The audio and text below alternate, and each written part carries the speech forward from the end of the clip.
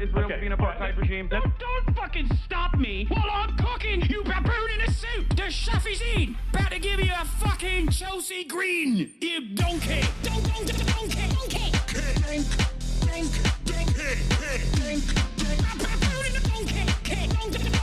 Listen to what I'm saying, and you will understand, perhaps, what I'm trying to imply. Patronizing.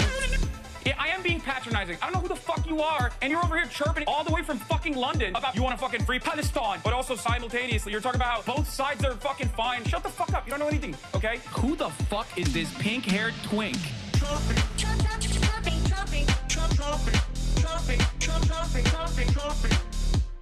Dissolve the apartheid So what would you like to allow see happen, Hassan? Do you not understand the English language? What's going on, everybody? I hope everyone's having a fantastic evening, afternoon, pre-noon, no matter where you are in the world. I'm Hasan Piker, and this is the Hasanabi broadcast coming to you live from gloomy, mostly cloudy California, Los Angeles, folks. We're live and alive, and I hope all the boys, girls, and MBs are having a fantastic one because today's a beautiful day. Today's a wonderful day. As always, it is August 16th, 2025, and it's Saturday. Some people call it Catterday. It's Gatterday. Saturday, folks. We're live, and I hope everyone's having a wonderful time. This is part of the broadcast where I tell you about my personal news about what's going on in the world of Hasan Hasanabi Piker between the time period where I press the stop streaming button and press the start streaming button. So help me God, that's what I'm going to do. August has been address the liberal Zionist allegations, JK, hoping you're having a wonderful... Yeah, I will, of course. I'm getting canceled. We're going to do that. We're going to get into that in a second. But yeah. Personal news-wise, I ended the broadcast last night. What did I do? Absolutely nothing.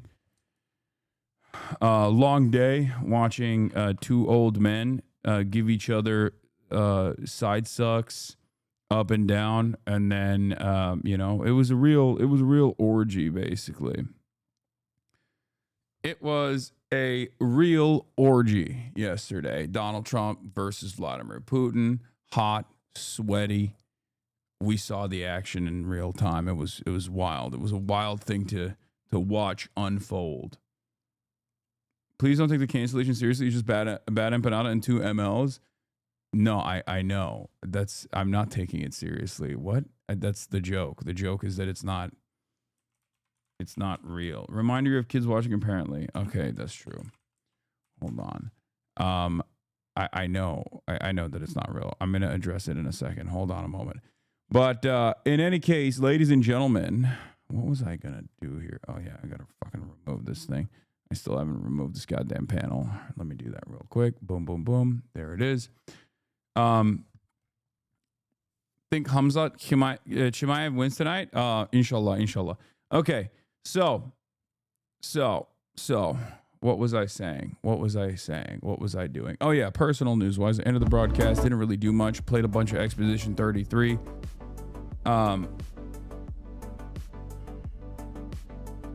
Played a bunch of Expedition 33. Watched some Fire Force. Went to sleep. Woke up. Saw some fucking nasty shit all up and down Reddit. Saw that I was getting canceled simultaneously by Bad Empanada and as not being sufficiently pro-Palestine, which is true. That's right. It's mine now. So I'm pro-Israel. I'm Israel Chai. That's right. I can't wait for my major media career. None of it is relevant. We'll talk about some of it as a joke. It doesn't really matter. But that's it. I worked out this morning. I deadlifted. I feel pretty good. And I'm gonna try to do a fun day as well. I'm gonna try to do somewhat of a fun day. Squirrel has been trying to cancel leftists for a while. Fed behavior? No. They're very passionate about this issue. They've yelled at me in the past. Again, like I said, we can have healthy and reasonable disagreements with one another. I will still.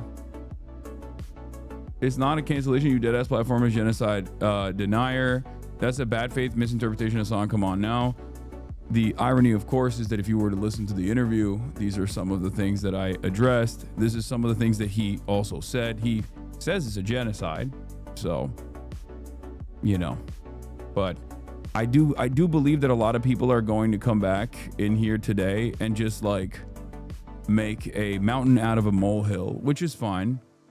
If you guys wanna be on this wavelength, that's all right. I'm gonna keep it pushing. I'm gonna keep talking about things that I think are relevant and important. But that's it.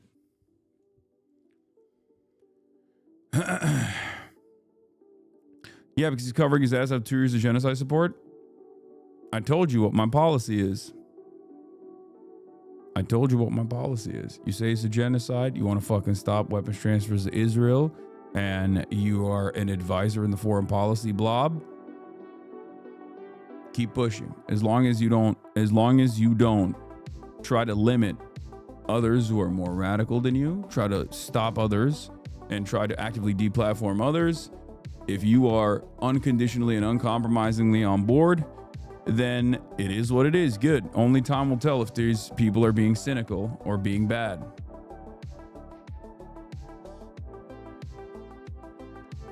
But it's not like we agreed. There was, there was a back and forth there that I think a lot of people fail to consider.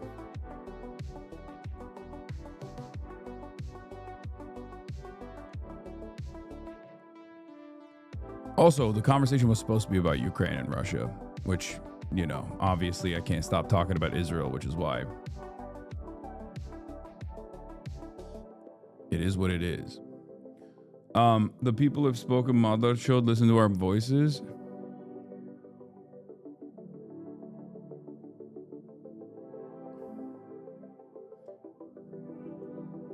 I mean, you're talking to people in the Democratic Party structure, like Zero Shock. They've had horrific takes up until this point. So you very clearly pushed them on things and didn't tone down your language at all. I know.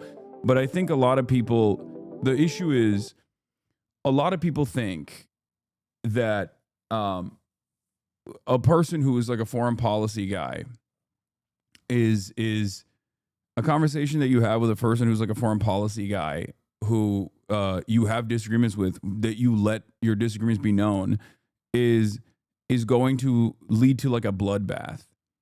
You know what I mean? It's not like I'm talking to fucking someone who is an ultra Zionist or someone who is like refusing to say it's a genocide. Like what my red lines are. Someone who is a significant hurdle, like someone who says like, oh, you can't speak about this, you can't speak about that. Someone who places the feelings of Jewish people cynically in front of like an actual genocide.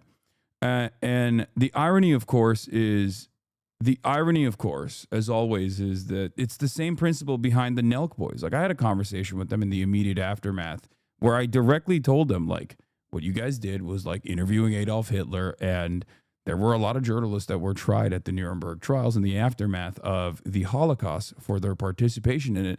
And yet that in and of itself did not come across as like being sufficiently antagonistic to a lot of people, because some of you guys, I think, are more invested. Some of you guys are more invested in the bloodbath of it all, and not necessarily the information you can derive out of that.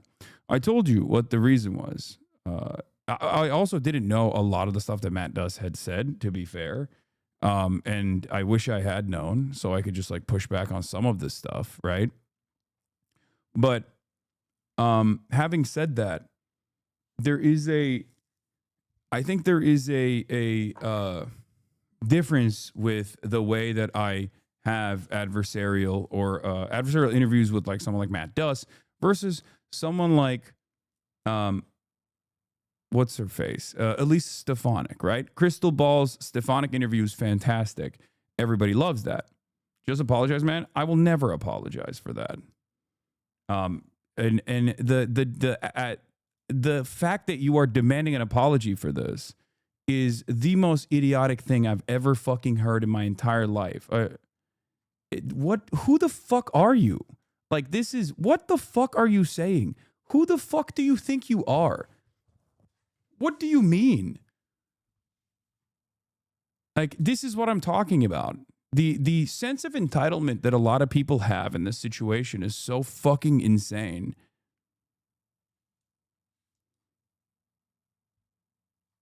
It's going to be a rough stream. I know. You're seeing a long bubbling issue with this chat, and that is being detached from reality and human interaction and pouncing on everyone who says something that makes them 1% less comfortable.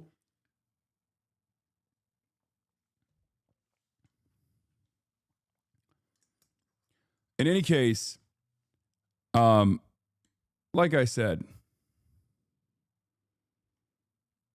I don't know much about Matt Does beyond the interview and his commentary yesterday. He seems like a fine dude. What's going on?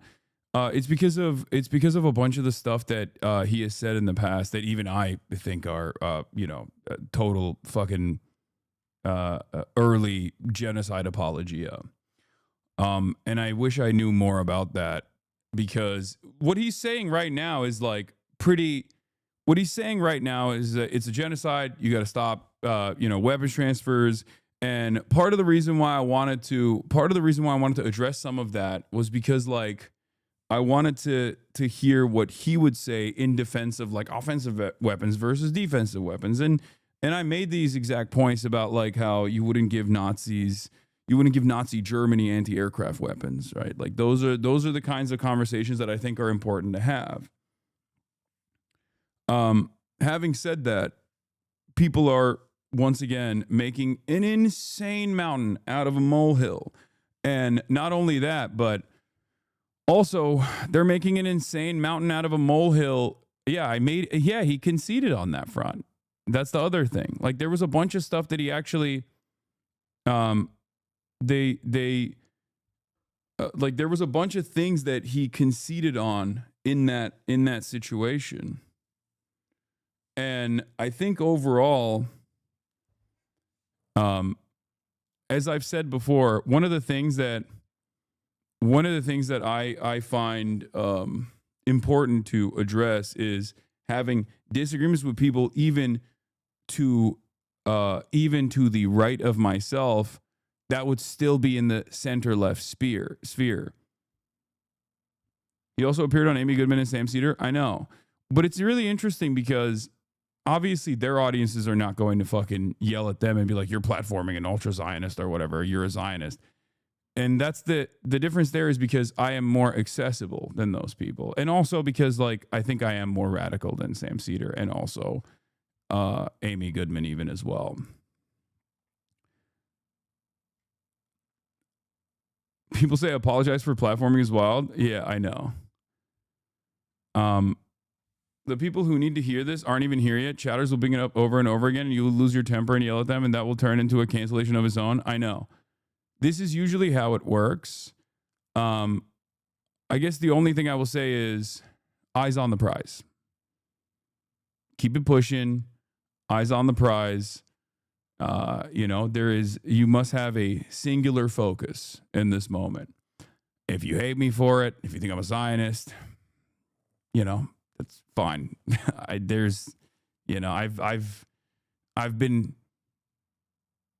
been having to deal with the inverse of that my entire life.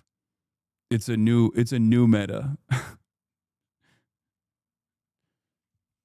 Now instead of being called a terrorist, now I'm being called a Zionist, which is ironically enough, in my opinion, worse than being called a Hamas supporter. Being called an Israel supporter is worse than being called a Hamas supporter, except, of course, in the eyes of the broader American public, one is the established norm in American politics. The other is, of course, anyone that recognizes the humanity of brown people, which automatically means you should be shot and killed and possibly sent to jail. So in this community, and I think in the minds of honest people, in the minds of people who recognize the reality that is unfolded here, which is unfortunately still a very, very, very small percentage of the population. Of course, I will continue pushing to try to make that percentage of the population size larger. But, the stuff that goes back and forth in inter-leftist circles are not things that the average American is thinking about. And my job is to try to make the average American more primed and more open-minded to the things that we talk about here. And I think I do a fairly good job at it, so I'm going to continue doing that. It's not the first time people have yelled at me over stuff like this, but that's it.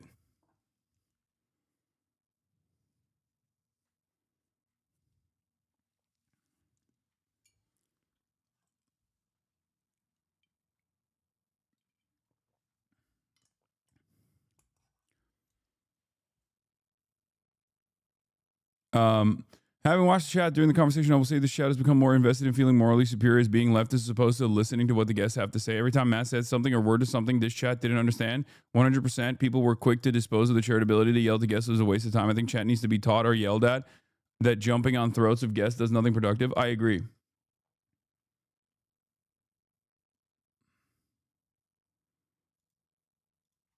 But yeah.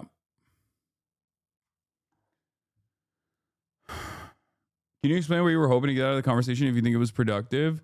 Well, what I was, the initial reason as to why I had Matt Duss on was to talk about Ukraine, Russia, because that was, that's the big thing that's happening. This was the day before the Vladimir Putin summit. You were putting on such a spin to make everyone who's criticizing, what? You and ContraPoint should collab. You were putting such a spin on this to make everyone who's criticizing you look irrational. Does it make you feel irrational when you hear my perspective on this and that upsets you? So you have to say something that's irrational?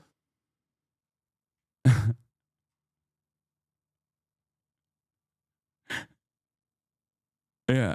I think demanding an apology for having a dude on who said liberal Zionist shit for far too long, for the record, only to turn around and talk about how Israel is committing a genocide, and also as a foreign policy advisor is like demanding the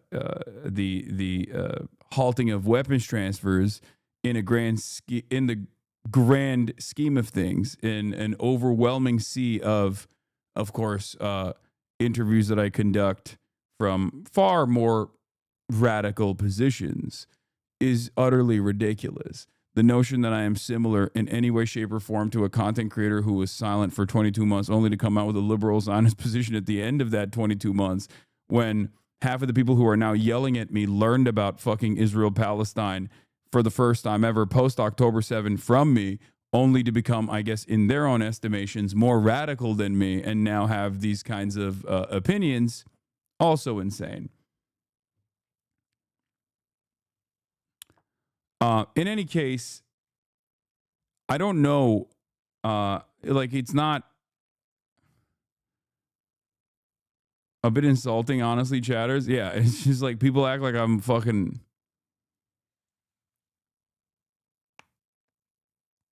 Yeah. If you are Bad Empanada's farming this shit, I know. And it's fine. I think ultimately Bad Empanada is a force for good, and he will get he will get some drama out of this. He'll farm it. It'll annoy me for like the week, which is ironic because like I'll be talking about some shit that's going on, right? Something that's like going on that's like immediate, something that we must talk about with respect to like the plight of Palestinians or whatever, and chatters will be coming in to be like, you're a Zionist because my favorite content creator Bad Empanada said you're a Zionist, you platform Matt Duss, and I'll be like, look at this screen right now, like look at, do you feel like this is a more important conversation that we should be having as this one that we have every single day? And they'll still keep... Has he told you he's farming, or are you hoping? No, I don't talk to Bad Empanada directly. I assume he is. And then people will say you're admittedly not a good interviewer, you let him get away with too much, and then like it'll just be like a aesthetic conversation. The fall off is legendary, not even 20K. I know. It's over. My career, I think, is over. I'm being canceled, like I said. It's done. You are too charitable with your haters, I swear. It's because I have been a leftist for many, many years publicly. And in that time frame, I saw a community that I developed grow into the size that it did. And therefore, I am forever grateful for what I've been able to accomplish in that time frame. And that I know this position that I'm in is far better than my starting point. That's number one. Number two, I'm charitable to every single person, including my fucking haters, always, because I believe that I can change their perspective. Number three, especially if someone is on the same wavelength in general, especially if someone is on the same wavelength, someone like Bad Empanada, who I am in agreement with in terms of anti-Zionism, but we have maybe different methods.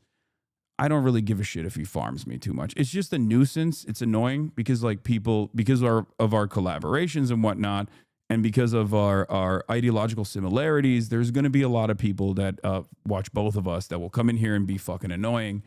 But ultimately, it doesn't matter because those guys are still going out and fucking protesting. You know what I mean? And as long as they're doing that, I'm happy with it. As long as there's not like an active demand to deplatform someone like myself, then it's fine. Bad Empanada platform you too?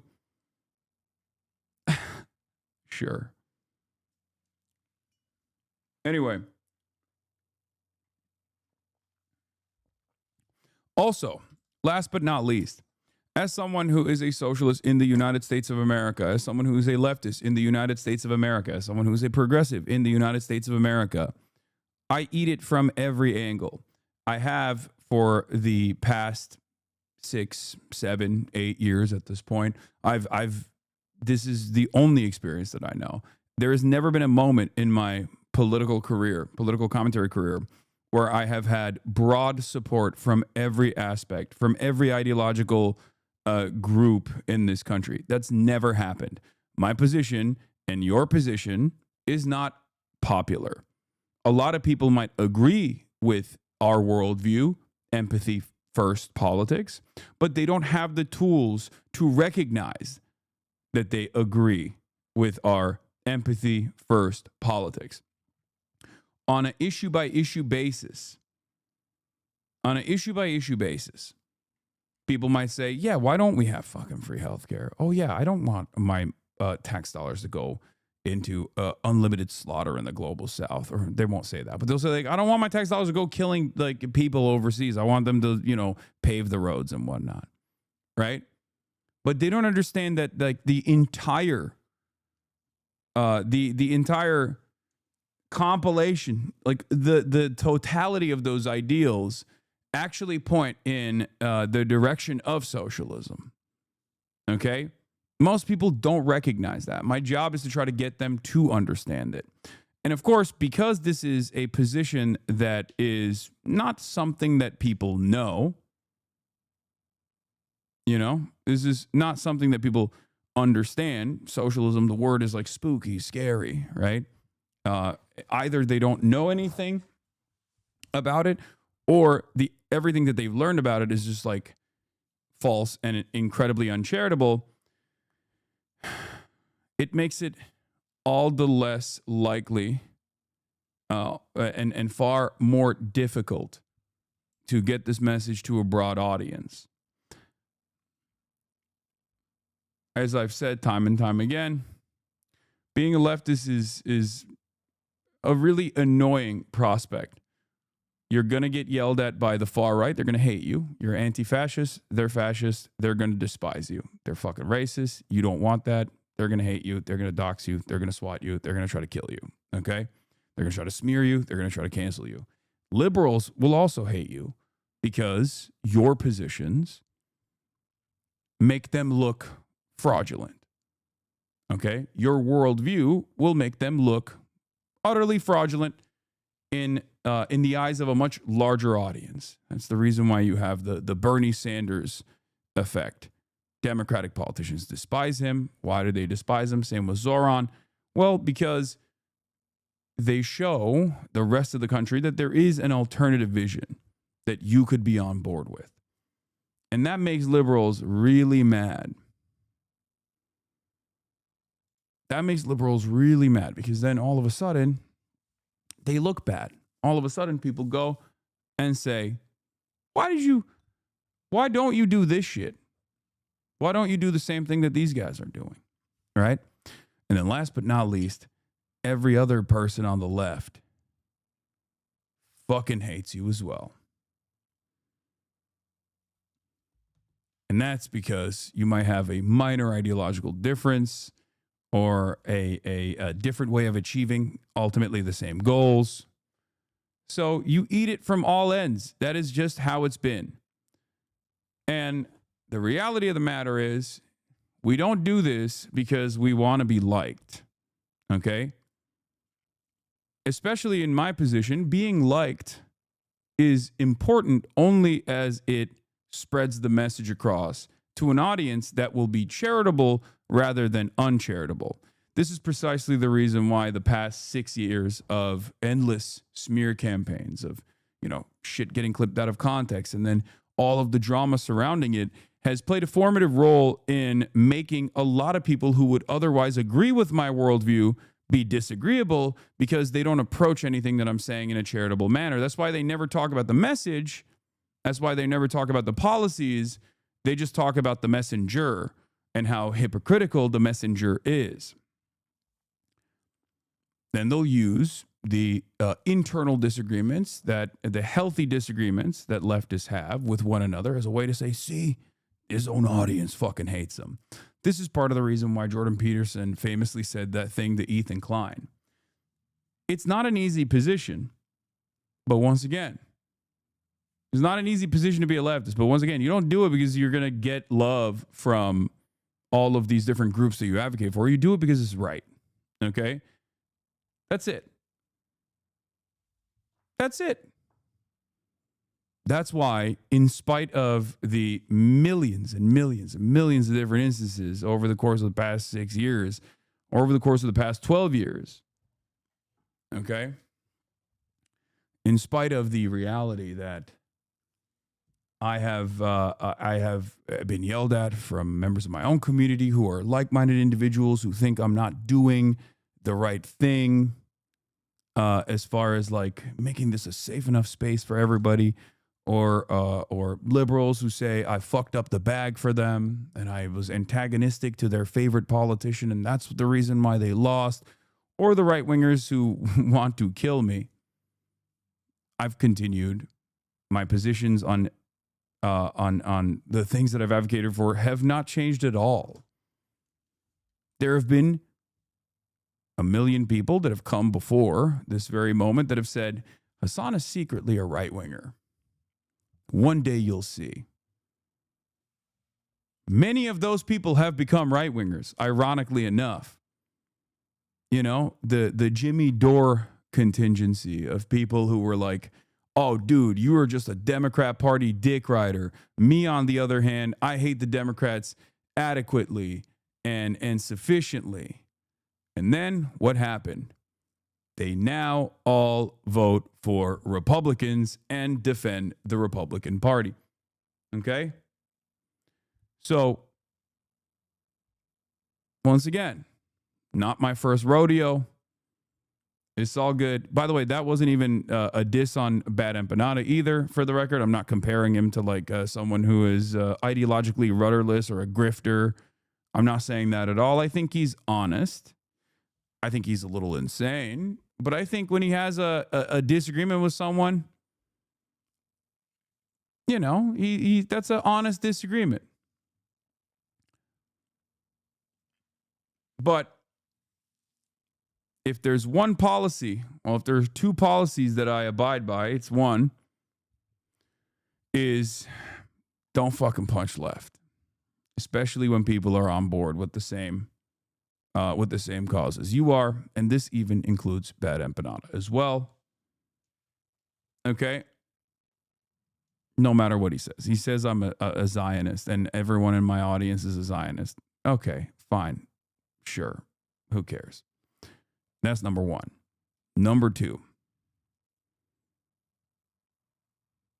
What? In WoW, there are passive factions with every members of every race, and those factions only attack you when you attack them. It's kind of like what I think the left is.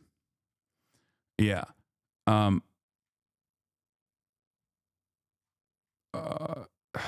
What the fuck was the other thing I was gonna say? Jesus Christ. Number 2. Number 1, don't fucking left bash. Don't left punch. The left as a collective has no fucking meaningful power in the Western world. And ultimately, even if someone is like far more radical than myself, you won't catch me fucking shitting on them. I don't even talk about ACP that much. You know what I mean? And those guys fucking hate me. And I don't even talk about them. And there's plenty of disagreements there as well. They're like MAGA communists or whatever. But even then, I'm like, you know, who knows? Whatever. Number 2, always maintain charitability and understand that people are at the mercy of social conditioning in general. I myself certainly am and certainly was. And so have many of you in this community. And that is precisely the reason why you have to always be charitable. That's it. Okay? That's it.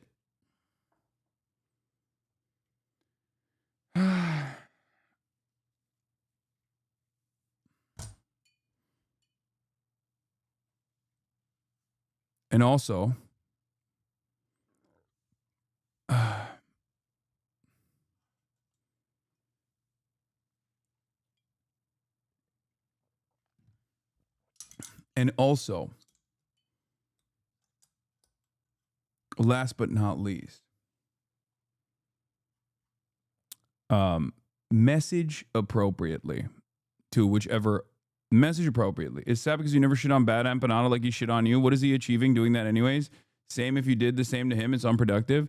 What Bad Empanada achieves when he shits on me is, let's be real, getting some of the people in this community to most likely go over there and watch his video, give him some fucking ad revenue. That's like a decent way to do it. So I think that's part of it for sure. It's a little bit of it, maybe a little bit. And, you know, it is what it is. So many morons eat this fucking shit up. Can't stand what these types of creators turn their communities into. Is DG of a different flavor? You cannot convince me otherwise. Yeah, I mean, I know. Is he not trying to change your mind? Trying to change my mind into doing what? When Bad Empanada and I had that conversation on Noah's stream, if you realize, like, a big chunk of this back and forth actually derived from Bad Empanada not understanding what my positions were, and also just straightforwardly calling me a Jewish exceptionalist and blah, blah, blah, all this other stuff. He had done this before. He has done this many times over. This is not his first rodeo. And yet some of you dumb fucks do actually eat that bait every single time and then come in here and annoy the fuck out of me when I'm trying to do whatever I'm trying to do. Okay? So is he a left-wing grifter? No, I think Bad Empanada is earnest. I think he just, you know, flies off the handle a little bit, which is understandable. This is not a normal issue. You know? This is not a normal issue.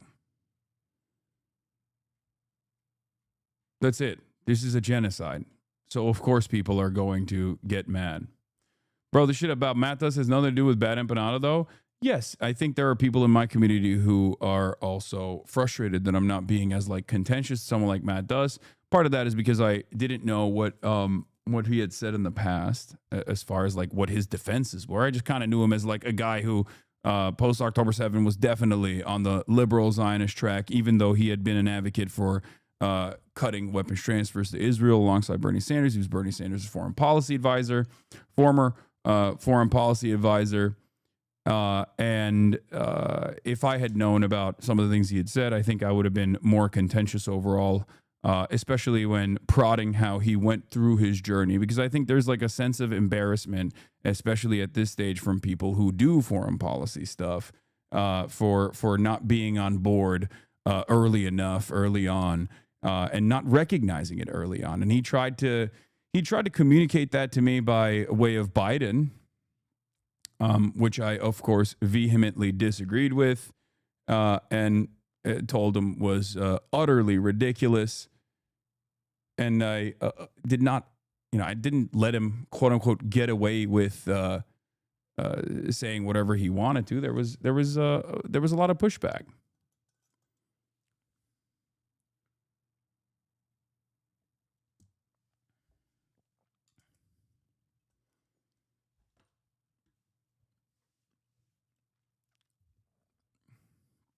Part of the reason why was, of course, because you mentioned this before. I just can't understand why you're so ready to go on Tucker Carlson's podcast. There's absolutely nothing you can gain from that. He's the most experienced media demon to ever live. He's the modern Joseph Goebbels. What's the point on going on that podcast? Tucker Carlson's podcast? Massive platform.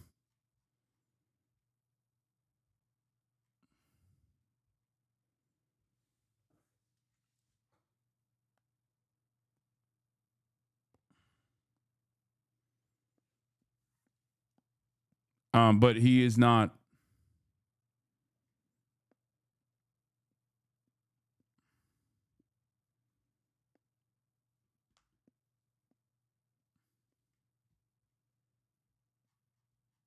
I think you guys fail to understand. If I were to go on like Joe Rogan Experience, I wouldn't be platforming Joe Rogan and be the other way around. And same with Tucker Carlson as well. It's not even a real thing that's happening. It's a hypothetical anyway. Saturday fun day. Okay. Trump, I didn't even blast off yet. Trump x Putin summit was a success, ... for Putin. You went on Piers before, he's a scumbag, but we're not mad about that. Yeah. I said a lot of messed up things 2 years ago, but I think it should be clear that his opinion is chased. Doesn't seem like a bad guy. Maybe he should apologize for some of that stuff, but it's not his view anymore. Yeah. I've also made it clear that if someone is saying it's a genocide, someone is talking about how we got to stop, we got to stop weapons, we got to stop aid to Israel, all this shit. Okay. And more importantly, last but not least, are also not standing in opposition to others who have even more radical positions than they do, then that's fine. You know what I mean? We need people like that too. It's just it's always supposed to be a broad coalition. You're not going to have every single person come to the table with the same worldview that you have developed over the course of the past 22 months. Let's be real. There are plenty of fucking people that are in here right now that didn't have any of these opinions 22 months ago. Okay?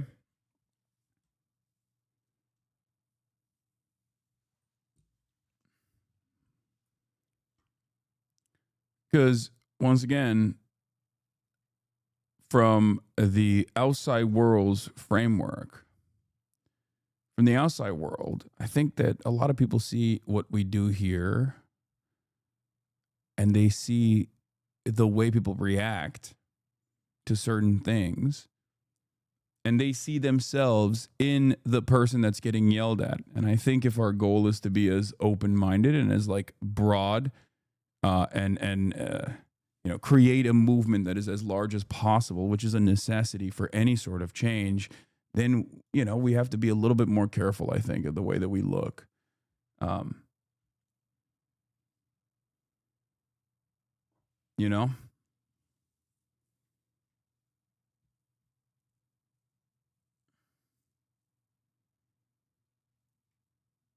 100%. I feel like the chat needs to be like,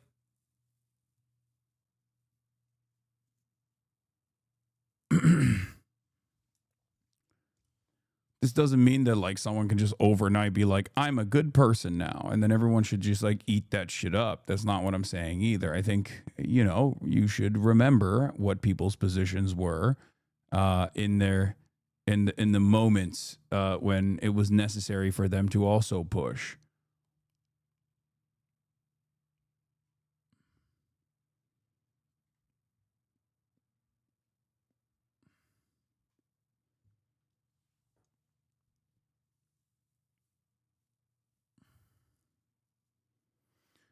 Anyway, I think it's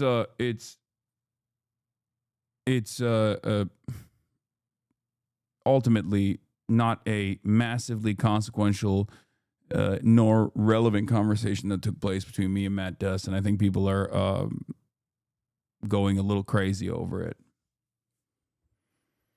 That's it. Trump-Putin summit was a success for Putin. Loomer gets U.S. to deny Palestinians medical care in the U.S.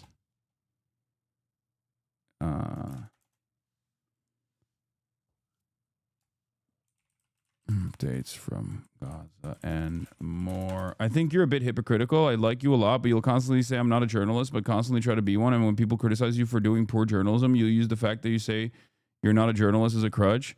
I think you just already admitted that you recognize that I'm not a journalist and that at no point have I actually said I was a journalist. You think I'm trying to be a journalist when I have conversations with people, when I never am trying to be a journalist. You literally just got mad because of perceived hypocrisy that comes along with something that I never said I was, that you think I'm actually trying to do.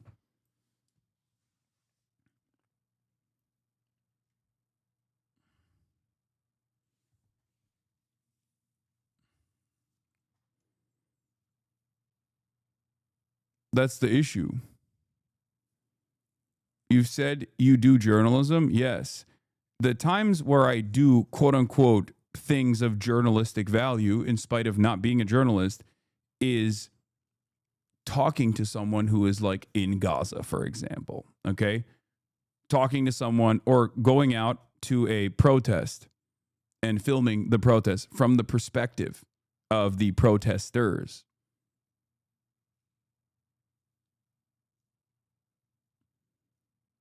Or, you know, things that happen to me that have broader consequences for society, or a conversation with like Mahmoud Khalil, or going out and interviewing the firefighters, the California prisoner firefighters that are combating wildfires. Like, those are things that have journalistic value. That's not all I do. That's not most of what I do. That's just me. That's just what I do, having the function of journalism. Okay? But I don't say I'm a journalist. I say I'm a political commentator.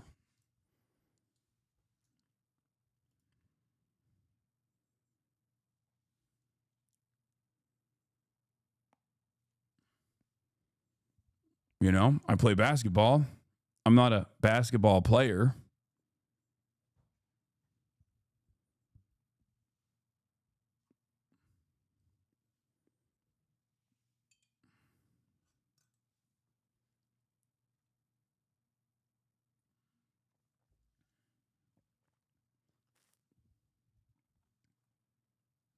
Anyway, Trump-Putin summit was a success for Putin. Loomer gets to deny Palestinians medical care in the U.S. Updates from Gaza and more.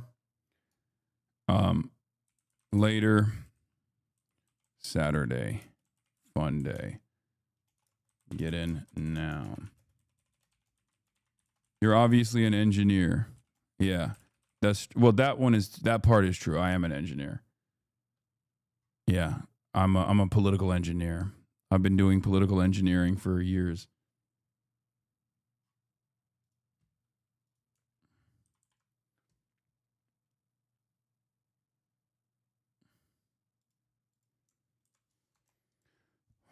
Look, there's going to be a million different opinions and a million different voices. Many of them are going to be contentious. I talk about politics. Politics is always going to be a contentious subject. A lot of people either A, treat it like it's fucking drama and love the back and forth that takes place in that regard, or B, understandably play it close to their chest.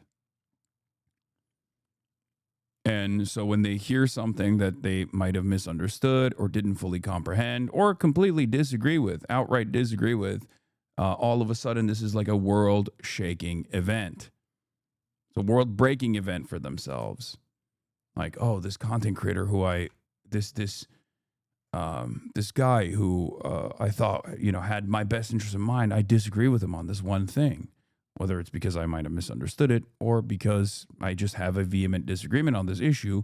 This is really fucked up.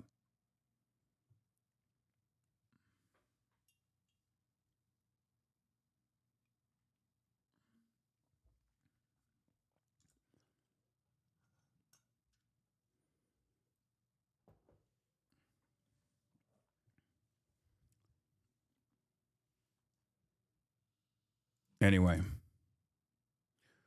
someone on Twitter said it was like platforming Nick Fuentes. Yes, that's just baby leftist rage. Okay, don't worry about it. It is what it is. Again, look, I'll give you an example. If you're a trans person, for example, I'm sure there's been heated moments here where you feel like I wasn't entirely in line with something that you believe, or I maybe said something that you considered to be transphobic and you got mad, but you're still in here because ultimately you got over it because you recognize that I'm not an enemy to who you are as a person and I am an advocate for your well-being, right? That's just one example. And especially as it pertains to this issue for, you've never said anything transphobic to me. No, but some people think it, and it is what it is, In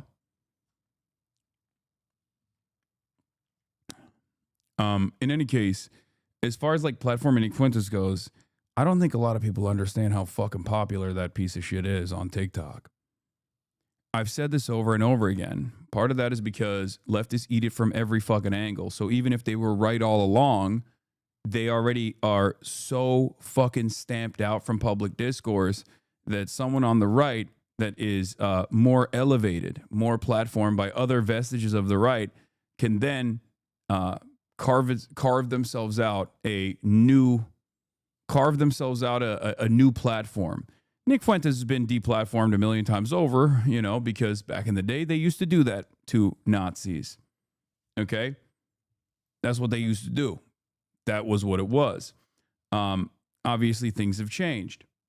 The other part of the problem is that I think Americans and Westerners broadly are way more susceptible, to the anti-Semitic framework, the anti-Semitic anti-Israel position that like Jews are doing hypnosis to Americans and shit like that, than they are to listening to a materialist analysis and this complex relationship that has created so much harm and destabilization. That shit is boring. It's lame. It's academic. It's much easier to be like, Jews are doing this and they're dominating your lives. Jews did woke culture. Jews did this. Jews did that. Americans are far more susceptible to conspiratorial thinking, partially because materialist analysis is the exact antidote to conspiratorial thinking. And yet materialist analysis has been shut out in this country. No one ever fucking thinks in this kind of way. And as a matter of fact, when you start thinking in this kind of way, or you start doing advocacy and you say, hey, this is my worldview, a lot of people turn around and say, you're a fucking demon. You're a socialist. Fuck you. You're a rich socialist, actually. You're a poor socialist. You're actually jealous of the wealthy. You're a rich socialist. You're actually hypocritical. That's really dangerous. And that's what it is. When you shut off materialist analysis and dialectical materialism, historical materialism, as a alternative form of analyzing why certain kinds of events have unfolded and why certain things happen, when you shut that off and you say that's actually scary talk, that's socialism talk, that's a real threat, then the other side that still is capable of existing within the confines of liberalism, which is, fascist thought, gets to thrive when there is a big divergence between what the population is seeing and what the population is saying and what they're demanding versus what the politicians are doing. Israel's a perfect example of this. This is something that I've warned about over and over and over again. And yet, nobody listens to my fucking warnings ever. So It is what it is. Even in this country, a country that fought Nazis in World War II, okay, especially after the Cold War, it is easier to convince someone of Nazi sentiment as long as you are not outed as a Nazi, and even that is changing seemingly in this day and age, okay? As long as you are not outed as a Nazi, it is easier to convince someone of Nazi beliefs than it is to convince them of socialist beliefs. This is true.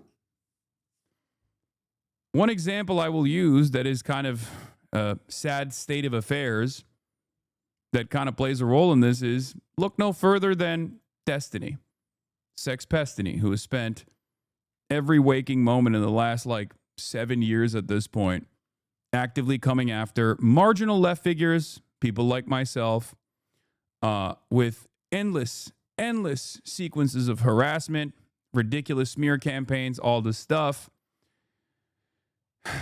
And it hasn't really been successful for his own career necessarily, but it has been successful in, I think, undermining the broader reception of the left by a larger audience that already wasn't going to be super charitable to the left anyway. And in that process, I think, instead of converting a lot of these right-wingers and Nazis into liberals who vote for the Democratic Party, I think he ends up pushing them to the maximalist position of anti-communism and anti-socialism, which is always going to be Nazism and fascism.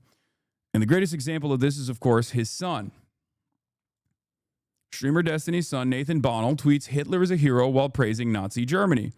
The Nazis were protecting the West by invading Poland. The Reich was a blockade against the USSR and the rest of Europe. They took up all responsibilities of the failing Polish government, and they stated this explicitly multiple times. Hitler is a hero, he said. This kid is 14, I think. I don't know how old he is. Okay, this is Destiny's son. He's been on the internet since he was a baby. And worse, he's been on Destiny's Discord since he was a baby. Okay?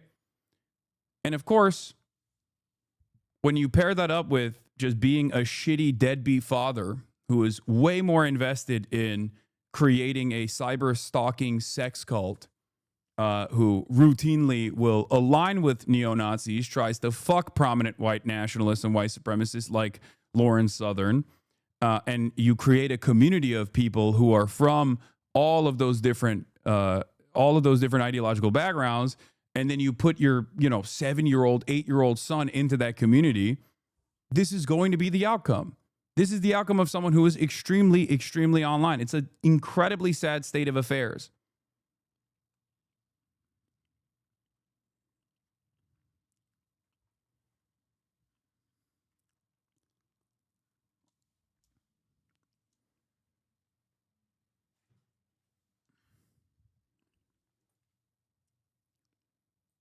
That's it.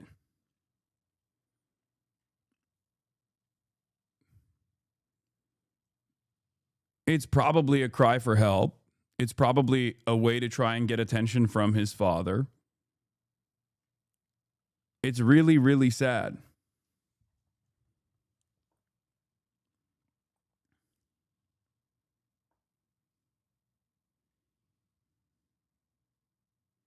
He said it's because you and his dad kicked him out of your Discord. He's obviously isolated and it's kind of sad. He was in my Discord? Why the fuck was he in my Discord? Yeah, we don't let anybody under the age of 18 in the fucking Discord. What is it? What kind of stupid shit is this?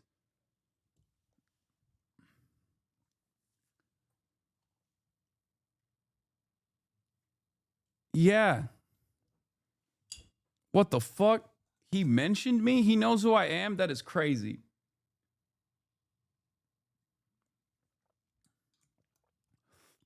I guess his dad is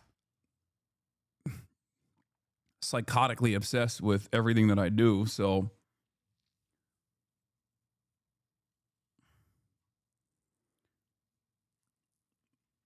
but yeah, my point is this is another prominent example. This is another primary example of like when you actively design your worldview, as many people have, around attacking the left, attacking socialism, attacking communism, you end up pushing people who are in the periphery to seek out answers. And conspiratorial thinking works within the confines of liberalism so perfectly. And there's the grand conspiracy almost always.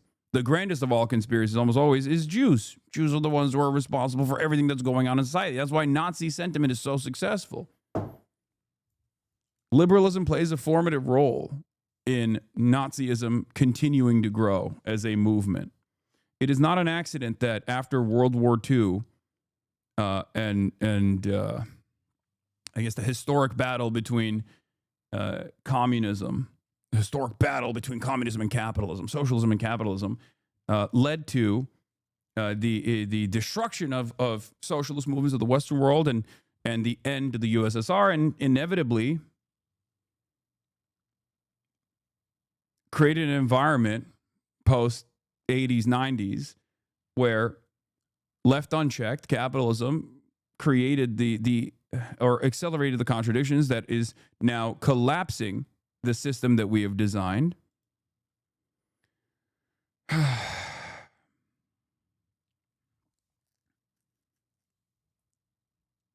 And fascism is thriving once again. And that's where we're at.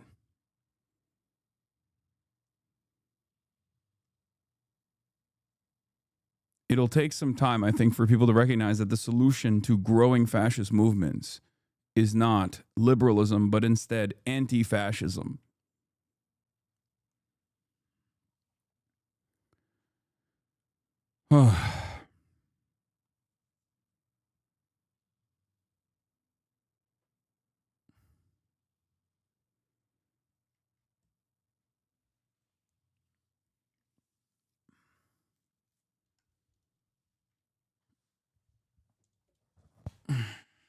So,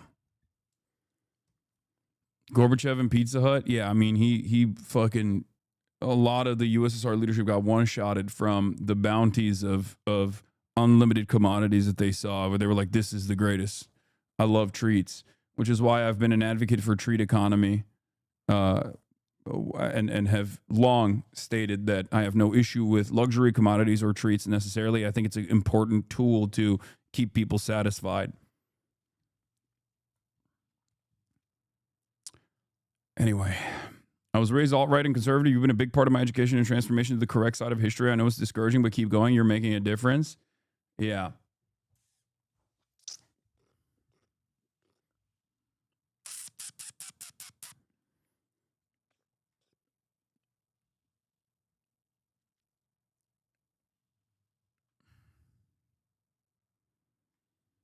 Where was I? We're going to talk about the Trump summit,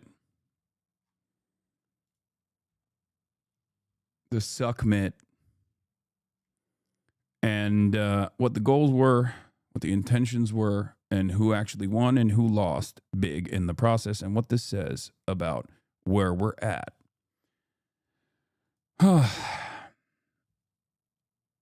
Yeah.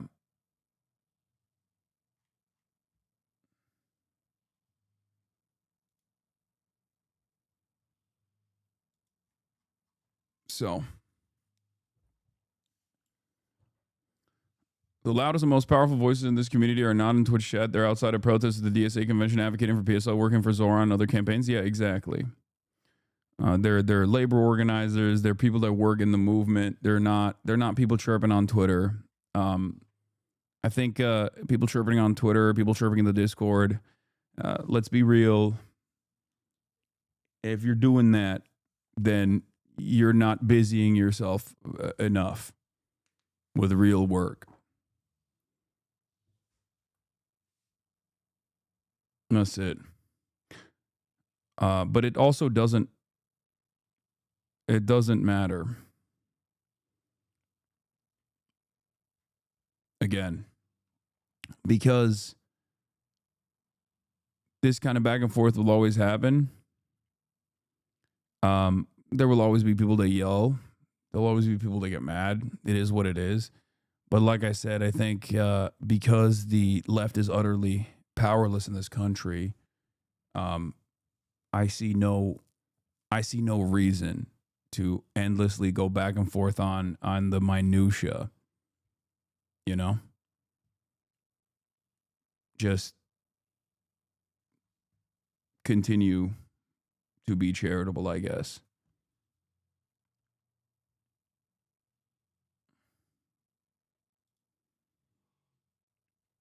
Oh, speaking of which, here's Gal Gadot.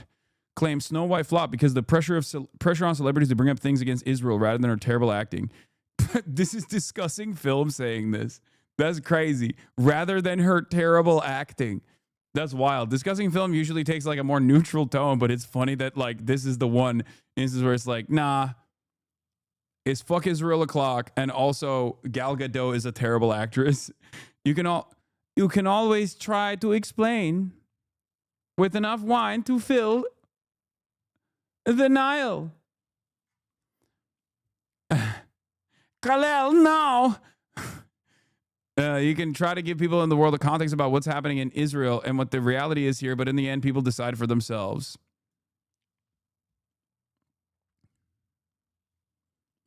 Khalil, no. Israel, no.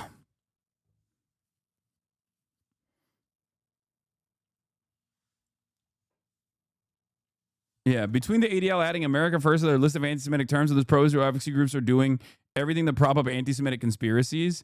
Yeah. In case you missed it, U.S. court ruling formally conflates a political symbol of a state of Israel with the Jewish identity, a conflation that is textbook anti-Semitism, which literally is textbook anti-Semitism within the International Holocaust Remembrance guidelines that even the dude who came up with the guidelines says should never be used to legislate, even though everyone uses it to legislate, regardless of his consistent advocacy against this sort of thing. But of course, when it's in the service of protecting Israel from criticism, this conflation is celebrated. Legal group hails breakthrough as U.S. judge equates Israeli flag with Jewish identity. In the United States of America, it is a First Amendment protected act to burn the American flag. Wait, what the hell? Did I lose my internet? What's happening? It is a First Amendment protected act to burn the American flag, but the Israeli flag now is considered racial discrimination and not political protest, setting legal standard for future cases involving anti-Zionist targeting of Jews.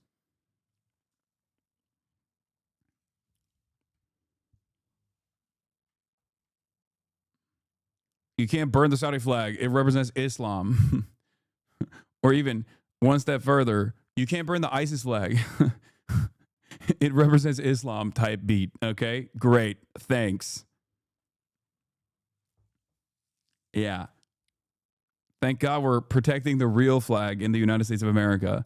So that's one aspect of this. The other aspect of this that I was going to talk about with respect to like anti-Semitic conspiracies intensifying outside of just like how susceptible Americans are to this kind of thing due to an endless sequence of Red Scare propaganda is shit like this. The executive director of Israel's National Cyber Directorate was arrested this week in Las Vegas in a child predator ring sting.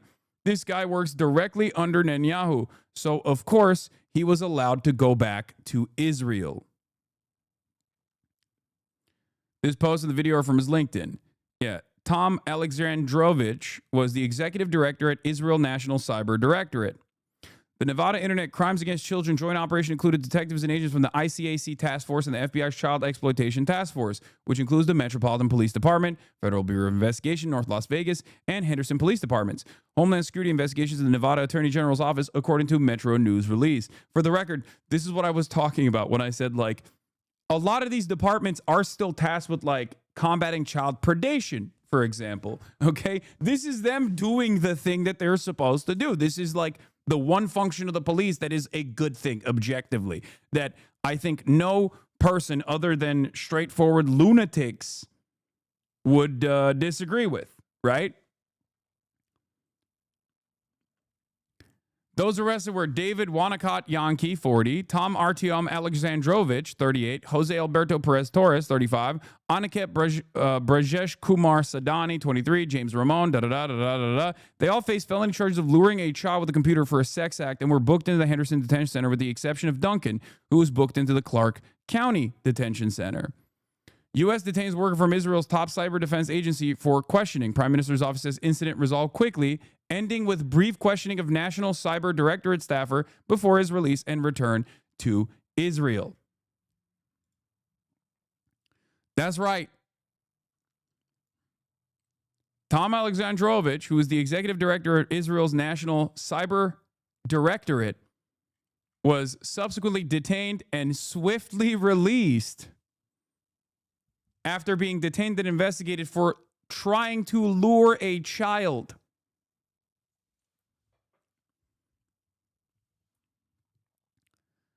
I mean, what do you say? What do you say about this? What can you say about this? I mean, this is just like, what can you fucking say? Yeah, Felix says the same thing. He says, what can you even say at this point? Here's the full Ynet article. It says he was in Vegas and may have been arrested for his conduct. State and local authorities say these men were caught as a part of a sting and had attempted to lure what they thought were children online. That he was allowed to leave the country is utterly scandalous. Okay? An employee under the Israel National Cyber Directorate operating under Prime Minister Benjamin Netanyahu's office was briefly detained for questioning during a professional conference in the United States where he was representing the state, Ynet learned on Wednesday. After his questioning, he returned to his hotel and flew back to Israel 2 days later. Israeli officials downplayed the incident, saying it carried no political implications and was resolved quickly. The reasons for the questioning remain unclear, but may relate to the employee's conduct.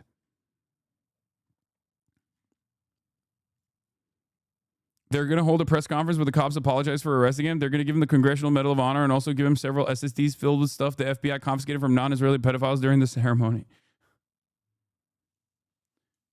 You say one bad apple doesn't rot the basket. Deflect.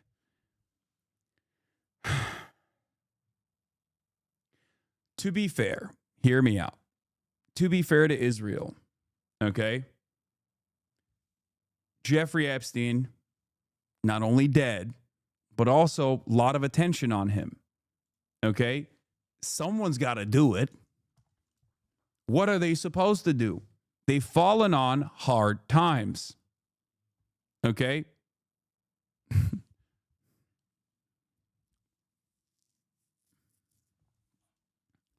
Yeah, they're trying to put the team back together for one last job.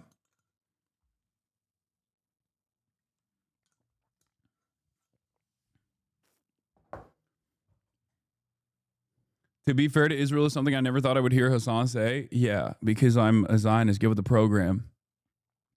Now, when you see stuff like this, and this association with Israel, okay, you understand exactly what's going on. You're like, America literally will treat Israel better than it treats its own citizens, blah, blah, blah, right?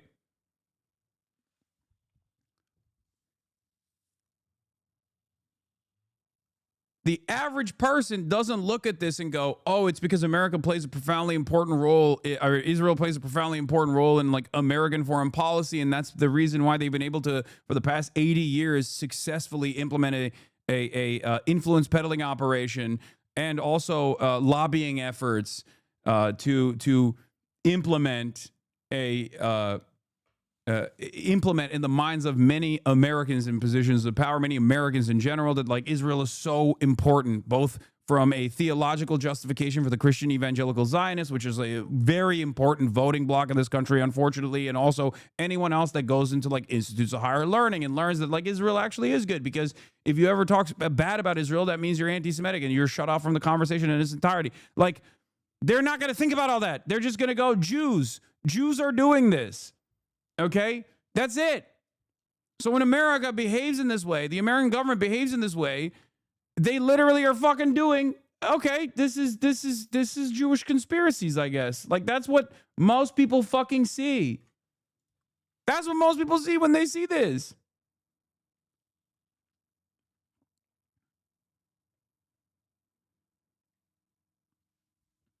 This is what I'm talking about. When you got the government when you got the Department of Homeland Security black bagging a green card holder and going Shalom Mahmoud for the crime of reflecting the opinion of the broad majority of Americans that like Israel is doing fucked up things. Most Americans, even racist ones, even Islamophobic ones, are going to look at that and go, what the fuck is happening, bro? It's crazy. It's like the David Duke shit of like ZOG, Zionist Occupied Government, which is like an alt-right terminology, right? This is like neo-Nazi shit, okay? Not like neo-Nazi shit. This is directly neo-Nazi shit. It's the government basically saying, no, you don't understand. We are that. Like, we're doing that. We're doing that. We love that shit, okay? So, of course, people look to the likes of fucking Nick Fuentes in this process and go, well, that guy was right, I guess. Of course. Meanwhile, all of the fucking dumbass, quote-unquote, liberal Zionist institutions are too busy. Israel advocacy organizations are too busy fucking yelling at people like myself who have actively combated anti-Semitism their entire career and continue to do so to this day. And forms of bigotry across the board. All forms of bigotry, no matter what.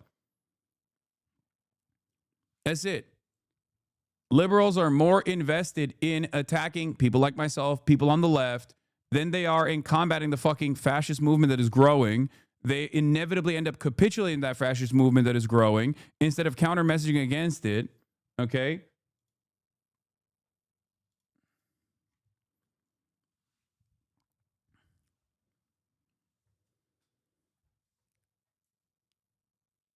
And then especially when like right-wing attitude and right-wing sentiment is so normalized, yeah, the people that come across as more earnest in that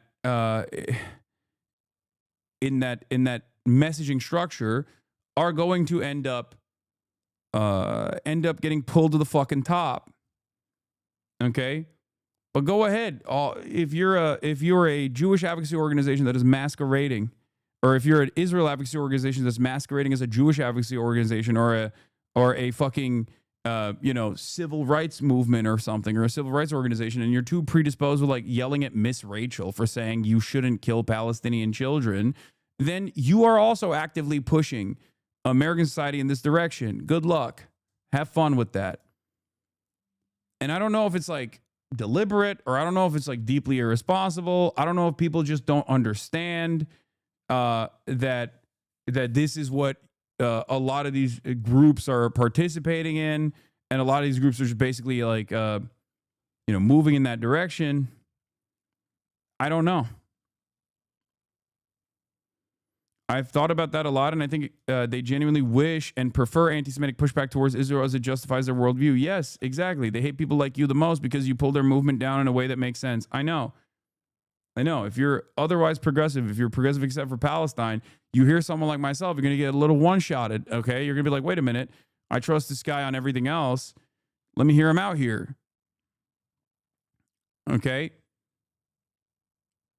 As I've jokingly said over and over again, even though it's not really a joke, I'm the one who makes Jonathan Greenblatt's nieces and nephews say fuck Israel. Nick Fuentes is never going to get Jonathan Greenblatt's nieces and nephews to say fuck Israel because Nick Fuentes is an anti-Semite. So he sees that, and that fucking terrifies him. It's the same principle behind Bill A. Packman, Bill Smokes Crackman, whose daughter went to fucking Harvard and became like an anti-Zionist socialist, And that cracked his brain. Yeah, Bill Smokes Crackman. That's it.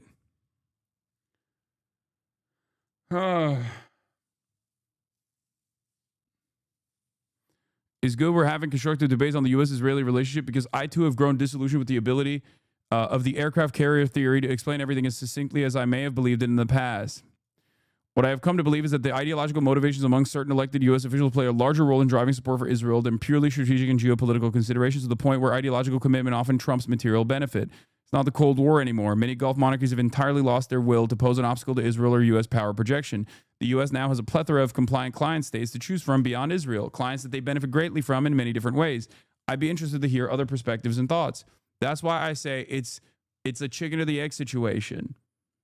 Okay, that's why I say it's a chicken or the egg situation, where it's like, yes, it is the actual the starting point for this alliance is settler colonialism. That's it, right?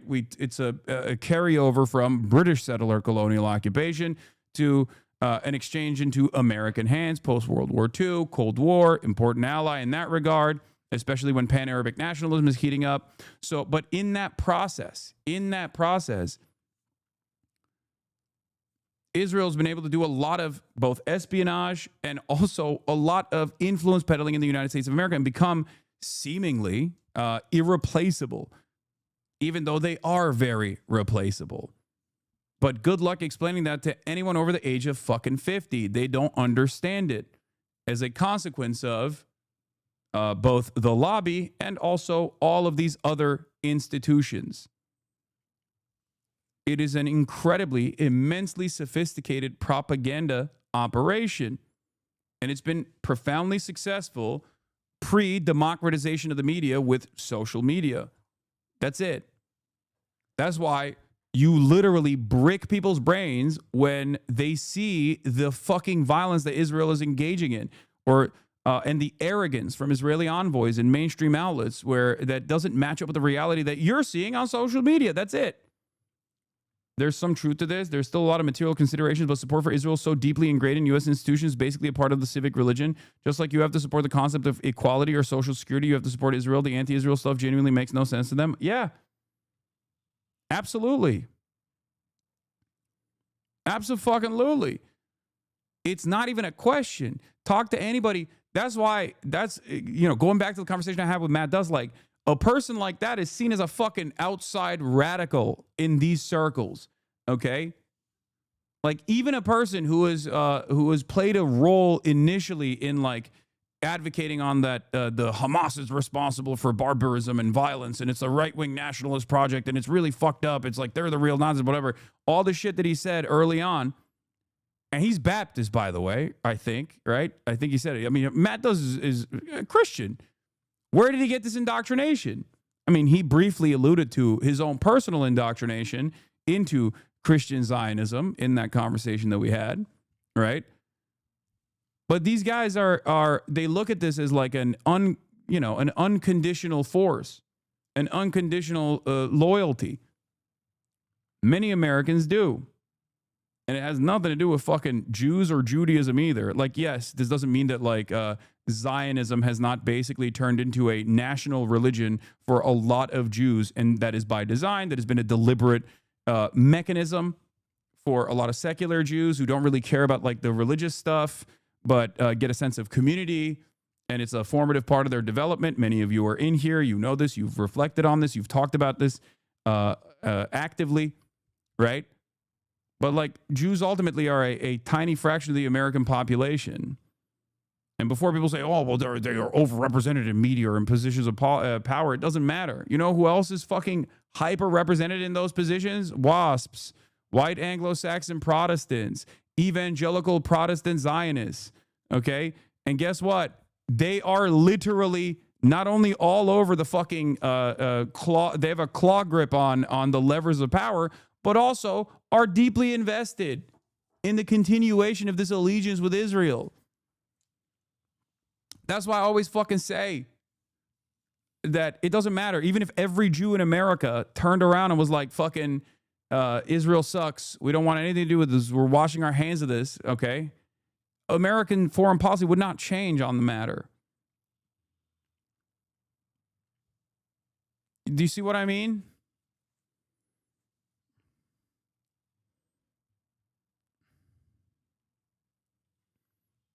That's it.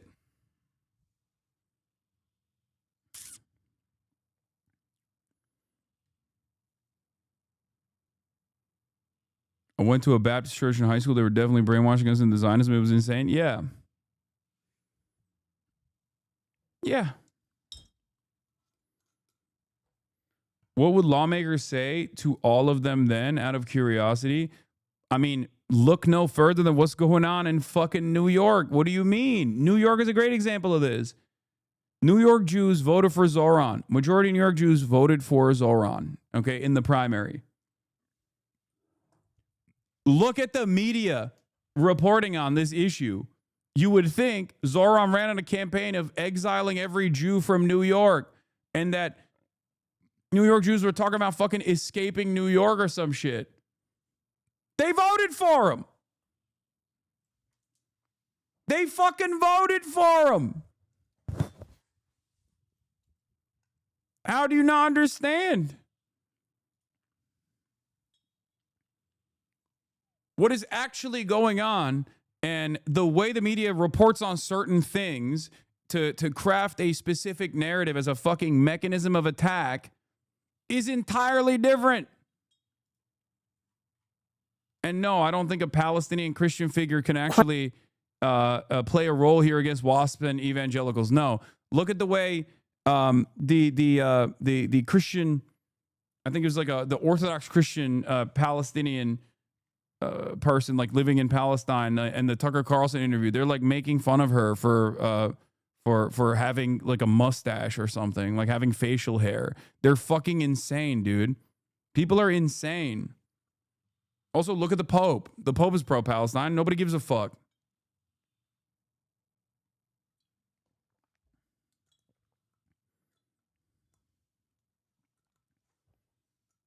Yeah, that's George Stephanopoulos' actual sister, too. Yeah. It's a very uniquely American thing. Growing up Catholic and in the DR, I don't remember hearing about Israel in any capacity to the point that I was under the impression they were like a Bible thing until I learned about the Holocaust in the States. Yeah, because the DR has no use for Israel. That's the reason. America does.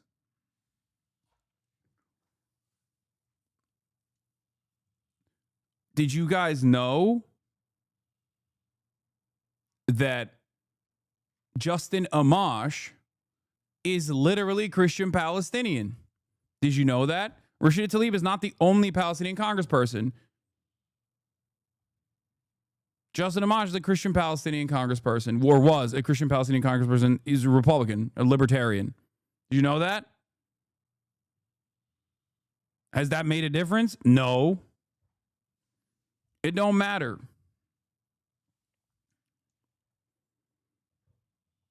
Yeah, the DR is not on the Security Council. Exactly.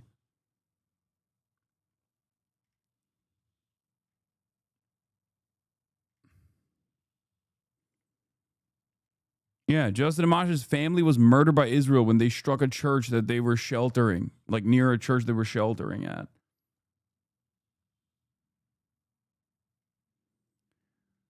So, as is the case, I've said to you before, my analysis on the situation is it's both. If you have on the one side the Noam Chomsky analysis, which is like the unsinkable aircraft carrier analysis to show Israel's importance, and then on the other side you have the fucking the Mersheimer perspective, which is the lobby and its pervasive influence on American politics. I say it's both. I say both play a formative role, but one could not exist without the other.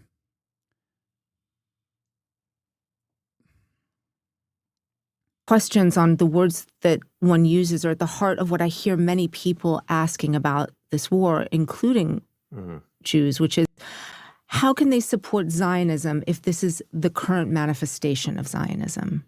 Well, look, it's like, how can you support Islam if Ayatollah Khomeini is the progenitor of it? How can you support Christianity if the Crusades happened? How can you support America? Yeah, the difference is, okay, people don't do that. No one is associating Saudi Arabia with the entirety of Islam. No one is associating Iran with the entirety of Islam. What the fuck do you mean? Your job is literally, by definition, associating Israel with the entirety of Judaism. So either you're making an argument that, like, they get to do stuff, so why can't we? Or I don't know what the argument would be, actually. That's just the only conclusion here is that you, as a person who does associate Israel with Judaism, because your entire job is to defend Israel by claiming that any critic of Israel is actually doing this because of deep anti-Semitic opinions, you're literally You're just saying like they get to do it. Why can't we? Christians did chattel slavery. Why can't the Jews have a little bit of a genocide? Come on now. That's deeply anti-Semitic. You can't throw the baby out with the bathwater argument if your position is literally to tie Israel to Judaism, which is your position. So which one is it? Okay, this is a failure of whataboutism because you're the one who's tying Israel to Judaism. So either you just said your entire fucking position is fraudulent and you have been an anti-Semitic person this entire time by making this false conflation between Judaism and Zionism, by making this false conflation between Israel and all Jews, or you're just saying, why can't Jews have a little bit of genocide? Come on now. Like, let me have a little bit of that. Let me get a little piece of the action here. America, if you disagree with President Trump's policies, or even in the face of larger scale disasters like slavery. Like, so again, Zionism is the right of a people to self-determination. You can be upset with the policies of a government. But again, if you didn't say in the wake of enslavement of Africans, America should be destroyed, if you didn't say in the wake of the Crusades, Christianity has no legitimacy. Dog, the funny thing is, conservatives, and by the way, this is right-wing reactionary propaganda, for the record. I see this as no different than like a fucking neo-Nazi being like, why are you attacking white people? Why do you hate Christianity? What he's literally fucking arguing here is exactly the same shit. No, that's what people always say. People that want to bring back chattel slavery or reinstate the racial hierarchies and continue the racial domination of black people, people who are white supremacists do say that. And you are a supremacist of a different variety. You are an ethno-religious supremacist. You advocate for Jewish supremacy. You advocate for Jewish domination over the Palestinians. So you turn around and do the exact same argument. White supremacists say the exact same shit that Jonathan Greenblatt is saying. They just say it for Christian nationalism, white people broadly, white men. They have a different seasoning associated with it. And most people don't understand because like Jews in the Western world have historically been a marginalized population with pogroms and also the Holocaust, that a lot of Americans who want to be progressive cannot comprehend that like in Israel over there, Jews are the dominant in-group. They are the white people of Israel, the quote unquote white people of Israel. They don't have to look white. I just mean white as a socio-political construct of who has the power, who is the in-group. You say Jews control the media in America, you're anti-Semitic. You say Jews control the media in Israel, you're just reflecting on the reality. Okay? Do you understand? I mean, this is a humorous way to describe it, but that's the major difference. You put a fucking Star of David on the side of a fucking apartment complex to mark that a Jewish person is living there in the Western world. That might mean you're about to do a hate crime, an anti-Semitic hate crime.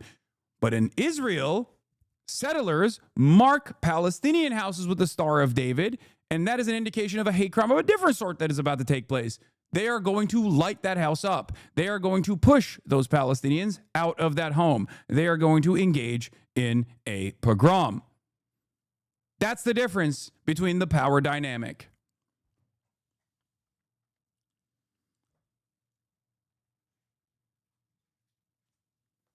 And of course, I would take it one step further and even say that in the Western world, the only reason why this is the one specific group that has some kind of like real systemic power in quote unquote canceling people and deplatforming people is because of its ties to American foreign policy. Because anti-Semitism is used successfully, or at least was used successfully, as a mechanism of deflection and a shield for Israel. That is the only reason. That is the only reason, because Americans don't give a fuck about any of this shit. They don't. They broadly do not care. So if you're always wondering, like, why is it that this is the one marginalized group in the United States of America that people seemingly do care about, okay, or that institutions do actually move in the direction of, and will go through a tedious list of dog whistles to figure out whether or not someone is being anti-Semitic, and then like end up deplatforming them or whatever. At least they did. Okay. That is the reason, because it is used as a primary vehicle to defend Israel. It's a primary vehicle to stop conversations from taking place about Israel in the United States of America. Okay? That's it. That's it. And of course, part of the process is that, and this is something that I also talk about quite frequently, but like, there is no comparison between the systematic discrimination that still exists against Muslims in this country, that still exists against black people in this country, that still exists broadly against brown people in this country, versus systemic discrimination against Jews in this country. Jews can still very much be victim to anti-Semitic hate crimes. But as far as like some sort of systemic disenfranchisement, it does not happen. That it used to, but in contemporary American society, that does not happen. Okay? This doesn't mean that anti-Semitism is not a hateful bigotry. It is. But disenfranchisement of Jews broadly by the systems is like disenfranchisement of Slavs broadly by the systems. It happened in the past. It doesn't happen any longer. Of course, the systematic disenfranchisement of Jews was far more consequential given that the Holocaust happened. But once again, remember, it's just, it's not the same as different forms of bigotry, and the defense mechanism that exists only exists because it is used as a weapon to defend Israel in American discourse. American citizens are getting rounded up based on color of their skin and what language they're talking as we speak for deportation. Exactly. If you don't say in the wake of the oppression of women for centuries, Islam has no right, then why would you feel differently about this? Again, I'm only trying to carry. I'm trying to. Yeah, why do you care so much about the Jewish state? Why do you care so much about the Jewish state? It's a terrible argument.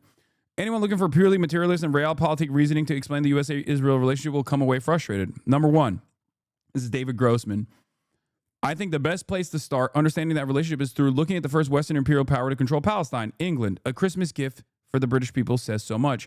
100 years before President Donald Trump recognized Jerusalem as Israel's capital, British Prime Minister David Lloyd George proclaimed that the city would be a Christmas gift for the British people. Using Jerusalem as a means to impress the public, the Prime Minister insisted that a symbolic victory in Palestine would bolster morale as they fought battles on the Western Front. And in June 1917, with his sights set on defeating the Ottoman Empire, Lord George appointed General Edmund Allenby as the High Commissioner of Egypt and gave him one of the most consequential orders in modern Middle East history, to capture Jerusalem by Christmas. Christmas gift, of course, implies the religious appeal of control, but also that Palestine is a reward, likely for the high cost of World War I. Capturing Jerusalem by Christmas vaguely points towards Crusaders, the idea of a reachable and controllable past in a real physical place. Looking at the American relationship, you find something similar, placing onto Israel qualities that feel generically American: courage, tenacity, being the underdog.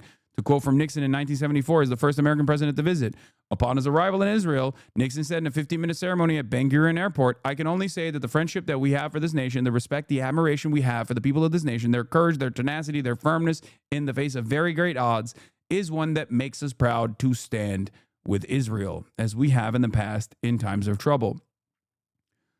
Israel has been able to successfully market itself as like an American commodity, an American partner, or rather an extension of America to American society broadly.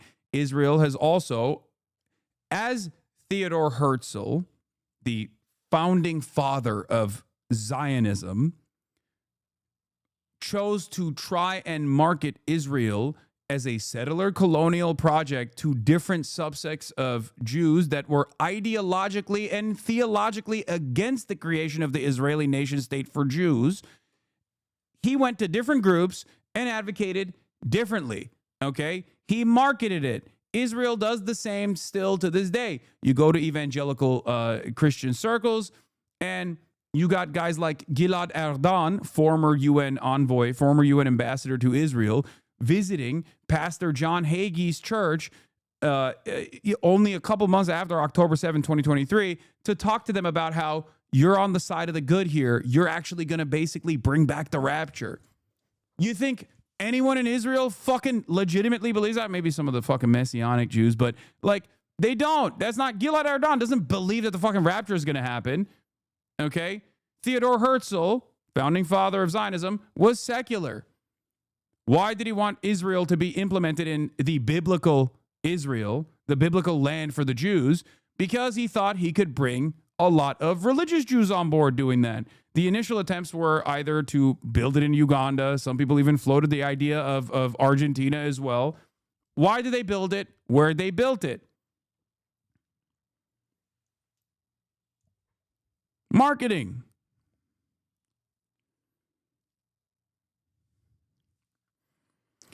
As noted perfectly in High Noon, Jews and the Cinematic Wild West, How the West Was Made. In 1958, Manischewitz Company released a 6-minute Passover record created by Harold Stern. A real honest-to-goodness Jewish cowboy from Central Texas, anticipating giggles and incredulity from his urban Jewish listeners, Stern remarks, frankly, there's nothing so unusual about being a Jewish cowboy. It was a history lesson pressed onto a novelty record, alternating between Stern's folksy monologue and musical interludes by Israeli singer/accordionist Avram Grobert. The mashup was hardly accidental. Israeli mythmakers and filmmakers recognized American Westerns as a useful symbol for their own Zionist project, reimagining the cowboy as a chalutz, pioneer, or sabra, native-born. The Western town is an agricultural community, moshav, or kibbutz, rifles as machine guns, denim jeans as khaki pants, Stetsons as temple hats, boots as sandals, and Native Americans as Arabs. The album jacket bio touts Stern's combination of the physical skills and mental aptitude, an image in line with Israel's new Jew. Israel as a new frontier in line with the American conquest of native peoples was quickly understood by those wanting to make the new country appeal to America. As Ilan Pappé notes, in The Idea of Israel, early Israeli cinema often looked directly to the Western. And remember, Jabotinsky and Herzl at different times has openly revealed that Israel was a colonial project. The early Zionist movement did not actually mince words on the colonial aspect of this. Okay?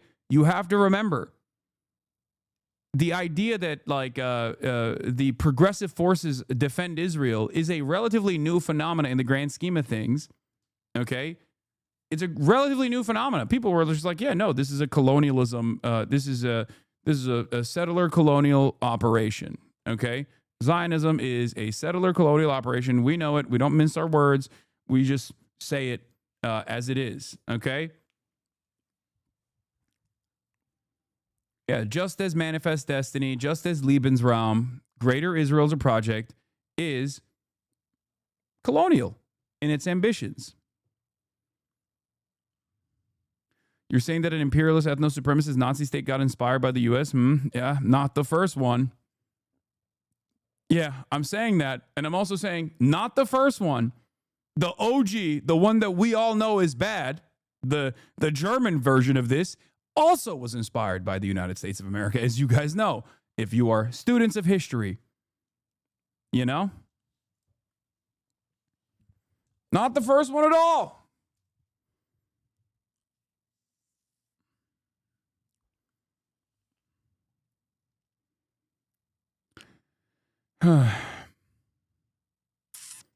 Let's be fair, though. Hitler thought the American one-drop rule was too severe to apply in Germany for Jews. That's true. It's also much more difficult to apply the one-drop rule in that situation because, like, you know, Ashkenazi Jews are white.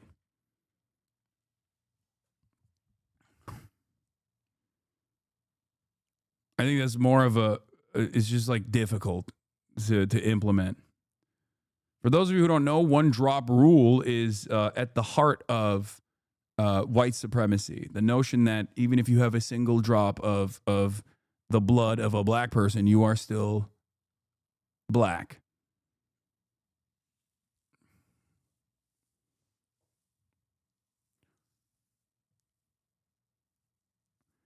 Cinema added its own dimension to the myth of annihilation and associated the Nazi ideology of human extermination with Arab intentions in 1948, as we can see in films such as Hill 24, They Were 10, and, of course, Exodus.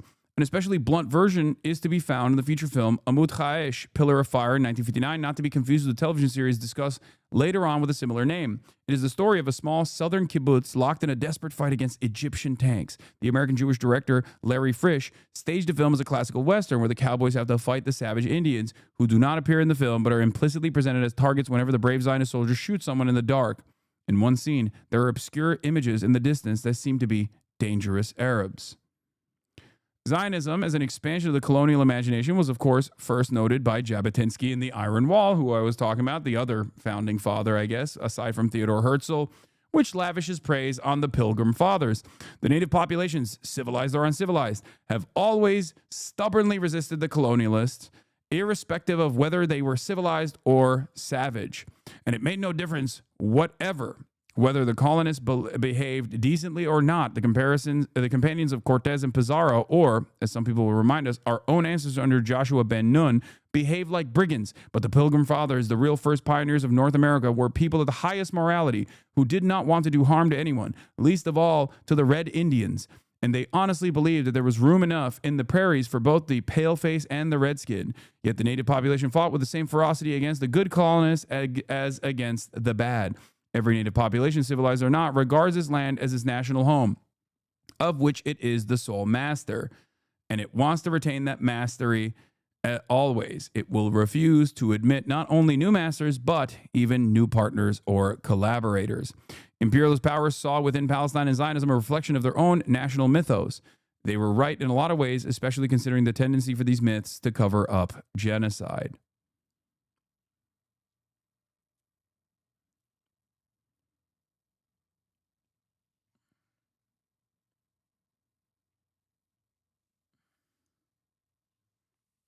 That's it.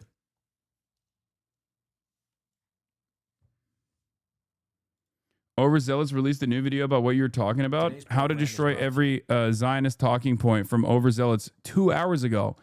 What a fucking fantastic video to start with. Respond to Squirrel. What makes you think I don't fucking talk to Squirrel already or have talked to Squirrel already?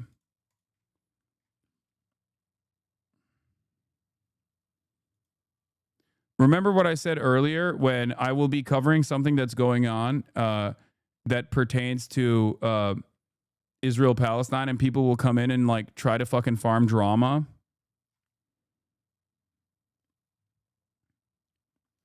Like, I'll give you a great example of one of the things that Scroll was like posting, where it's like, why won't Hasan have, you know, Aaron Mate on? Why won't Hasan have Ali Abu, I don't want to say his last name wrong, Electronic Intifada's own Ali Abu Nime on? Not knowing that I talked to both Aaron Monte and also Ali as well, and was planning on linking up with him in Chicago. We just didn't have enough time. Ali Abu Nima. Okay. And I'm going to still have him on the broadcast, hopefully, when I go to the Palestine People's Conference at the end of this month in Michigan. So a lot of people just like get mad about certain things because they just don't know the entire, they don't know what's going on behind the scenes, for example. One of the funniest things that people fucking criticize me over is whenever people say, Hasan, why don't you have any Palestinians on? It's like, bro, I've had more fucking Palestinians from Gaza who are directly still in Gaza. Like, what the fuck are you talking about? The fuck are you talking about? People will be like, oh, Hasan only has liberal Zionists on. Excuse me. How do you deal with people that just lack object permanence when it comes to just, I don't know, any number of different things that are happening in the world? You can't. So stop fucking focusing on the noise. And if you see someone saying shit like that that's just like patently incorrect, you can correct them. That's it.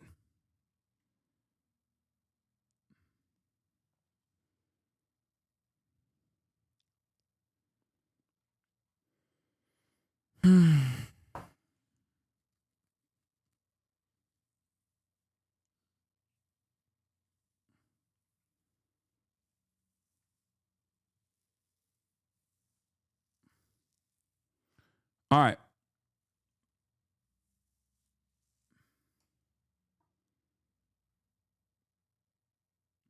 I love you, but you're complaining too much about people complaining about you. See, this is the other side of the fucking equation. I think that's a fair assessment. I'm still going to fucking give you an hour off because you're not seeing the amount of people that we're fucking banning already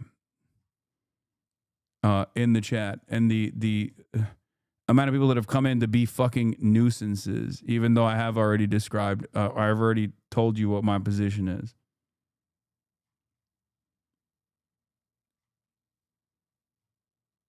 To you by Ground News. Disclaimer. This video deals with sensitive and contentious topics, one of which is race. Scientific consensus affirms that race is a social construct with no real biological basis. The usage of the term race throughout this video has nothing to do with biology or science in any meaningful sense. Race is a human invention created to impose arbitrary hierarchical distinctions between people. Distinctions with very real consequences. And as this video progresses, we will see how many different supremacist ideologies, from Zionism to Nazism, flirt with such a construction to serve their specific goals.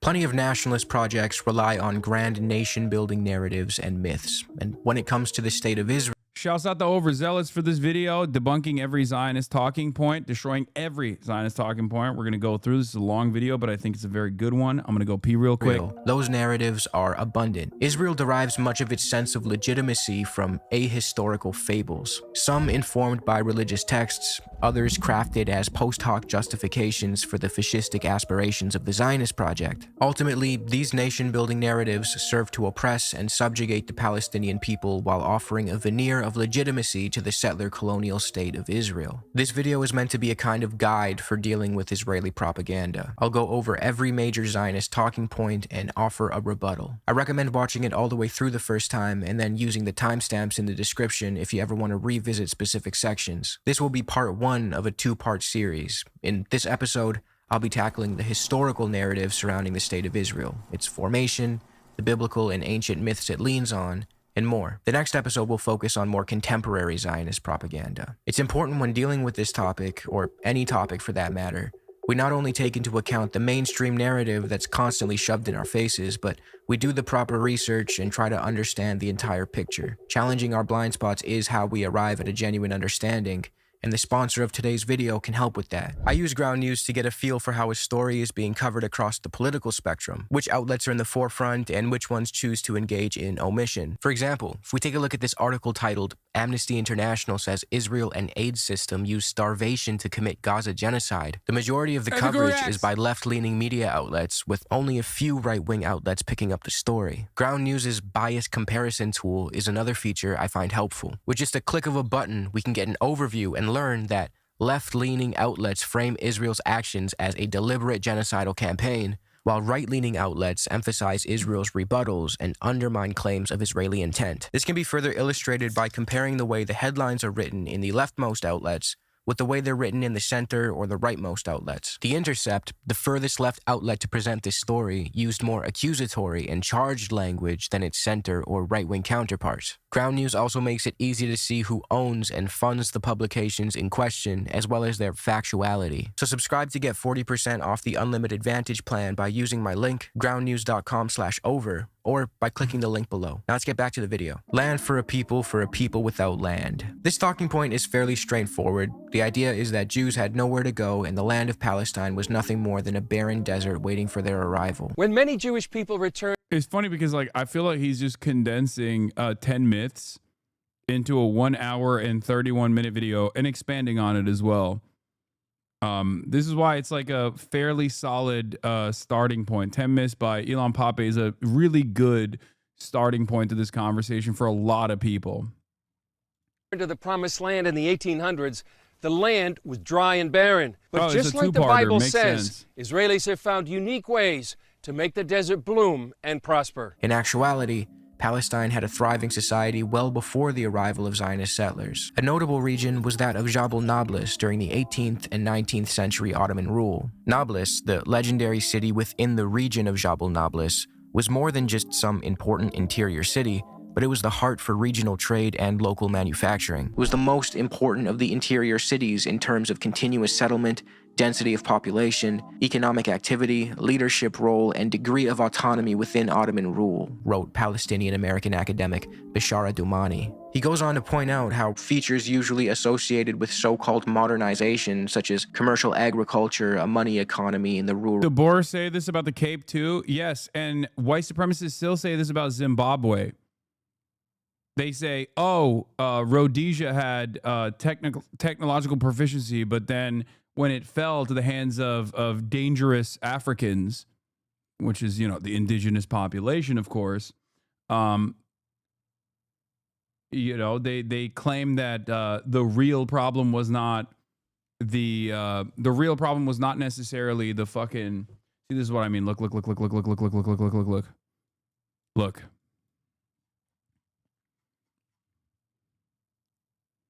Yeah, they still say that about South Africa.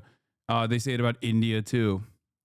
But the real problem is, of course, not like crippling sanctions or a revenge campaign, pretty much. But instead is actually simply because black people are inferior. Like, it's a relitigation of white supremacist propaganda. Areas, differentiation within the peasantry, commoditization of land, and ties to the world market were present in Jabal Nablus before they were supposedly introduced by the Egyptian occupation, the Ottoman Tanzimat, or Jewish colonization. Palestine even had its own legendary rulers like Zahir al-Umar, as well as its own unique political complexities and strategic alliances. By the 19th century, Palestine was even starting to develop its own nationalism and secularization movements, in which people from all backgrounds could unite in their shared territory, language, and history. But this cultural momentum was unfortunately halted and uprooted by the Zionist movement. Palestinians also had their own unique cultural understanding of and relationship with the land, and notably, the city of Jerusalem. It was more than just a holy site for them, but an administrative center, an education hub, home to important newspapers, clubs, and more. And Jerusalem was far from the sole city of importance in Palestine. Historian Rashid Khalidi points out how the cities of Jaffa and Haifa were beginning to grow rapidly prior to the First World War. Increased trade with Europe, the building of new railways for which these ports were terminals, and the consequent stimulation of economic activity in their immediate hinterland all contributed to their growth and made them commercial centers of the country. So the idea that Palestine was some barren desert devoid of culture or identity until the Zionists arrived and made it bloom is patently false. There was an entire way of life there, from a distinctive Palestinian dialect to customs to rituals and more. As American biblical scholar Miller Burrows wrote in his book, Palestine is Our Business,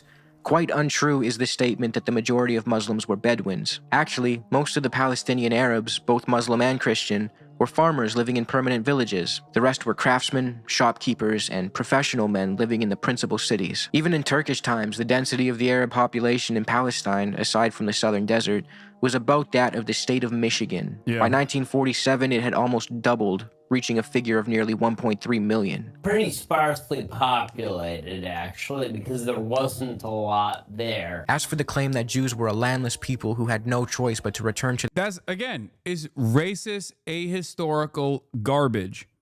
It is a way to try and justify the initial ethnic cleansing with manifest destiny terminology, which ironically enough is still cruel, but it actually at least like corresponds to American attitudes.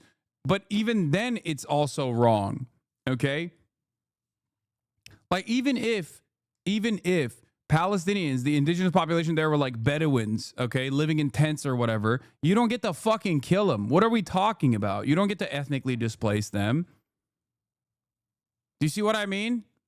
That's still completely unacceptable, but it's also completely untrue. So even in the way that they have tried to propagandize this position of ethnic cleansing and ethnic displacement, like it's not only ahistorical, but even the ahistorical attitude is still morally completely unconscionable. Their conveniently empty and totally uninhabited homeland. This is just the other half of the lie. As Israeli historian Ilan Pape wrote, Palestine was a land without people goes hand in hand with the Jews were a people without land.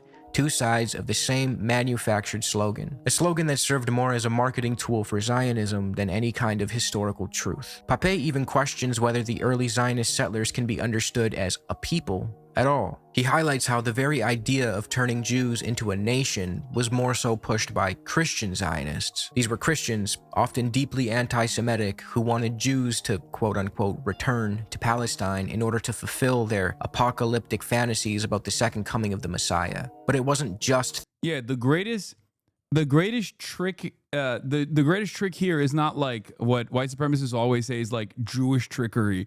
The greatest trick here is to directly lay the blame of Israel in the hands of Jews in general, okay?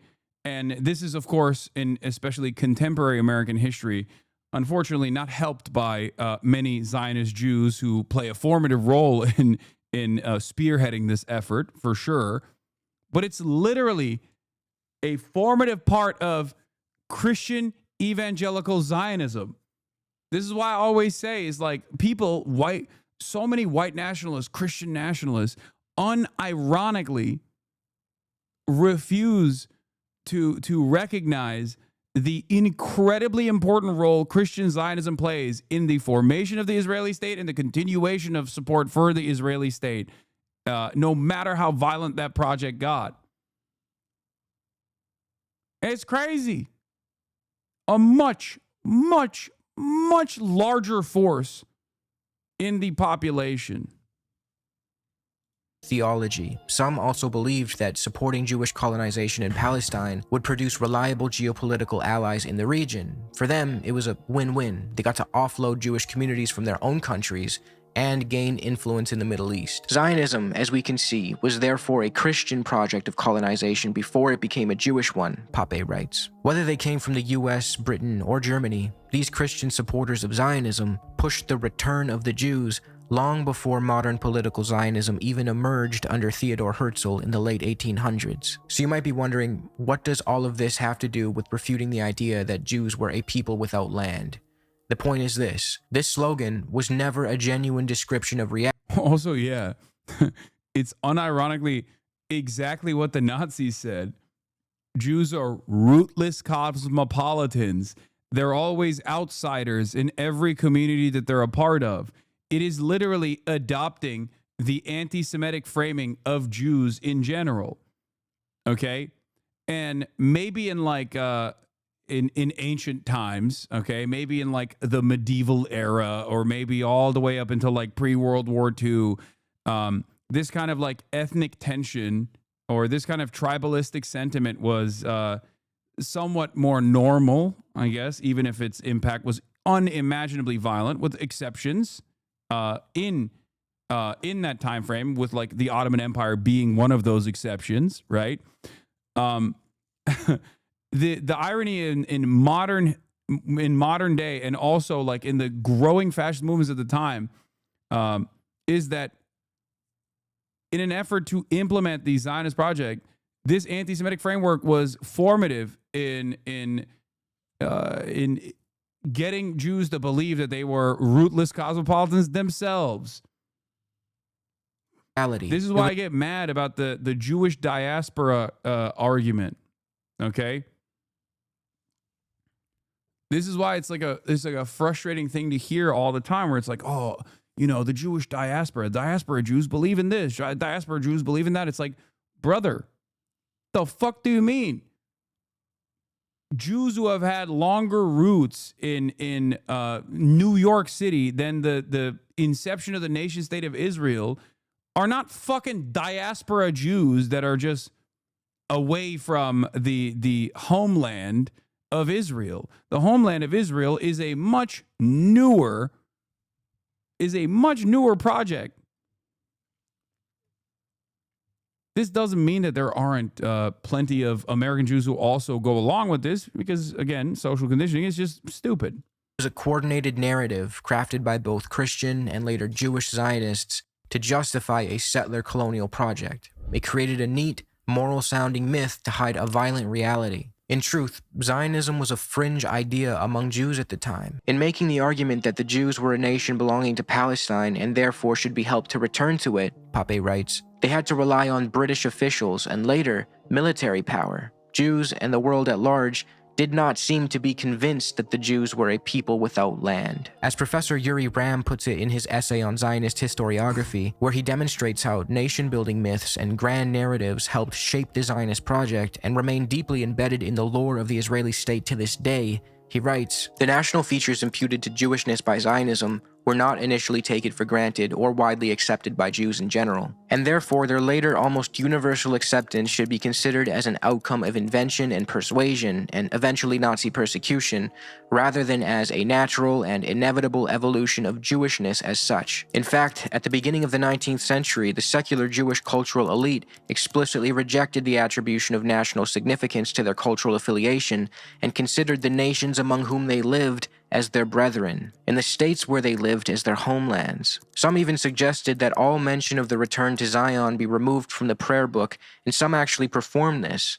At the other end of the spectrum, Orthodox Jews also rejected emphatically the attribution of modern national features to Jewish identity, and some later became extreme anti-Zionists. See, the truth is, Jews themselves didn't originally buy into the whole land without a people for a people without a land slogan. Palestine wasn't empty, and Jews had homelands. They lived all over the world, often in relative peace and harmony with their neighbors, notably in the Middle East before the rise of Zionism and colonialism, which sparked nationalist reactions from others in the region. Jews were often even seen as respected pillars in their communities, which we will get deeper into in a later segment. It's also true that Jews have been undeniably wrongfully persecuted and mistreated throughout time, primarily in Europe.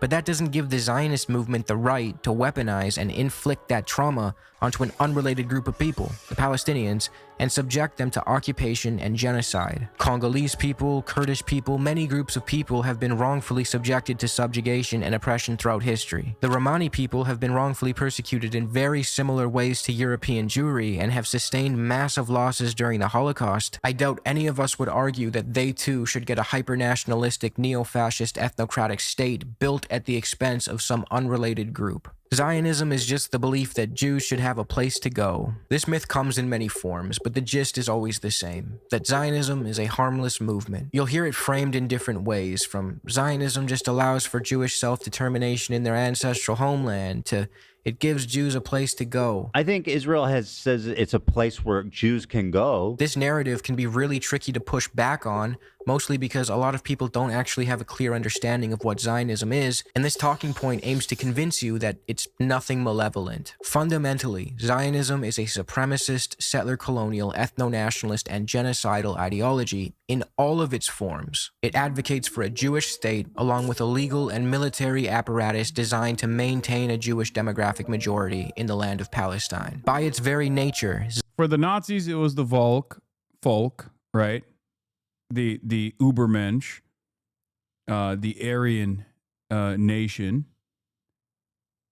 comprised of whatever the identity was at the time, like the in-group was at the time. And for Zionism, it's Jews. That's it. And the more we allow this dangerous fascist ideology to manifest without actively going against it, okay, the more we allow this ideology to exist in different forms, and of course there's always going to be marketing, okay, there's always going to be marketing to try and market this kind of sentiment to different subsects of American society from all different backgrounds, like in the same way that if you want to sell the occupation of Afghanistan, the liberals, you say, well, the Taliban is like anti-women, right? The Taliban is against women. The Taliban is homophobic. If you want to sell it to the Republicans, you say they're primitive and violent, and they want to kill us. They hate us because they ain't us. And every different group has a different thing that they're interested in, but ultimately the goal is still the same. Zionism works in the same exact way, because just like the occupation of Afghanistan, it has like an imperialist root.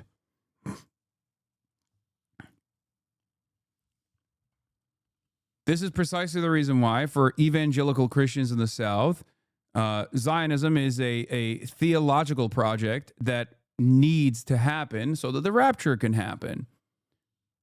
But if you want to talk to a squishy liberal in New York, for example, you sell it as like, well, the Arabs are scary, right? Like, think about how scary the Arabs are. Think about how gay Israel is. Israel is so gay. Isn't that awesome? The ultimate goal is still the same.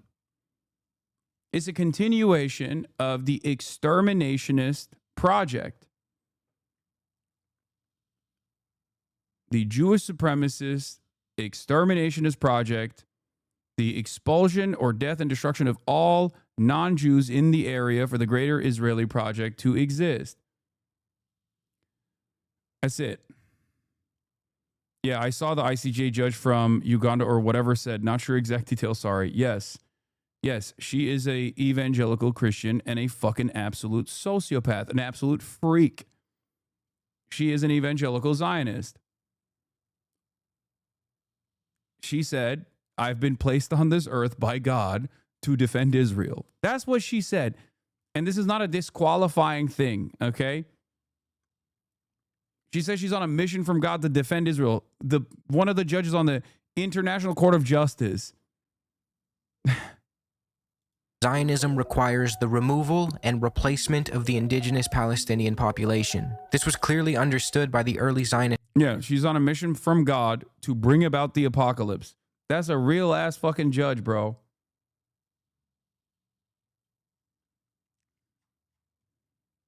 Settlers. So the idea that it was just a benign movement for Jews who wished to live peacefully alongside Palestinians is false. From the start, Zionists, left and right wing, knew their project would mean displacing the native population, and they did everything they could to achieve that reality. And don't worry, every claim that I'm making right now will be backed up with receipts in the next segment when we talk about the colonial nature of Zionism. Zionists today often claim that they were returning to a rightful homeland, but this too is a myth crafted to justify settler colonial aims. The original Zionists didn't even see Palestine as their only option. It was more or less chosen as a marketing tool. The father of modern political Zionism and Israeli national hero Theodor Herzl, who by the way was a secular Jew, as were most of the leading figures of his movement, can be seen in his pamphlet A Jewish State, weighing the pros and cons of a Jewish homeland in either Palestine or Argentina, saying he'd take either one. Shall we choose Palestine or Argentina? Argentina is one of the most fertile countries in the world, extends over a vast area,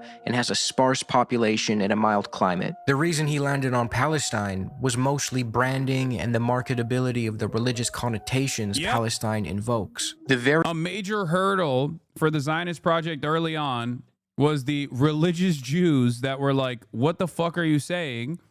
Without the Messiah coming back, Jews should not have a land to themselves. Like, there is no national project. It goes against the text. It goes against the rabbinical text. There is no theological justification for building a Jewish nation state.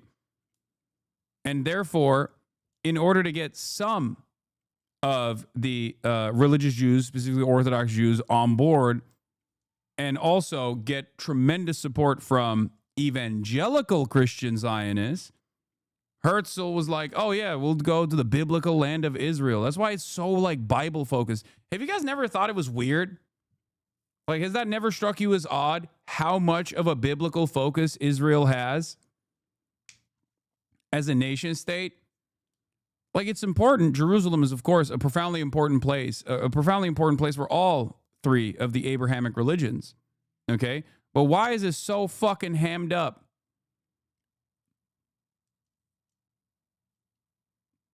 Muslims believe in the text of the Bible more than the Jews do. If we're going to talk just about religion, Islam came after Christianity and therefore abides by the scripture as well, with some exceptions that, like, Jesus Christ was a prophet, but was not literally the direct son of God. Okay?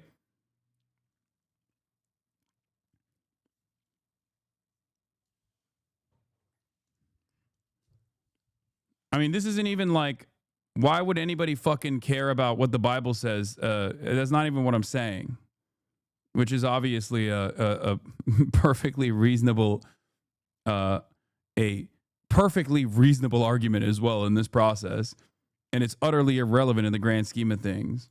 Every name of Palestine would attract our people with a force of marvelous potency, he wrote. Herzl's deliberation between the two radically different countries seriously undermines the narrative that Zionism was always a movement to return Jews to their ancestral homeland in Palestine. Another pernicious aspect. How do you counter that argument? The Bible? You can't point to a fucking... You can't point to religious text to be like, this is why we have to literally ethnically cleanse everyone that lives here. What do you mean? It's the Bible.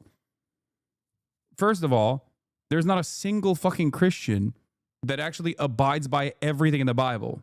Okay? We're not stoning motherfuckers to death for mixing fabrics. We're not killing people for eating shellfish. Okay? What do you mean? So why is it that we're picking and choosing and then we're deciding that like the Bible is actually a historically accurate text that must be followed? At no point in the Bible does it say like Israel has to be given back to the Jews anyway. That's like an evangelical interpretation that came after. You know? It's the fucking Bible. It's fiction. What do you mean? Okay, I wrote a book. I wrote a book and I hallucinated something in the book. You have to believe it now. I know some people that justifies Israel's existence based on those texts, like the conversation reaches a dead end. Yeah, but those people also believe in a whole lot of nonsensical bullshit.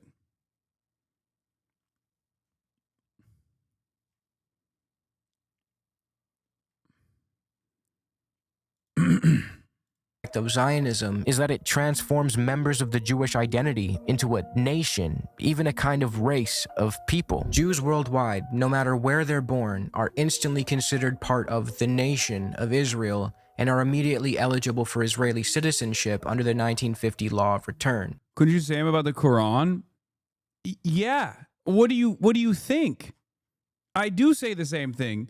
Religious texts are great if you are personally abiding by it and it gives you comfort, gives you a sense of direction. That's fine. I don't care. Great. But if you use religious scripture, religious texts to justify doing harm to others, then, at that point, it's completely irrelevant.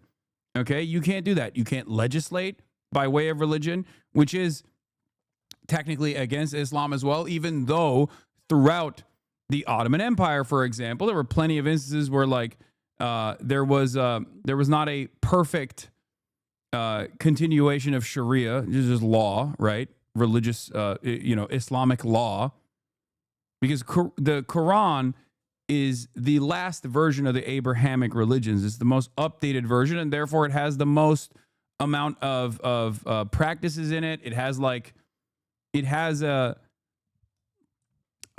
has like laws in it. Sharia, that's what it is, right? But no one has, just like Christians don't follow all of the scriptures, no historic or contemporary Muslim state has ever abided by the full, every single standard of Sharia. Because religion, at the end of the day, is always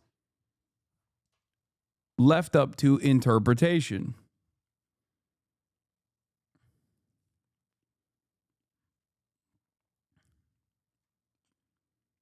That is not true. Here we go. Taskid Noah.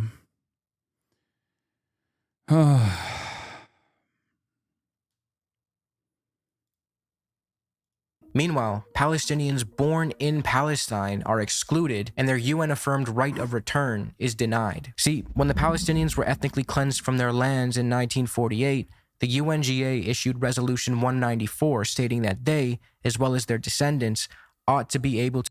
What is this? Muhammad? What is this? Hasanabi doesn't criticize Islam when it's literally anti-liberalism. Hasanabi is a cop-out. He won't criticize Sharia law when it's anti-liberalism. Did you not hear the words that just came out of my mouth? That no historic Muslim nation, whether the caliphate under the control of the Ottoman Empire or even contemporary Muslim countries, has actually abided by Sharia or any sort of like religious law in its entirety. That would be ridiculous. The difference here is that I even compared it to how Christians do not fucking abide by Christian scripture as a mechanism to legislate. But of course, when it's Muslims, you have a different attitude about it. This distinction is Islamophobia. You are the one who is being inconsistent, and because you have no argument here, you just go, come on, bro. That's it. I agree with you, brother. No, you don't. You just said I cop out and I don't criticize Islam.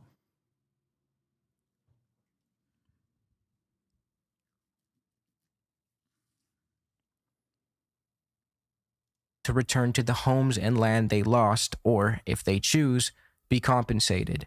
The Zionists have ignored this. As the Israeli High Court affirmed in the 70s, there is no Israeli nation separate from the Jewish people. Zionism essentially gives Jewishness a nationalist dimension and uses the Jewish identity and the historical discrimination tied to it to shield its ethno-supremacist and eliminationist aspirations. Funnily enough, the myths Zionism leans on often mirror the same ideas pushed by anti-Semites. See, the Jewish identity is widely understood as ethno-religious, with massive distinctions between different subgroups like European Ashkenazi Jews, Yemenite Jews, Middle Eastern Mizrahim more broadly, Ethiopian Jews, and so forth. But ultimately, these groups feel connected by their common faith, some practices, and historical narrative, even though, culturally, and for a long time prior to the revival of Israeli Hebrew, linguistically, they are very different. And as yes, Hebrew was a liturgical language and was not commonly utilized by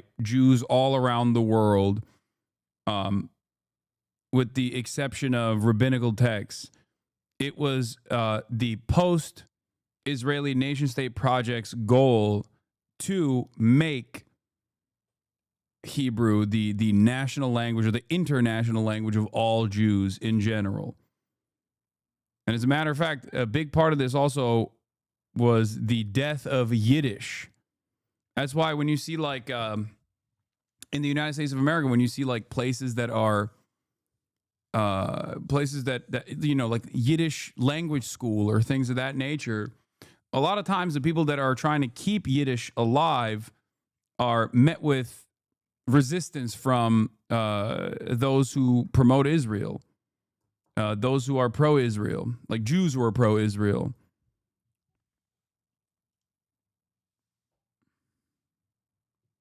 historian Shlomo Sand argues, by transforming Jews into a nation or a race, the Zionist project heavily echoes anti-Semitic tropes. If there was no common cultural denominator among the communities of the Jewish religion, how could they be connected and set apart by ties of blood? Are the Jews an alien nation race, as the anti-Semites have imagined and sought to persuade us since the 19th century? What are the prospects of defeating this doctrine, which assumes and proclaims that Jews have distinctive biological features? In the past, it was Jewish blood. Today, it's a Jewish gene. When so many Israeli citizens are fully persuaded of their racial homogeneity. Another historical irony, there were times in Europe when anyone who argued that all Jews belonged to a nation of alien origin would have been classified at once as an anti-Semite. Nowadays, anyone who dares to suggest that the people known in the world as Jews, as distinct from today's Jewish Israelis, have never been and are still not a people or a nation, is immediately denounced as a Jew hater. Sand illustrates perfectly in that passage how Zionism not only harms Palestinians, who are very clearly its primary victims, but also Jews by weaponizing and bastardizing their identity and ultimately feeding into anti-Semitic tropes. Another example of how Zionism flirts with the same ideological space as Nazism comes from one of the movement's key figures, Zeev Jabotinsky, who openly expressed belief in unchangeable racial traits among Jews. Yeah, for the record, from Jabotinsky onward, the tradition of prominent Jewish thinkers who were Zionist and their similarities to literally at the time existing Nazis and now existing neo-Nazis has never really gone away. So if you think that like that one guy in the Israeli Knesset that has his own Wikipedia section dedicated to his Hitler quotes, his praise of Adolf Hitler is unique, he's not. Okay? He's not.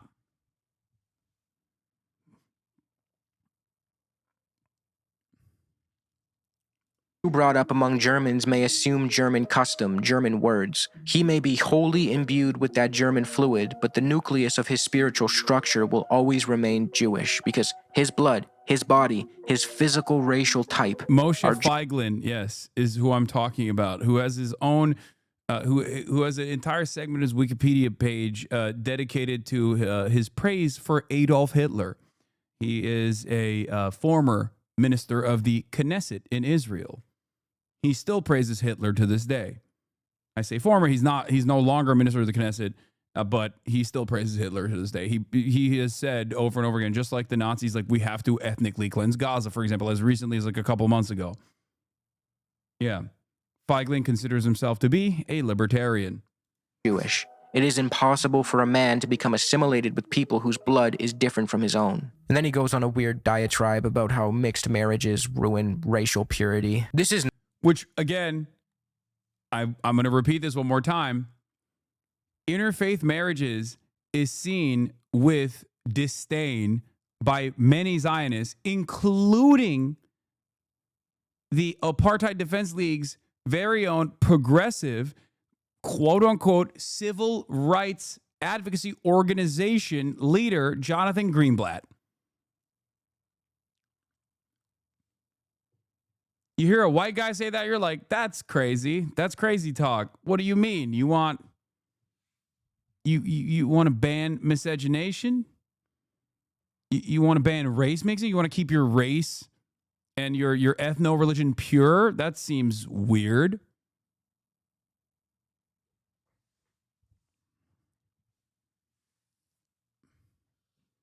Interesting.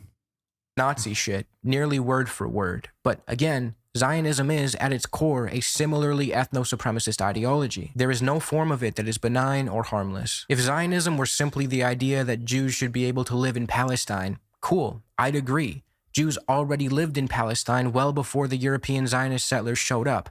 That's not what Zionism is. By design, a quote-unquote Jewish state requires withholding equal rights from the non-Jewish people living there and legally enshrines ethno-supremacy. The non-Jewish elements ultimately serve as a contradiction to the project of Zionism and therefore must be done away with or subjugated. Funnily enough, the early Zionist settlers once viewed Holocaust survivors as contradictory to the project of Zionism because they reminded them of the diaspora Jew who they perceived as weak and antithetical to the new, heroic Jew they were trying to build in Israel. More on that in a later segment. Zionism's own founders and pioneers made it clear. Their goal was to build a nation state that serves Jewish interests exclusively.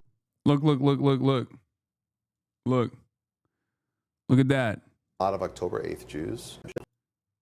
Is it your sense that Jewish people are getting complacent, that they're not engaging to the degrees and levels we should be? I have met a lot of October 8th Jews for whom the massacre on October 7th was a wake-up call. I've met a lot of people who feel much more galvanized, much more organized.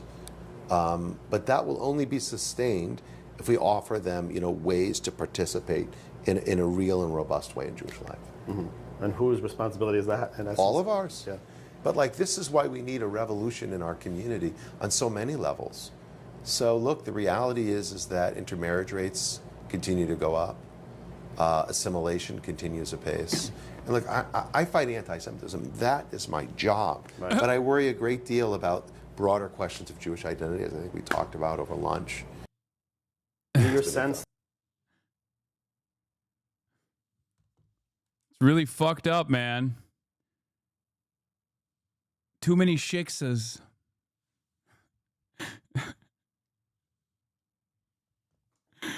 That's right. That's it. Too many shiksas coming in and sweeping up young Jewish men. And we got to put an end to it.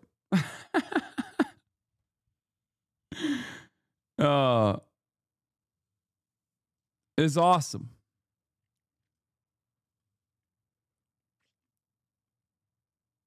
Sounding like my grandpa now. Did he just say interfaith marriage is poisoning the blood of our nation? Pretty much. Yeah, he said the 14 words but Jewish, and he can still masquerade as a civil rights organization leader.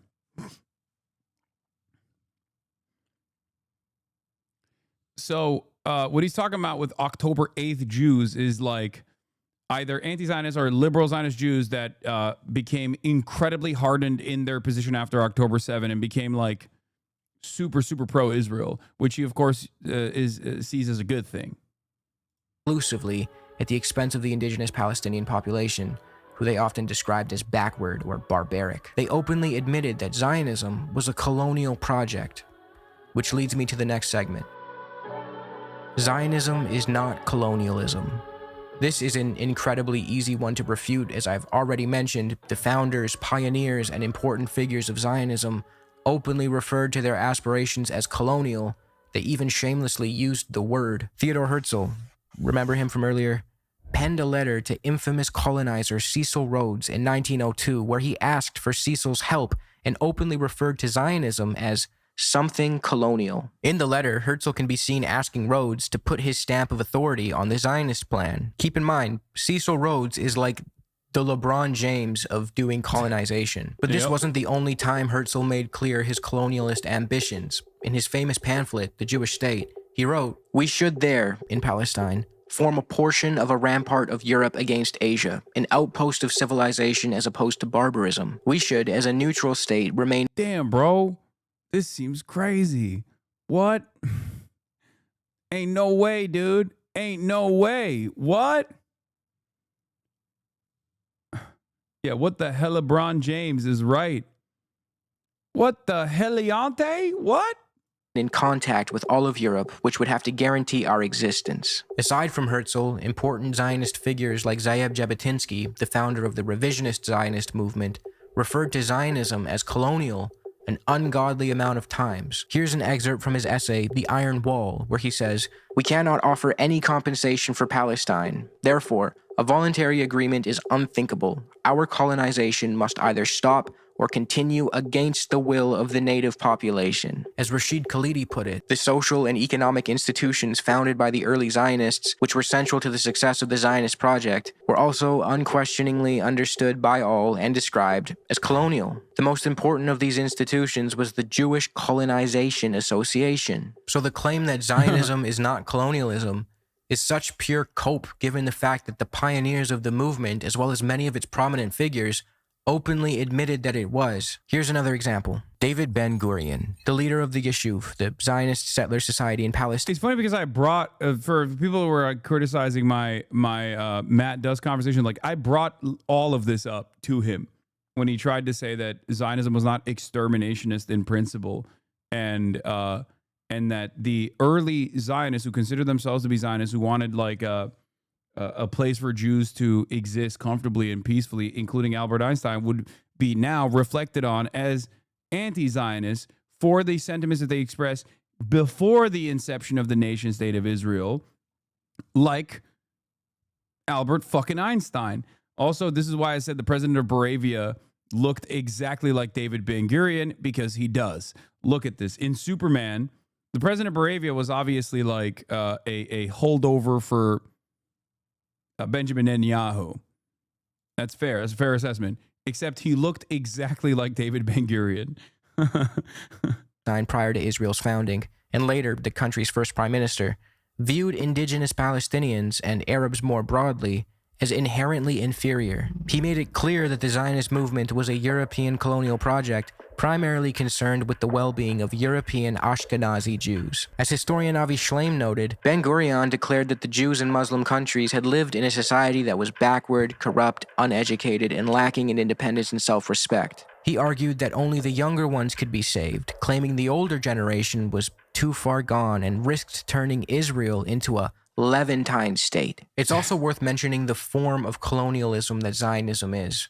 Not all types of colonial... Isn't that dude, it's literally like, it's the same shit of like Americans you know, naming their fucking missile systems Tomahawk. You know what I mean? First, they fucking say these are barbaric savages. Then they ethnically cleanse the indigenous population, claim that they're barbaric savages. Then they turn around and they go, oh, Apache helicopters, Tomahawk missiles. It's the same shit. David Ben-Gurion, in the process of ethnic cleansing, says we must not become a Levantine culture. Once the ethnic cleansing campaign is unfolded, or at least the Israeli nation state is incepted, 75 years, 80 years later, what do Israelis say? Oh, what do you mean? We are a part of the Middle East. We are Levantine. Why? Why you hate Israel? Israel, very important part of Levantine culture. Meanwhile, in the initiation, and still to this day, a big part of the ethnic cleansing operations was the cultural erasure of Palestinians, the cultural erasure of any sort of like Levantine, any sort of Middle Eastern, any sort of Arab culture, forcibly.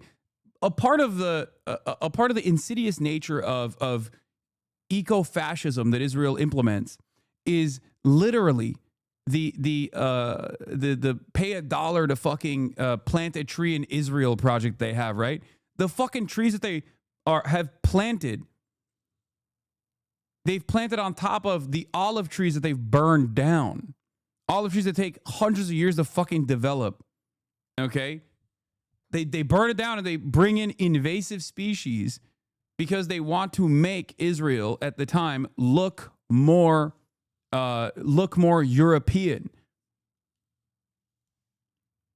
Zionism take the same shape, and some are arguably even more insidious. Zionism is settler colonial, which differs from classical colonialism. In classical colonialism, the goal is to control and exploit without replacing the local population. In settler colonialism, the goal is to replace the native population. Settlers come to stay and build a new society. They're often unwanted at home, and they're used by empires to expand influence by creating loyal outposts abroad. So as horrific as all other forms of colonialism are, settler colonialism is uniquely genocidal, as it is predicated on what historian Patrick Wolfe deems the logic of elimination. Jews have an ancient, exclusive claim to the land of Palestine because they were kicked out of it 2,000 years ago. This talking point goes hand in hand with the previous one, as some use it to argue that Zionism is actually a decolonial movement, reclaiming Palestine as the exclusive ancestral land. So good. Such a stupid fucking argument. Oh, such a stupid argument, dude. Oh, it's actually a decolonial movement. Israel was there 3,000 years ago. Okay, now you're fucking killing the people that remained. You know what I mean? Great. Fantastic argument. Utterly delusional, okay? Woke fascism.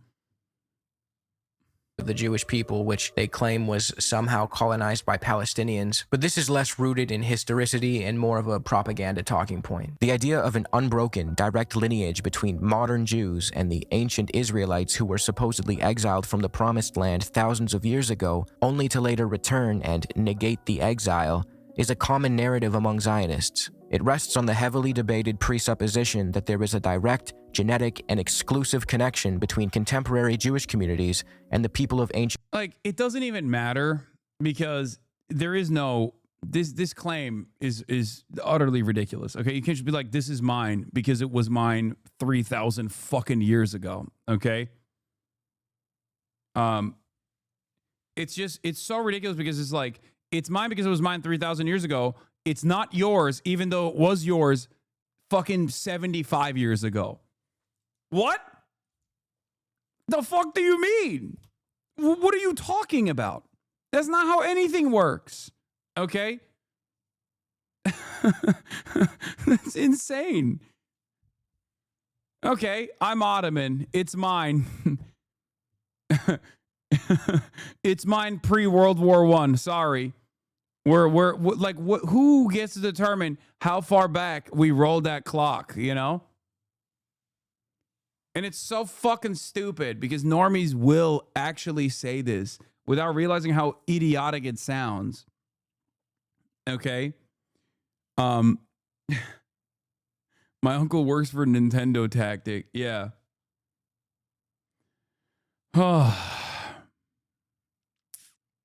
Greece wants Constantinople back? Yeah, exactly. Never gonna happen. It's called Istanbul, little bro.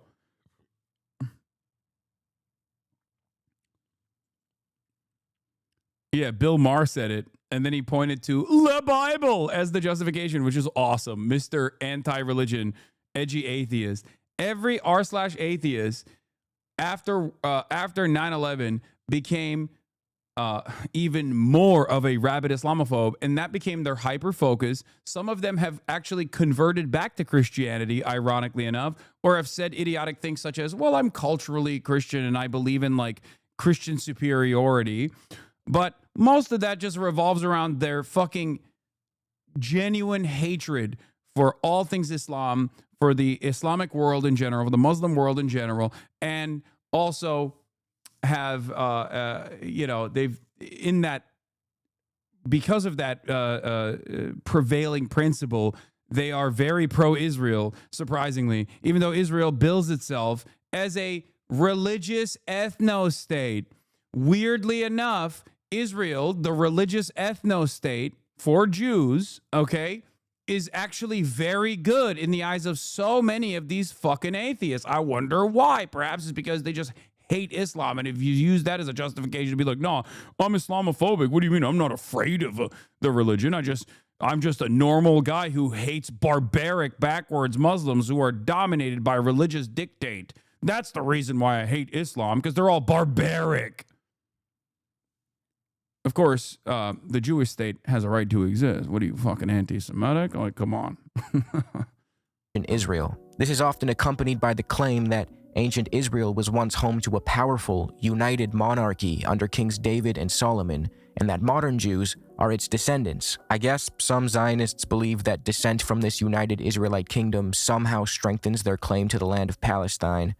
But modern archaeology inconveniences this narrative. First, we'll challenge the idea that a power... Archaeology plays a formative role in, like, also developing the national project of Israel. Ironically enough, developing the myth around Israel. You know who also loved archaeology? The fucking Nazis. You know who also had a busted, brain-broken fucking national mythos that actually picked apart or engaged in the picking and choosing of, like, different kinds of cultures? The Nazis. Hasan is only partially right about this. Explain what you mean about this. By the way, my overall point is this doesn't matter, okay? This is not an argument. It's a fucking ridiculous argument to make. And the reason why I don't entertain it further is because, like, okay, what are you going to do? Do DNA tests to fucking go and trace your lineage back to, like, ancient Canaanites or whatever the fuck? And it's like, Israel doesn't want to do that for obvious reasons. But even then, like, does it justify if it was the case, if the Israelis could trace their lineage, like the Israeli Jews or Jews all around the world could, painting the broad brush about atheists. Okay, shut up. I don't care about that. Yeah, no, the r/atheists deserve it. All of the biggest fucking r/atheists became rabid Islamophobes. Give me a goddamn break. But in any case, as I was saying, even if you were to trace people's lineage back and all Jews all around the world were actually direct descendants of, like, ancient Canaanites or people that lived in the land known as the Kingdom of Israel, right? Like, in the land known as Israel, historically, biblical Israel, okay? Does that justify ethnic slaughter of the indigenous population that lives there? Fuck no, of course not. That's ridiculous, okay? That's crazy. That's crazy. That's crazy. That's crazy. Powerful united monarchy of Israel ever even existed, then move on to the supposed unbroken genetic link between contemporary and ancient Jewish people. Israel Finkelstein, a prominent archaeologist at Tel Aviv University, argues in his book, The Bible Unearthed, that many monumental structures and cities traditionally dated to Solomon's era were misdated and should instead be attributed to the time of the Omride dynasty. This suggests that the so-called United Monarchy of Israel was more of a literary creation than a historical reality. The Bible Unearthed argues that this reading effectively negates the idea of a powerful and unified Israel. It would matter to hardcore right-wing evangelicals? No, they're fucking insane, dude. What are you, crazy? They're hallucinating. They think that if all Jews are sent to Israel and that the greater Israeli project is implemented, Jesus Christ is going to come back to earth and the rapture is going to happen and Jesus is going to fight the fucking devil's force in Megiddo. You can't convince some of those people with logic. They didn't arrive at that conclusion through logic. They arrived at that conclusion through huffing fucking fumes, brother. They think an anime is taking place in the real world. Okay?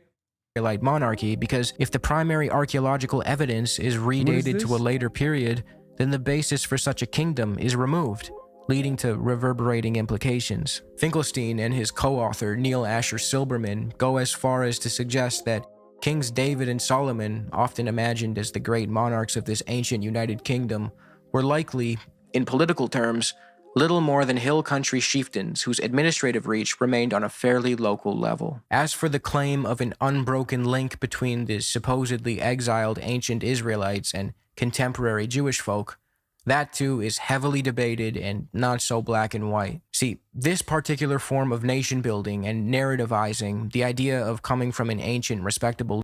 Hasan, you could argue that about all people of faith. I could. It's a matter of what that kind of quote-unquote faith gives you bandwidth to do, what kind of violence you get to do. As a matter of fact, I have consistently done this, like with Christian justifications for the maintenance of chattel slavery, for example, right? While also simultaneously showing that there's an alternative vision there as well, liberation theology. Christianity was on both sides of the slavery debate, both in the continuation of it and also in the extermination and the abolition of it. That's it. Religion is just a weapon to wield to galvanize the public. Lineage is not unique to Israel. As historian Shlomo Sand puts it, just as the inhabitants of modern Greece saw themselves as the biological descendants of Socrates and Alexander the Great, and as influential textbooks have transformed the ancient Romans into typical Italians, the state of Israel equally engages with narratives to justify its existence and build up nationalist fervor about it. For Israelis, specifically those of Jewish origin, such mythologies, like those of the aforementioned Greeks and Italians, are far-fetched, whereas their own history rests on firm and precise truths. In Israel, these burdens of memory did not appear. The Bible. That's why Israel exists, because the Bible, you got owned. Spontaneously, but rather were piled layer upon layer by gifted reconstructors of the past. When occasional findings threatened the picture of an unbroken linear Jewish history, they were rarely cited. When they did surface, they were quickly forgotten, buried in oblivion. National exigencies created an iron-jawed vice that prevented any deviation from the dominant narratives. Many historians and scholars, including Shlomo Sand, go as far as to challenge the historicity of the supposed Roman exile of Jews in 70 CE and argue that it didn't happen. It was a myth. Sand is very firm in the belief that Romans did not deport entire peoples. I think if you spam this video one more time, it'll work. Okay? If you spam it one more time, I think you're on the verge of me clicking it. Okay? It's like that pickaxe meme. You know, just one more hit with the pickaxe and you're going to reach the diamonds. One more time, dude. One more fucking spam, dude. And we'll get there. Especially in the Near East, and points out how that claim originally came from one historian whose knack for exaggeration has been noted by modern scholars. In actuality, the Jews emigrated from the land known today as Israel slowly and gradually over time. Not due to some mass expulsion policy at the hands of the Romans never had a mass expulsion policy. In fact, the dispersal of Jews... Also, at that point, where would they be expelled to? More Rome? Like, the other areas that they were expelled to was also just more Rome.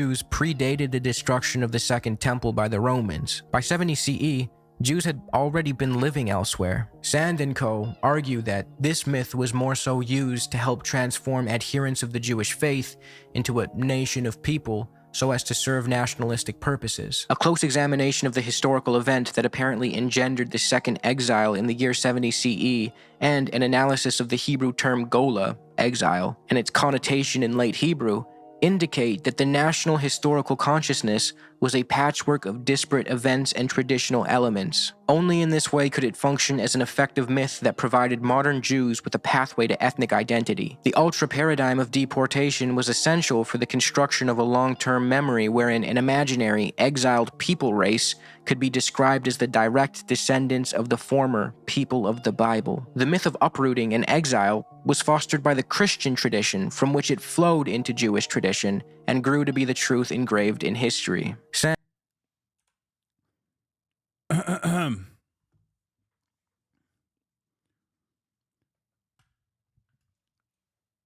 It's a lot of post hoc mythological justifications that you create, some of which is real.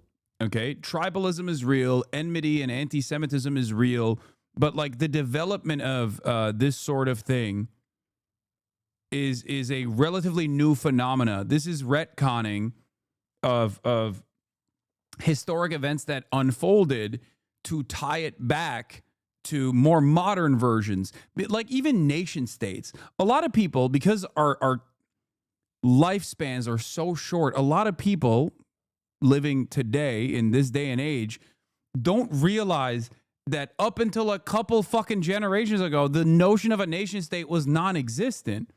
Like, that's not a real thing. That's a new thing in the grand scheme of human history. Okay? We didn't have that. When people talk about like national projects and things of that nature, it's like, dude, you are literally talking about a blip. Okay? You're talking about a fucking blip. Yeah, Italian wasn't really a concept until like 1840. And even then, those motherfuckers were warring amongst one another because they had city battles. And they still hold on to some of these fucking gripes. Hasan is an anarchist now? No, I'm not an anarchist. I'm just explaining to you the concept of the modern nation state. It is a relatively new phenomena. It doesn't mean I'm a fucking anarchist, okay? It's just an accurate, it's an accurate retelling of history. From which it flowed into Jewish tradition and grew to be the truth engraved in. Instead of a mass exile of Jews by the Romans, they actually stayed in the region and eventually... Yeah, that's the other point. Yeah, that's not a real thing. Some people left, some people remained. Some of the people remained and carried on the Jewish faith. A lot of the people first converted to Christianity and then to Islam. This is the other side of the story, which is like when Ashkenazi Jews or like European Jews that came to, or Levantine Jews that came from like MENA, the other parts of the MENA region to Israel, that are like fucking engaging in the wholesale ethnic slaughter of Palestinians that they call Arabs. They don't see the fucking inherent irony that they are literally killing their own fucking unbroken ancestors. But because the ideology has to revolve around something, and that in-group is Judaism, if you're non-Jew, then it's over. It doesn't matter if you could trace your ethnic lineage all the way back to the Canaanites. That's why it's also an idiotic fucking argument. Converted to Islam, which opens up the door to the fact that Palestinians in Israel today... So what if nation states are modern is where we're at? Wait, what? Do you think that I am like... Like, I understand that it is where we're at. I'm just simply explaining historic text with today's understandings and why that's actually dumb to do when reflecting on events that unfolded throughout history with like a modern lens. If you operate with the understanding of like nation states being a concept that existed throughout history, throughout time, then you're going to be wrong. Your understanding and your analysis of historical events that unfolded is going to be incorrect. can make a much stronger argument for their descendancy and ancient link to the land, especially in comparison to figures like Ben Gurion and Golda Meir, whose ancestry for generations comes from Eastern Europe. However, as Sand responsibly reminds us, any population that has existed in a region for thousands of years has mingled with its neighbors, its captives, or its conquerors. You know about Israelis, same as 2-year-old on whiskey? What does that even mean? Are you saying that my understanding of Israel and Israelis is the same as a 2-year-old who's drunk off whiskey? Is that what you're trying to say? No politique here. Do not talk about this. So making these grand historical arguments of unbroken genetic links and soul descent as a way to argue for an exclusive claim to a land is not something serious historians should be entertaining. Sand goes on to show how, by referring to the work of scholar Chaim Milikowski dealing with contemporary rabbinical sources, the term exile in the 2nd and 3rd century CE originally referred to political subjugation, not deportation. He then builds off the works of historian and professor at Hebrew University Israel Yuval and explains how the renewed Jewish myth about the exile in fact arose fairly late and was due mainly to the rise of Christian mythology about the Jews being exiled in punishment for their rejection and crucifixion of Jesus. Sand goes on to write, the myth of exile began to be slowly appropriated and integrated into Jewish tradition. With the triumph of Christianity in the early 4th century CE, when it became the religion of the empire, Jewish believers in other parts of the world also began to adopt the notion of exile as divine punishment. The concept of exile took an outright metaphysical connotation within Jewish traditions, going far beyond simply being away from one's homeland. Exile, in fact, was anywhere, even in the Holy Land. This clearly illustrates how exile was originally less a material descriptor in Jewish tradition, but more so a metaphorical one that later became crucial in selling the Zionist project by transforming it into a story of physical displacement and the need to return to Zion. Sand's argument is not that Jewish people didn't suffer or weren't historically mistreated. It's that the idea of a mass, uniform expulsion is less rooted in accurate history and more so a post hoc construction to help create the idea of a single, unified people race that is now weaponized by the Zionist project. He then goes on to argue that the migration and incredible growth of the worldwide Jewish population over centuries is better explained by conversion to Judaism rather than by direct descent from the ancient Israelites. He reminds us that Judaism did, at one point, actively engage in proselytizing. Nur Mashalha corroborates this claim in his 2018 book, Palestine, A 4,000-Year History. But to wrap this section up, even if everything Sand, Finkelstein, and all the other historians put forth is proven to be incorrect in the face of some new hypothetical evidence, that wouldn't change the fact that the ancient Israel argument is a bad argument. Even if there really was a united Israelite monarchy and today's Jewish people were the sole direct descendants of an ancient exiled group, that still wouldn't justify an exclusive claim to the land. No one would accept that argument in any other context. Do I, as an Italian with a grandparent from Rome, have a historical claim to London because it was once part of the Roman Empire? I'd hope you'd say no. If some guy showed up to your house and claimed that his ancestors lived there 2,000 years ago, we would all agree that he's got no case. But the thing that Zionists rely on to make their exclusive claim to the land is not so much logical or historical, but biblical. God gave the land of Palestine to the Jewish people exclusively. For this segment, I set my sights on the Hebrew Bible so we can get right to the source of God's word. A fundamental principle articulated in the Torah is that the land ultimately belongs to God, not any single people in perpetuity. Leviticus 25:23 represents God's wishes and states clearly, "The land shall not be sold in perpetuity, for the land is mine. You are strangers and sojourners with me." This verse reframes the connection of the Israelites to the land as one of stewardship rather than outright ownership.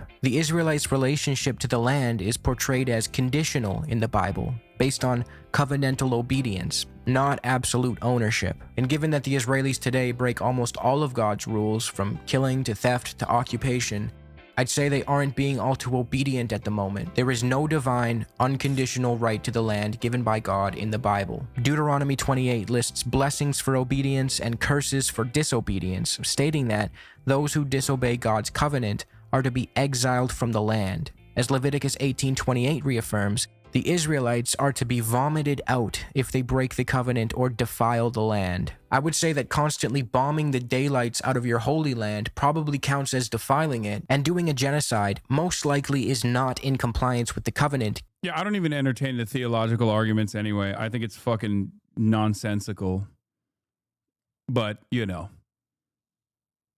there is definitely also a theological counter argument to everything that Israel is doing, because everything that Israel is doing is bad. And religion is supposed to be a social text, like a rule book of, you know, what best practices to follow. And therefore, it's going to say things like, don't murder people, don't steal from people. You know, that's kind of the whole game, right? Therefore, you're automatically disqualifying if you are engaging in some kind of nation-state project that requires the extermination of people that were living there before you implemented this settler colonial operation.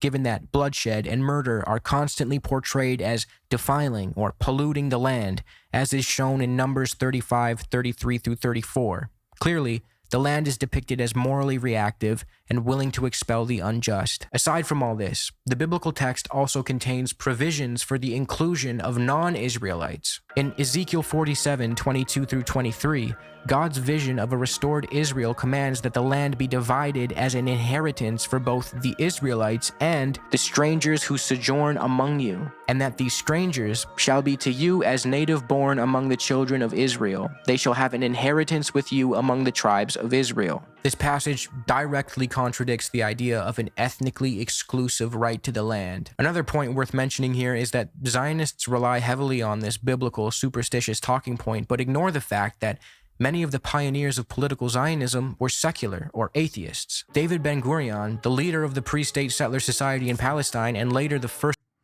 A national socialist, if you will. That's what he was. And much like historic national socialists, he focused primarily on the nationalism aspect and not so much on the socialism aspect. Does that remind you of a guy? Certainly reminds me of a guy. You know? Prime Minister of Israel openly referred to himself as an atheist, which reminds me of this pertinent quote from Ilan Pappé. The secular Jews who founded the Zionist movement wanted paradoxically both to secularize Jewish life and to use the Bible as a justification for colonizing Palestine. In other words, they did not believe in God, but he, nonetheless, promised them Palestine. Israel was formed due to the Holocaust. This is a common talking point, but it's inaccurate. The Zionist movement that colonized Palestine started way before the Holocaust. In the late 1800s, the first Zionist settlers arrived in Palestine in 1882 in a wave of immigration called the First Aliyah. The next wave of immigration, the Second Aliyah, took place after, and the settlers... So the First Aliyah, I assume he's going to talk about like how they bought like land and stuff, which you know what, I'll just let him do it as a matter of fact, because that's true, they did. There were you know, purchase land agreements. This is not wrong, okay? It just, again, doesn't justify the ethnic expulsion of the people that live there. So that is also an idiotic argument, an idiotic line of argumentation. Consisted mostly of... And that land in and of itself was a tiny fraction of the land that Israel now occupies. Frustrated communists and socialists who now saw Zionism not only as a solution for the Jewish problem, but also as spearheading communism and socialism through collective settlement in Palestine. As Pape put it, many of these Jewish settlers were victims of anti-Semitism in Europe. But as we've already established, Zionism was not a popular solution to the problem of anti-Semitism among Jewish people at the time. Many believed that communism would better alleviate their issues by remedying class disparities and eventually solving anti-Semitism in Europe. The Bundists, a Jewish socialist group from the late 1800s, rightfully understood from the jump that Zionism would, in the long run, actually harm my fucking goats, okay? The Bundists, the Bolsheviks, the real goats. the Jewish plight more than anything. And they were right. Zionism is a failed project. A Jew in Israel is certainly less safe than they would be almost anywhere else in the world. Miller Burrows wrote, "Until fairly recently, Reformed Judaism was on the whole anti-Zionist. The colonization of Palestine and the subjugation of the locals was in effect long before the rise of the Nazi regime in Europe. In fact, in post-war Israel, Holocaust..." Like, one of the craziest aspects of this is like, look, I'm no Philo-Semite by any means. Okay? Having said that, like, Jews, due to their collective history of oppression, wholesale slaughter, pogroms, the Holocaust, have always found themselves on at the tip of the spear in revolutionary politics. Okay? Maybe because they were pushed into that position. Most likely because they were pushed into that position, let's be real. Because it's always like the same tribalist forces that have required Jews to be the ancient enemy, right? So if you literally look at Jewish history pre-Israel versus Jewish history post-Israel, and the way that the Zionist project has basically glanced over the much longer Jewish history, it makes no fucking sense. It's just like a full tilt. It's a complete adoption of every single type of politics that Jews have historically fought against. It's so goddamn annoying. And it's crazy because, like, the real anti-Semitism that Nazis and neo-Nazis have to this day is because they hate that fucking revolutionary politics that Jews have played a formative role in. It's so fucked up. An honest assessment of Jewish history would require talking about the thousands of years of revolutionary politics as opposed to the last fucking 80 years of fascism. That's what's so insane and so frustrating about it. That's what you should be learning in like Jewish camp and Jewish school. Not all of the myth making and the national religion of Judaism that it's become, or the way that they teach it as like Zionism as the national religion for many secular Jews, many Reformed Jews now. Because a state, especially one that can be presented as quote unquote progressive, is much easier to create a sense of identity and a sense of community around than abiding by old traditions and like consistent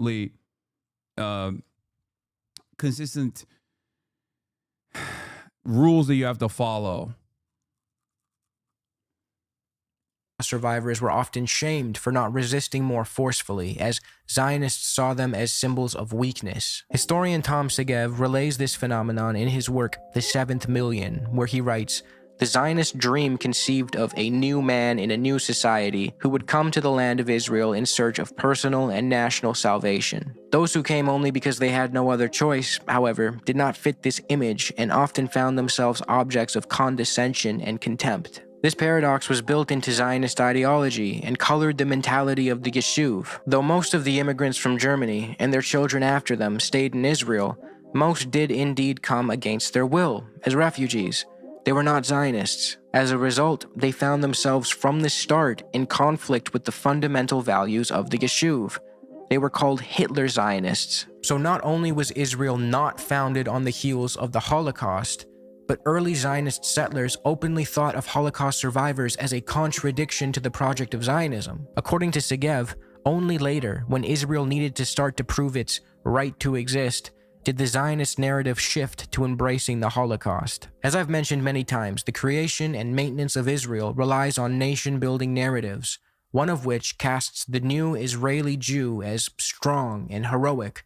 I think the irony of this process, by the way, is that I think partially because of the importance of the Holocaust in like justifying the existence of the contemporary Israeli state, there's been a lot of efforts by Zionists to make sure that you talk about the Holocaust, that you learn about the lessons of the Holocaust. And the primary lesson of the Holocaust is never again. Except for some, that means never again for Jews and Jews only, right? But for everybody else, for the most part, the lesson is never again across the board. And therefore, now that Israel is doing it again, okay, the again part of never again, many people who learn that lesson, who learn that social conditioning, look at what Israel is doing in horror.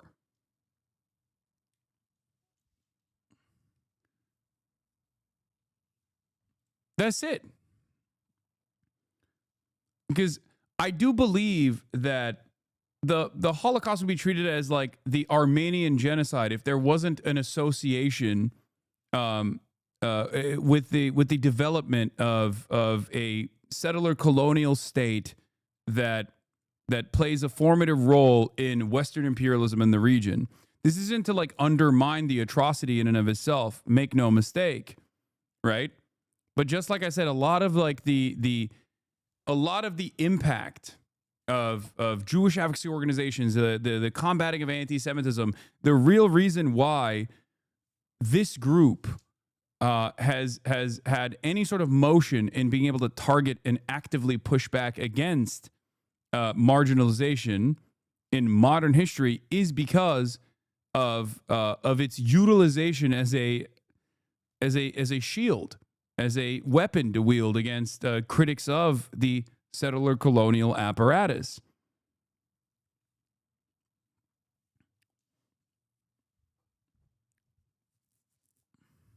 Never again is a messed up double meaning to the muscular understanding of Jews. It means we must do all, including the worst crimes, to ensure that nothing befalls the Jewish people ever again. To everyone else, it means that humanity should never stoop to such lows as the Holocaust again. Yeah, exactly.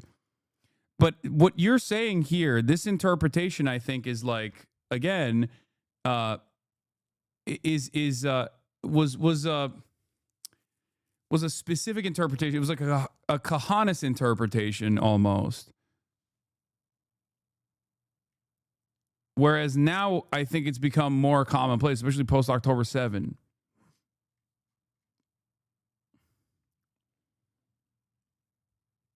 Like I see liberal Zionists also say never again means just the Jews. Like that we can never allow this to happen to Jews again, which is why we have to do everything in our power to be as muscular and as militant. You know? As opposed to the so-called weak Jew of the past who found himself resigned to the ghetto. The apathy toward Holocaust survivors in Israel is represented by the devastating fact that 1 in 3 survivors live in poverty to this day. You would think that a state that was supposedly formed in response to one of the most horrific tragedies of all time would uphold Holocaust survivors as the heroes that they are. In 1948, Ben-Gurion, who mockingly called Jewish Holocaust survivors Sabanim soaps, desperately sent an army contingent consisting of Holocaust survivors that attacked the heavily fortified Jordanian position in Latrun as a military diversion so that his Haganah elite forces would reach West Jerusalem. He knew that the contingent of Holocaust survivors would be slaughtered, but he let it happen. Avi Shalem has a chapter on it. I think a lot of the muscular Judaism comes from Jabotinsky's writings and influence. I mean, yeah, but that's also... like its modern interpretation is also elevated to contemporary discourse by Meir Kahan. A direct through line from Jabotinsky to Kahan to the Ben-Gvirs of the world now.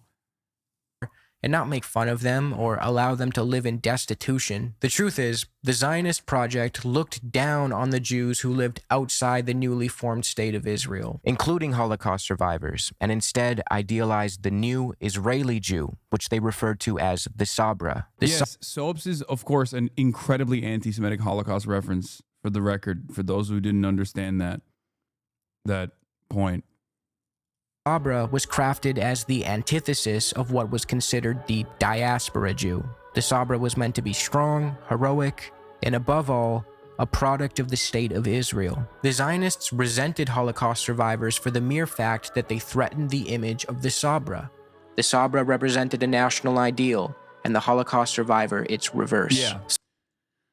This is another like completely fucking insane aspect of the muscular militant Jew national mythos surrounding the Israeli nation state, which mistreats Holocaust survivors because there is this, once again, ahistorical approach, this entirely ahistorical approach, the idea that like Jews were weak, the Jews that were slaughtered in the Holocaust were weak, and they just like didn't want to fight back, not recognizing that like many of them, there's a reason why they brought their fucking clothes with them, thinking that this was going to be not a death camp, but instead like a concentration camp that would inevitably relocate them there.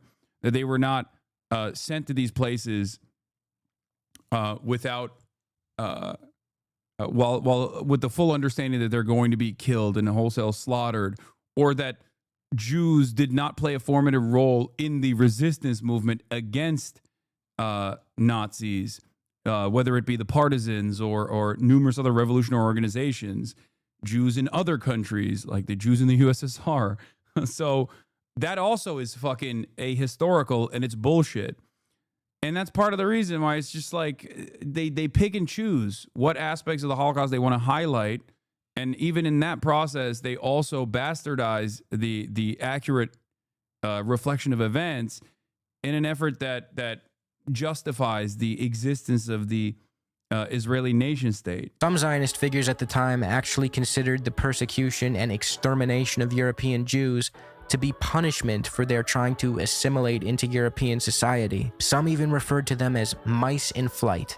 Not exactly the most respectful attitude toward the victims of anti-Semitism. Now, even if it were true that Israel was formed solely in response to the Holocaust, which it wasn't, would that somehow justify the displacement, genocide, and apartheid inflicted on Palestinians?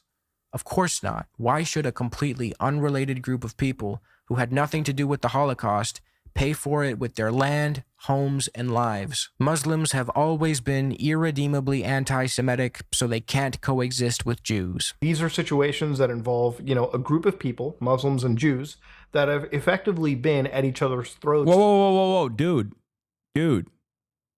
That's an engineer, big dog. Overzealous. I'll have you know you're going after a fellow Canadian who is, as a matter of fact, an engineer. Put some respect on his commentary here, okay? He's a Middle East engineer, dude. For not just decades, but hundreds of years. You were talking about hundreds of years of, just institutional dislike between each other. This is nothing more than a historical inaccuracy that is weaponized today to justify apartheid and occupation as though they are merely the outcomes of ancient, immutable hatreds and not... Here, by the way, this is from the Jerusalem Post. Building a state in the shadow of the Holocaust. On reaching Israel, Kliger indeed found a gulf in understanding between native Israelis and Holocaust survivors. They didn't know how to handle us. They called us soaps, he says with a wry laugh, because they heard that Germans made soap with the fat of our victims, which is not true, by the way. Not the first time an Israeli leader has entertained Nazi Holocaust revisionism, or even, believed the Nazis, I guess. The influx of Holocaust survivors was a collision of two worlds. They were a different people. They were a people born free, he says. For years, we were not free at all, but they were always free. This person is also a Zionist, mind you. Make no mistake. I mean, this is the Jerusalem Post. One of the most maddeningly stupid American ideas is that the Israeli-Palestine conflict is about an immutable, centuries-long hatred between Muslims and Jews, and they just fight all the time. It's Orientalist in nature, and I find it really funny because it also Orientalizes Judaism, which is the idea that, these non-Christians, they've been warring for a real long time. It is what it is. Have you ever used an argument against someone you disagree with, or you just called them Nazis and pedos? Yeah, as a matter of fact, I do all the time, and I've done it 100 times since the beginning of this video. And the only time I call someone a Nazi or a pedophile is usually when they are a Nazi or a pedophile, sometimes both. It's not my fault that many of the naysayers, given my anti-Nazi, anti-pedophilia position, happen to be Nazi pedophiles, you know? Do you think that it's an entire stream of me going, this person is a Nazi, this person is a pedophile, or do you think that there's some convincing arguments that I'm making in the process? Also, the irony here is I'm literally talking about historic Nazism when we're talking about, like, you know, Nazi Germany and the Holocaust. What language am I supposed to use when talking about the Holocaust that the Nazis did? Am I supposed to use a different term?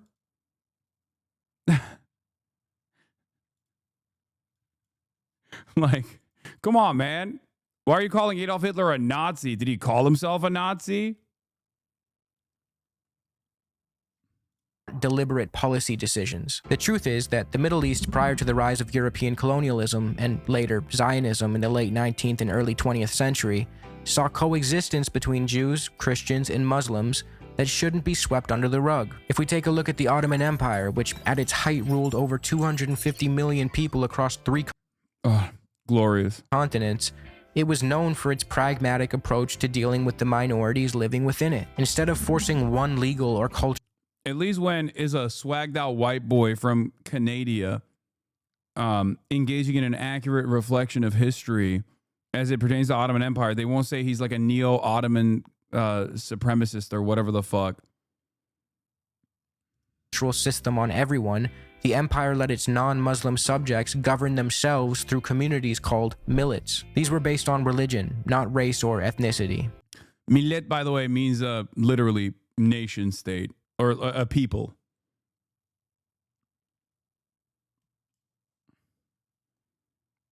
Now, this was far from a liberal or tolerant system. However, for its time, it was relatively progressive. The millet system was born out of pragmatism first and foremost. The Ottoman leadership believed that by outsourcing the governance of its minorities to those communities themselves, they could focus on things like security, tax collection, and so forth. Under the millet system, Jewish communities had a high level of autonomy, handling things like marriage, divorce, and inheritance in their own religious... So like autonomous zones? No, not exactly. Because it spanned across so many different cultures and so many different ethnicities, so many different religions, due to, as Overzealous correctly identified, the pragmatism of being able to control such a wide swath of land, the Ottomans decided, unlike a lot of Christian empires, that the best possible way was not through forcible conversion, but instead to just like allow people to govern themselves, and then and in the process just like let localities engage in... No, it's not even a self-segregation thing. No, not at all. It's just like if you have your own local form of governance. As long as you pay jizya, as long as you pay a tax to the empire, nobody gives a shit. Didn't the Persian Empire do this? Yes. Empires that have succeeded for very long periods of time have done a version of this, whether it be the Roman Empire or whether it be the Persian one as well. I would say that this is ones that haven't done this are newer. Yeah.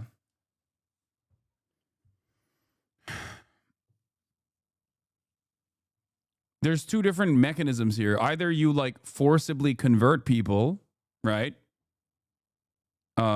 Every single person in that land, and you like try to engage in cultural erasure and destroy their identity, or you have a more somewhat tolerant approach to the process as opposed to the forcible conversion and allow people to believe whatever the fuck they want to believe as long as they are like under the imperial banner I was gonna say under the banner of the nation state, which didn't exist at the time. So like obviously it's like you're part of the Ottoman Empire. You do whatever the fuck you want to do. This is part of the reason why at the time in the Christian Western societies, while Jews were constantly getting singled out and getting destroyed in pogroms, the Ottoman Empire, whether it be the Spanish Inquisition and onward, the Ottoman Empire was seen as a safe haven for Jews. And many Jews actually went into this region directly as a consequence of that. Courts led by their own rabbis. The Ottoman state not only allowed this, but often stepped in to protect it, helping preserve Jewish cultural and religious life. Within the legal framework of the Ottoman Empire, non-Muslims were considered dhimmi, meaning protected people. Although Jews and other minorities were treated better under Ottoman rule as opposed to the way Jews were treated in Europe, the dhimmi system was still ultimately a system predicated on subordination. But again, for its time, it was relatively progressive. Dhimmi status— Oh no, for sure. It was fucking woke as opposed to the way other. I mean, yeah, you got Inquisition on the one side, and you got the Ottoman Empire on the other side. Yeah, of course, it's gonna fucking look like a safe haven because it was. So they did not discriminate, but they call them protected people. Like Muslims have to serve in the military. And non-Muslims specifically have a different role to play in the military through the Devshirme program, and not just the military, but like to the highest positions in Ottoman society. Like some of the best Ottoman historical figures are literally non-Muslims that came from the Devshirme program. Some of the greatest pieces of architecture that was designed were designed by people from the Devshirme program, and which is again, by today's understanding, a horrifying practice. You're literally taking kids at an early age and putting them in a farm program. Basically, you're like scouting non-Muslim children to yeah, Mimar Sinan is the example I was thinking of. Like the Janissaries as well.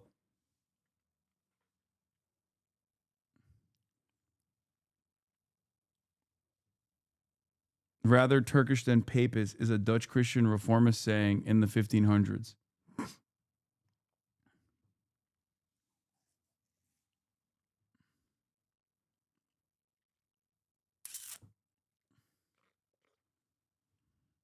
Yeah, the first historic black pilot in the world is Ahmet Ali Çelik'ten, and I only found out about it later. But he flew in 1914 in World War I.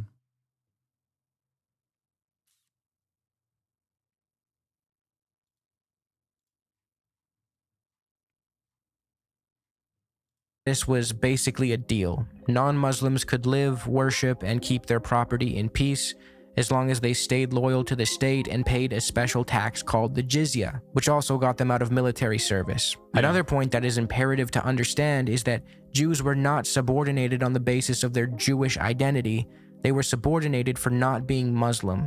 Christians were too. Jews and Christians were also allowed to convert to Islam under Ottoman rule and rid themselves of dhimmi status, an offer not available to Jews living in, say, Germany, whose Jewishness was perceived to be in their blood and immutable. Funnily enough, that sort of transformation from religious group to quasi-racial group is also parroted by the Zionists. Remember that Jabotinsky quote from earlier? The one about Jewishness being in the blood and intrinsic? Anyway, back to the Ottoman Empire. By the 19th century, the Ottomans entered a period of reform called the Tanzimat, from 1839 to 18...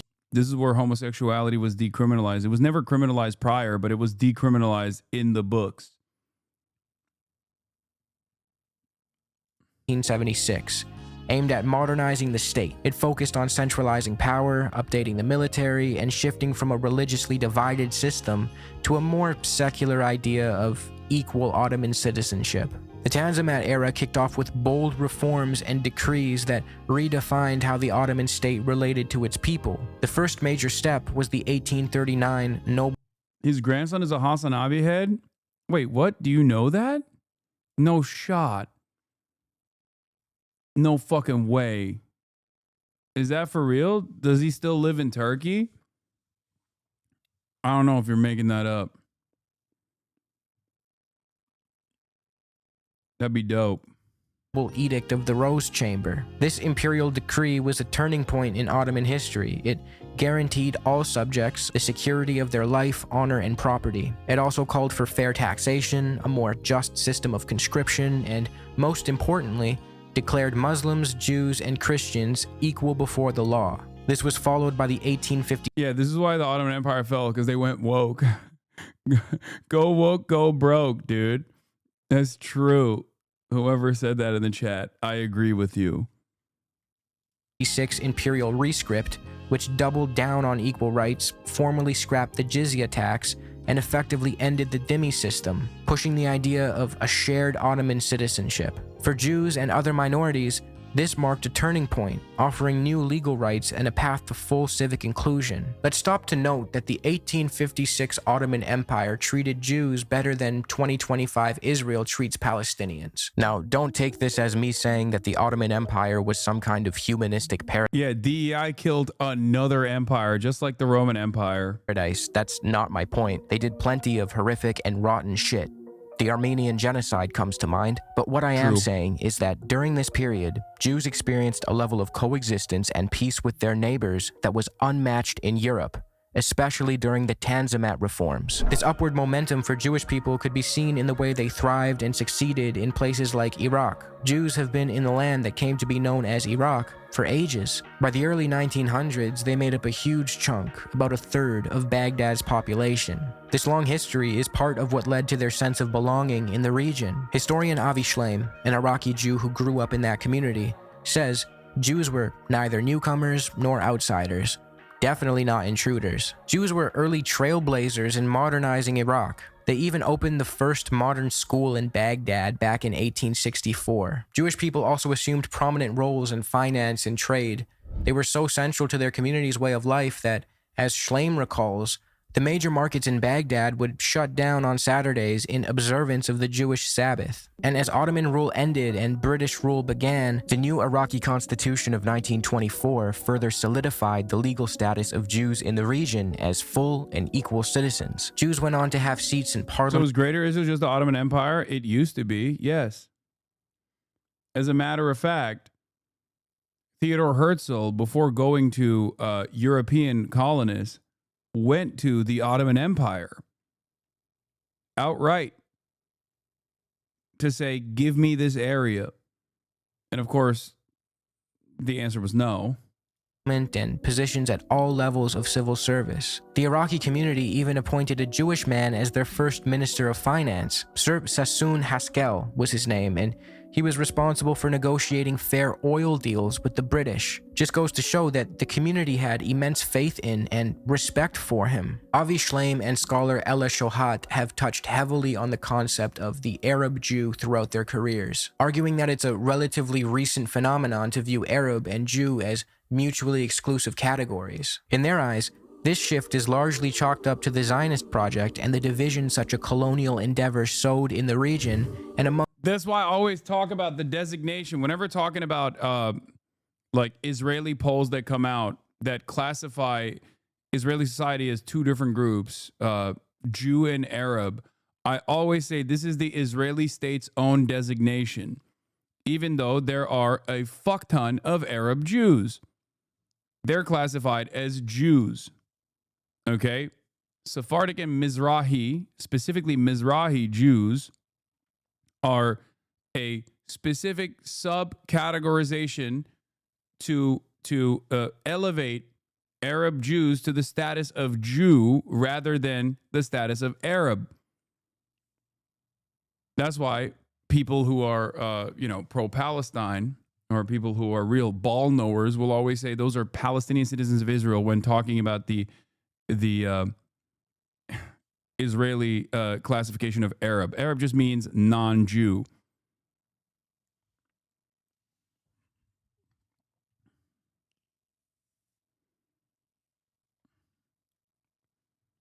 amongst otherwise coexisting groups. I lived in an Arab country, which formed the social reality for my family in Baghdad. We only spoke Arabic at home. Our lifestyle, culture, and literature were Arab. Our music was a blend of Jewish and Arabic music. We had much more in common with Muslim Iraqis and Christian Iraqis than we had with our co-religionists from Eastern Europe. In this very real existential and cultural sense, we were Arab Jews.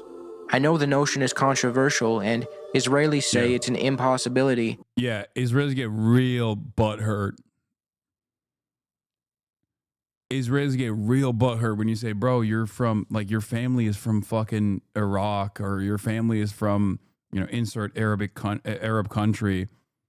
So, like, how can you say you're in a different, you know, how are you categorized as this? And it's like,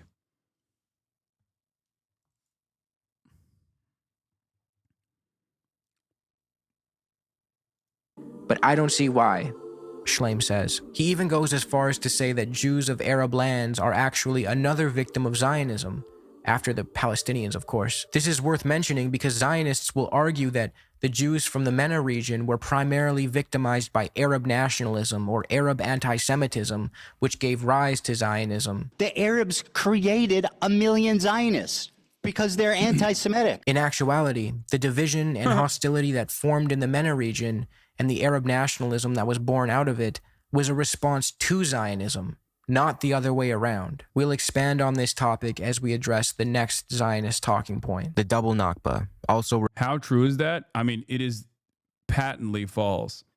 It's ahistorical. I mean, Overzealous has made an entire video just dedicated to that fucking insane statement. The comparison between a planned ethnic expulsion campaign and ethnic cleansing campaign, planned Dalit, that the early Zionist brigades cooked up to numerous different countries going through their own pan-Arabic nationalist movements, okay, in order to develop a nation state, and the animosity they felt and the bigotry that they expressed towards Jewish people in said countries in the aftermath of the Nakba is ridiculous.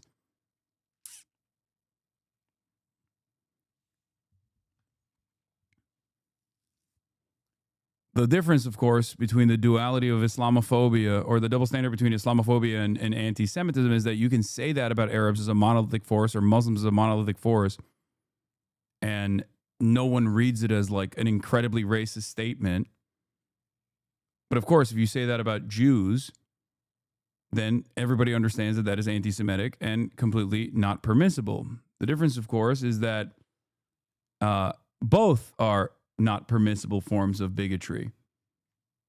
Referred to as the Jewish Nakba. If the Jews didn't come from Europe after the Holocaust, they came from the surrounding Arab countries that expelled them in massive amounts following the 1948 war. In fact, there was more Jews displaced than Palestinians during the Nakba. The Dunning-Kruger effect is a cognitive bias in which people with limited competence in a particular...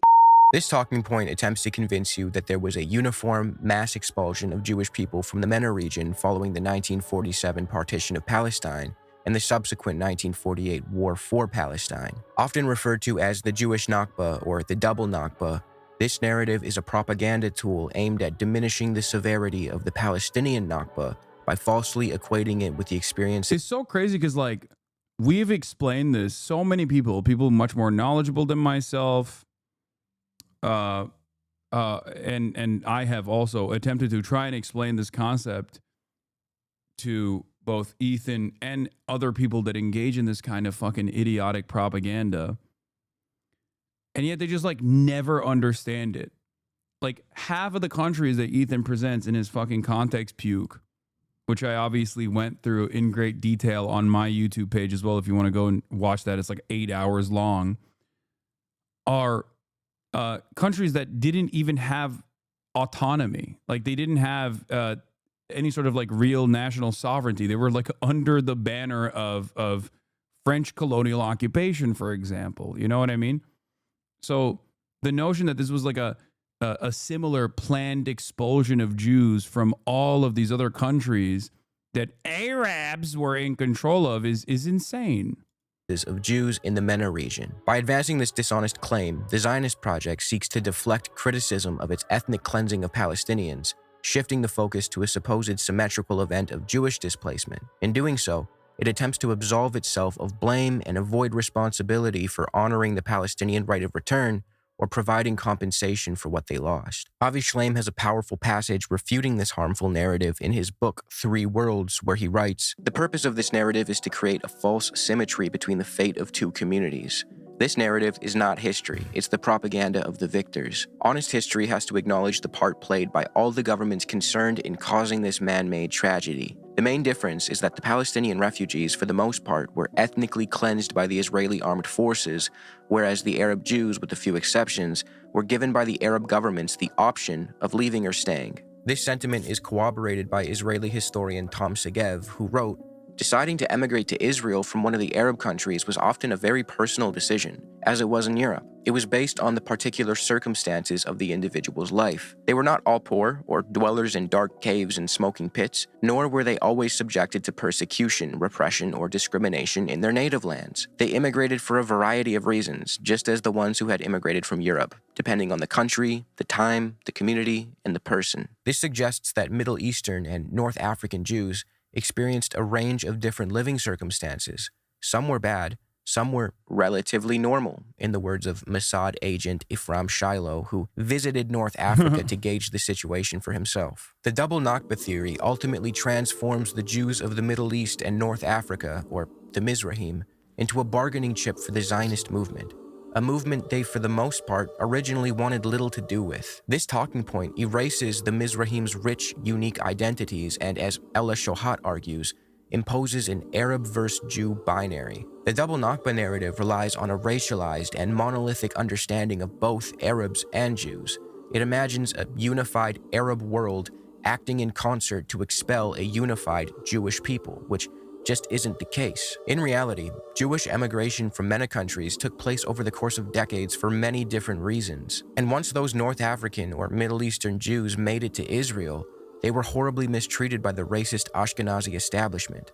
They were viewed as backward, primitive, and frequently referred to as bad human material, but more on that in a bit. This migration of Mizrahi Jews was triggered largely due to colonial Zionist settlers taking over Palestine and ethnically cleansing the native population, resulting in a reaction by other Arab communities in the region. Furthermore, the Zionist movement played a key role in speeding up the immigration of Middle Eastern Jews to Palestine. They did so through various methods, ranging from secret deals with heads of states, all the way up to false flag bombing campaigns in which Zionist actors would bomb Jewish targets in Muslim-majority countries and then blame the attacks on Muslims to instill panic and accelerate Jewish migration to Palestine. And don't worry, we will go into detail about this soon. Those who use the double Nakba talking point often leave out how the Zionist movement and the State of Israel actively put Jews across the region in positions of immense danger in order to create hostile environments for them and ultimately... Are Arab Jews persecuted in Israel? No, not any longer. They have firmly been made a part of the in-group due to the subcategorization that we just talked about, which is that there's Arab and then there's Jew in Israel. So all of the Mizrahi population are considered a part of the Jewish in-group. There is still some level of discrimination against.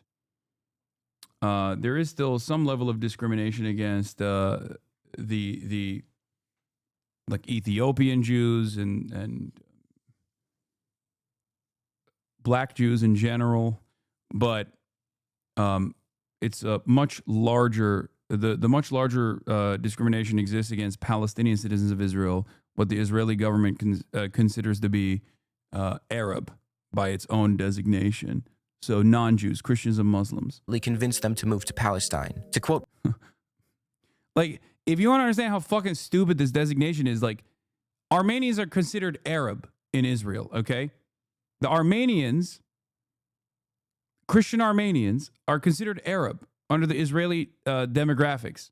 That's how fucking stupid it is. Pape. The Holocaust destroyed European Jewish communities, leaving the population at 1/3 of its previous size.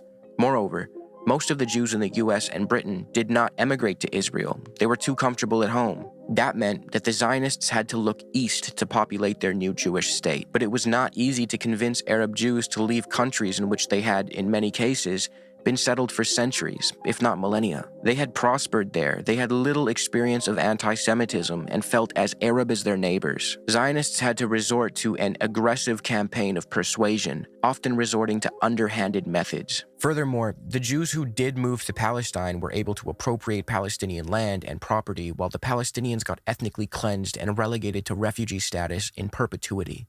These two situations are not symmetrical. So for this segment, we will look over specific countries in the MENA region and detail how exactly their Jewish populations withered away. This will illustrate that Jewish displacement in the region was a slow, prolonged process and the result of many different primary causes, far from this imagined synchronous expulsion of Jews by Muslims. Before we get into the specifics, it is important to understand that Jewish communities did suffer in the MENA region as a result of the Zionist movement and the animosities that flared up as a consequence. No one in their right mind would deny such a thing. There were some who wrongfully took the bait and conflated their Jewish populations with Zionism, which is exactly what the founding figures of Zionism wanted. Herzl can be quoted saying, "The anti-Semites will become our most dependable friends, the anti-Semitic countries are allies." However, it's important to understand that this hostility was a reaction. This was cause and effect, not indicative of some primordial, intrinsic Arab anti-Semitism. It was the result of geopolitics. Last thing to keep in mind before we get going is that many of these MENA countries were under colonial rule during this time, so instead of just two state actors, Israel and whatever MENA country is in question, there was a third point on that triangle, the colonial power, typically France or Britain. In many cases, the colonial power actually complicated things and ultimately made the situation worse for the Jewish population living under their rule. Algeria is a good example. Algerian Jewry is probably the clearest example that debunks the whole synchronous expulsion from the Arab world narrative. What happened to them had more to do with how deeply tied they were to the French colonial system and the special treatment they got. The turning point was the Crémieux Decree of 1870, which gave French citizenship to the Jews native to Algeria, but not their Muslim, Arab, or Berber neighbors, who were kept as second-class indigenous subjects under the brutal Code de l'Indigenat. This decree completely changed the trajectory of Algerian Jews. It legally separated them from the rest of the population and tied them to France instead. They quickly adopted French language and culture, which only widened the gap between them and their Arab neighbors. Over time, this made them increasingly alienated from the growing Algerian nationalist movement, which saw them as aligned with the colonial oppressors. This, predictably, sparked some hostilities. When the Algerian War of Independence ended in 1962 and French colonial rule collapsed, nearly the entire Jewish population, about 130,000 out of 140,000, left for France, alongside over 800,000 European settlers, the Pieds Noirs. They weren't expelled by Arabs. They chose to leave because their legal status, identity, and future had been tied to France for nearly a century. They also feared that their non-Jewish neighbors would resent them for their close relations with the French oppressors, all thanks to French colonial policy. It is true that some Algerian... they were given the opportunity to become Algerian citizens, and they chose to be French citizens instead. They chose to go with the rest of the French nationals that escaped in the aftermath of Algerian independence. Jews found themselves in horrible living conditions, but the vast majority were perfectly fine, as Tom Segev recounts in his book. It's wild that Americans don't know about the Algerian Revolution. I mean, is it that wild? I mean, it was so important to another anti-apartheid, anti-colonial movement, South Africa. That's why Nelson Mandela was sent to jail. He went there. He trained with the Algerian revolutionaries. And then when he came back to South Africa, they were like, "Oh, jail time for you. You're done." Book, The First Israelis. Only 30% of the Jews of Tunisia and Algeria had to be saved. The remaining 70% were in no danger. He then points out how the situation in Morocco was comparatively worse ever since 1948, but there were still Jews living normal lives and doing all right, further illustrating that Jews in the MENA region during that time period ought not to be viewed as a monolith. If we take a closer look at Morocco and examine the reasons for Jewish emigration, things took a turn for the worse after the creation of Israel in 1948. There were riots and rising hostility, not just in Morocco, but throughout many parts of the MENA region due to the Zionists' crimes against the Palestinians and the subsequent refugee crisis that took place. Still, the Moroccan government had rules in place to prevent the immigration of Jews, specifically from 1956 to 1961. Now, this wasn't out of some love for Jews or a desire to keep them around. It was mostly about economic concerns. The key to understanding why Moroccan Jews left is Operation Yakin from 1961 to 1964. This wasn't some sudden expulsion, it was a clandestine, organized migration deal between Israel's Mossad and King Hassan II of Morocco. Israel basically paid Morocco to let Jews leave. $500,000 up front and then $100 per person for the first 50,000 people, and $250 for each person after that. So yeah, it was basically a paid population transfer. Over 3 years, close to 100,000 Moroccan Jews emigrated. Most ended up in Israel while some went to France or Canada. A lot of Moroccan Jews left by choice. Some were Zionists. Others just wanted better opportunities, but there was also immense pressure coming from the Zionist movement. Tom Segev points out that Zionist agents on the ground weren't always gentle, and in some cases, Jews, especially from rural areas in Morocco, were virtually taken aboard the ships by force. Israel needed Jews to emigrate because they needed what they referred to as human material to secure a demographic majority, exploit for labor, and fight in their wars. Even though they considered Mizrahi Jews to be bad human material, they were useful insofar as they could replace Arab labor, which the Zionists wanted none of. So when we look at what happened in Morocco, it wasn't a clear-cut expulsion or heroic rescue by the Zionists. It was kind of a backroom deal. Morocco wanted money, Israel wanted immigrants, and Moroccan Jews ended up caught in the middle. When analyzing this period in history, we can see Arab countries not only fail to act in unison in some mass expulsion, but oftentimes we can see completely different strategies coming from different Arab countries. As Segev noted, some countries encouraged Jewish migration to Israel in the hopes it would overwhelm the Israeli economy, and other countries prevented migration to Israel so that Jewish manpower couldn't be used to serve the young settler colony. Some of the Jews emigrated spontaneously, whether as a result of distress or persecution or for Zionist or religious reasons. Others came in response to the Zionist propaganda disseminated by the Zionist emissaries in their countries. Some drifted with the emigrating mass, and some actually found themselves in Israel against their will. I hope this is painting a picture that contradicts the notion of a double Nakba. Bahrain, for instance, wanted to keep their Jewish population because, as Segev wrote, the ruler believed that Islamic commandments ordered Muslims to act as protectors of Jews. The story of how Yemenite Jews migrated to Israel is an interesting yet tragic one too. The Zionist project took advantage of their faith and instilled messianic fervor among the Jews of Yemen.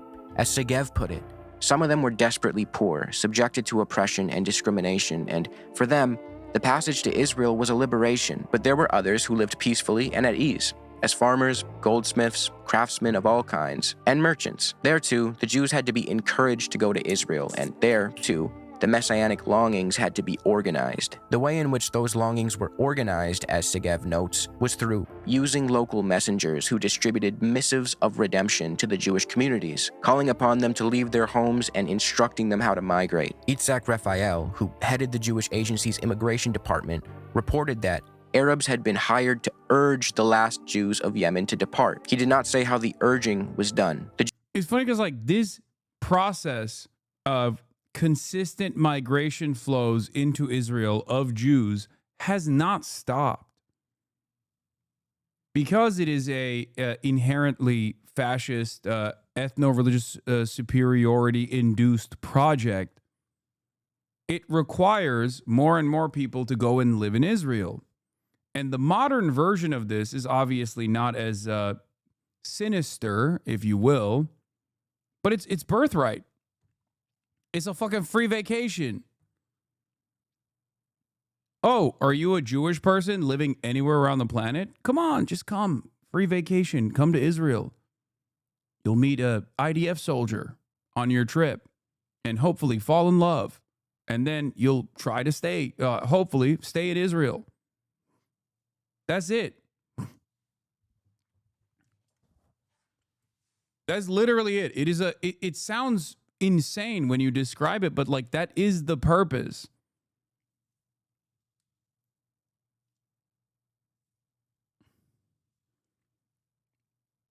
The purpose of it is to try and get the purpose of this is to try and get people to come to Israel to see how beautiful it is, to see how wonderful it is, and basically get people to stay in Israel.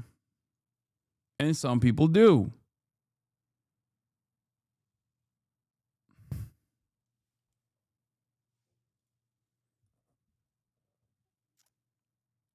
Except, I don't know what the birthright system looks like currently, because I feel like for many young American Jews, I feel like they don't fuck with Israel as much as they used to.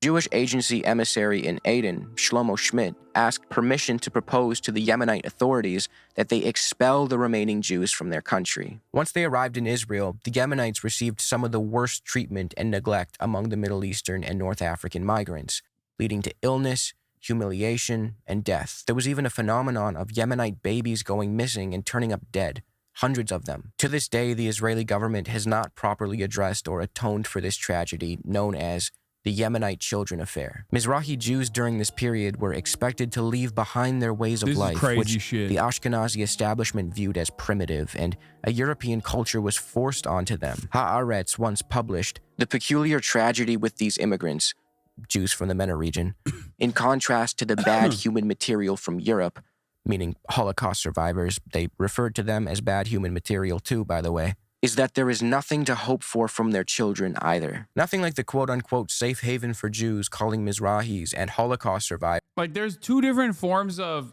domination, because there's also a racial pecking order within Zionism amongst Jews as well. Like, it's a double racist. If you're Ethiopian, triple racist is crazy. On the one hand, Israel needs a constant migration of Jews from all around the world to go to Israel and to repopulate Israel with Jewish babies. But then also at the same time, there's like an internal racial pecking order amongst Jews as well. With Jews from Yemen being at the bottom of that totem pole until recently, I would say, like now it's the Ethiopian Jews, or I guess technically Jews in Uganda who are not even allowed to immigrate into Israel. So technically they're the lowest of the low, so much so that they're like actively do not want them in Israel. But I guess you could say that about Ethiopian Jews as well. But it's crazy. What he's going to describe to you is something that I've talked about a lot here as well. It's what Americans and Canadians did to the indigenous population through like residential schools. Like, it's a practice of just basically stealing children and then giving them to good crop families, white Ashkenazi Jewish families. Families that were better integrated into the Western-focused Israeli society that was developing. Bad human material. Let's look quickly at Iraq before we end this segment. I've spoken ad nauseum about the Jewish emigration from Iraq on this channel. This video will go more in depth, but as a quick summary, Jews lived in the land known today as Iraq for millennia. As we've been over, they held positions of status and authority, and for the most part, were respected pillars of the community prior to the establishment of the State of Israel. The Zionist movement changed that, and, quoting Segev, in some places, the Zionist awakening worsened the situation of the Jews. Iraq was one of those places. Segev goes as far as to claim that, at least in the beginning, animosity toward Jews in Iraq was targeted solely at Zionists, not Jews, and the distinction was being made. The Mossad's files abound with telegrams reporting the persecution of Jews in Iraq, but almost all of them refer to Jews who have been involved in the activities of the Zionist underground or who were suspected of belonging to it. There was little harassment of other Jews. But as things progressed in Iraq, the line between Jew and Zionist blurred. Pan-Arab nationalism was growing in Iraq for two main reasons. One, Iraq was under British colonial influence, and many Iraqis despised that. Since the British were the main sponsor of the Zionist project and were responsible for documents like the Balfour Declaration, some Iraqi nationalists perceived the Jews as in cahoots with the Brits, especially since the British, and the French in other instances, gave Jews preferential treatment out of the belief that they would be less susceptible to nationalist movements that would threaten colonial power. Second, the settler colonial project in Palestine, which had been underway since the 1800s, increased animosity toward Jews in the MENA region, who were perceived by some to be somehow responsible for the atrocities committed by the Zionist settlers and militias. Now, this was obviously incredibly unfair for many reasons, one of which was that many Mizrahi Jews, specifically in Iraq, wanted nothing to do with Zionism. As Avi Shlaim recounts a conversation he had with his 91-year-old mother in which he asked her about Zionism, she replied with, "Zionism is an Ashkenazi thing. It had nothing to do with us." In 1950, the Iraqi government passed a law called the Denaturalization Law, in which Jews could register to leave the country and go to Israel. However, not many Jews signed up for this. For the most part, they didn't want to leave Iraq. But remember, the state of Israel needed that precious human material. So what did the Zionists do? Well, they bombed Jewish targets in Iraq to speed up the emigration process and scare the Jews into registering to leave the country for Israel. This campaign was fairly effective. As Shlaim wrote, there was a direct correlation between the bombings and the rise in the number of applicants to emigrate from Iraq. This bombing campaign was carried out by the Zionist underground and blamed on Muslims. There were many bombs that went off in Iraq during this period, and most of them were done by Zionists, according to Avi Shlaim, who, in his book 3 Worlds, provides what he calls undeniable proof. However, it's important to understand that this bombing campaign was not the only reason for Jewish emigration to Israel. That's not Shlaim's argument. He concedes that the atmosphere in Iraq was genuinely becoming hostile for Jewish Iraqis due to the Zionist project, and that shouldn't be swept under the rug. Shlaim's point is that the Zionist project acted belligerently and dangerously with the goal of turning Jewish people across the region into pariahs or making them feel unsafe so they would move to Israel. A similar false flag bombing campaign, albeit a failed one, took place in 1954 Egypt, where a number of Egyptian Jews were arrested for planting bombs in public spaces and in the U.S. Information Service offices in Cairo and Alexandria. This was an Israeli false flag operation designed to create bad blood between the revolutionary regime headed by Gamal Abdel Nasser and the Western powers. Israel's military intelligence had recruited... Bro, God. Dude. Israel has so consistently engaged in some of the most insane shit, which they still do to this day. Total violation of whatever fucking norms that people think they have. I mean, even the fucking the beeper attack, which is an insane act of terrorism, was applauded, was celebrated in Western media like it was fucking so ingenious. When you had Leon Panetta, former CIA head Leon Panetta, being like, what the fuck are you guys talking about? This is so unimaginably psychotic. There are very well-defined rules in the rule books that we designed so that nobody does this, because you create an environment of uncertainty around like regular commodities that people fucking consume. This is like, if turned into a similar violent act against like Western powers, we'd understand it as terrorism.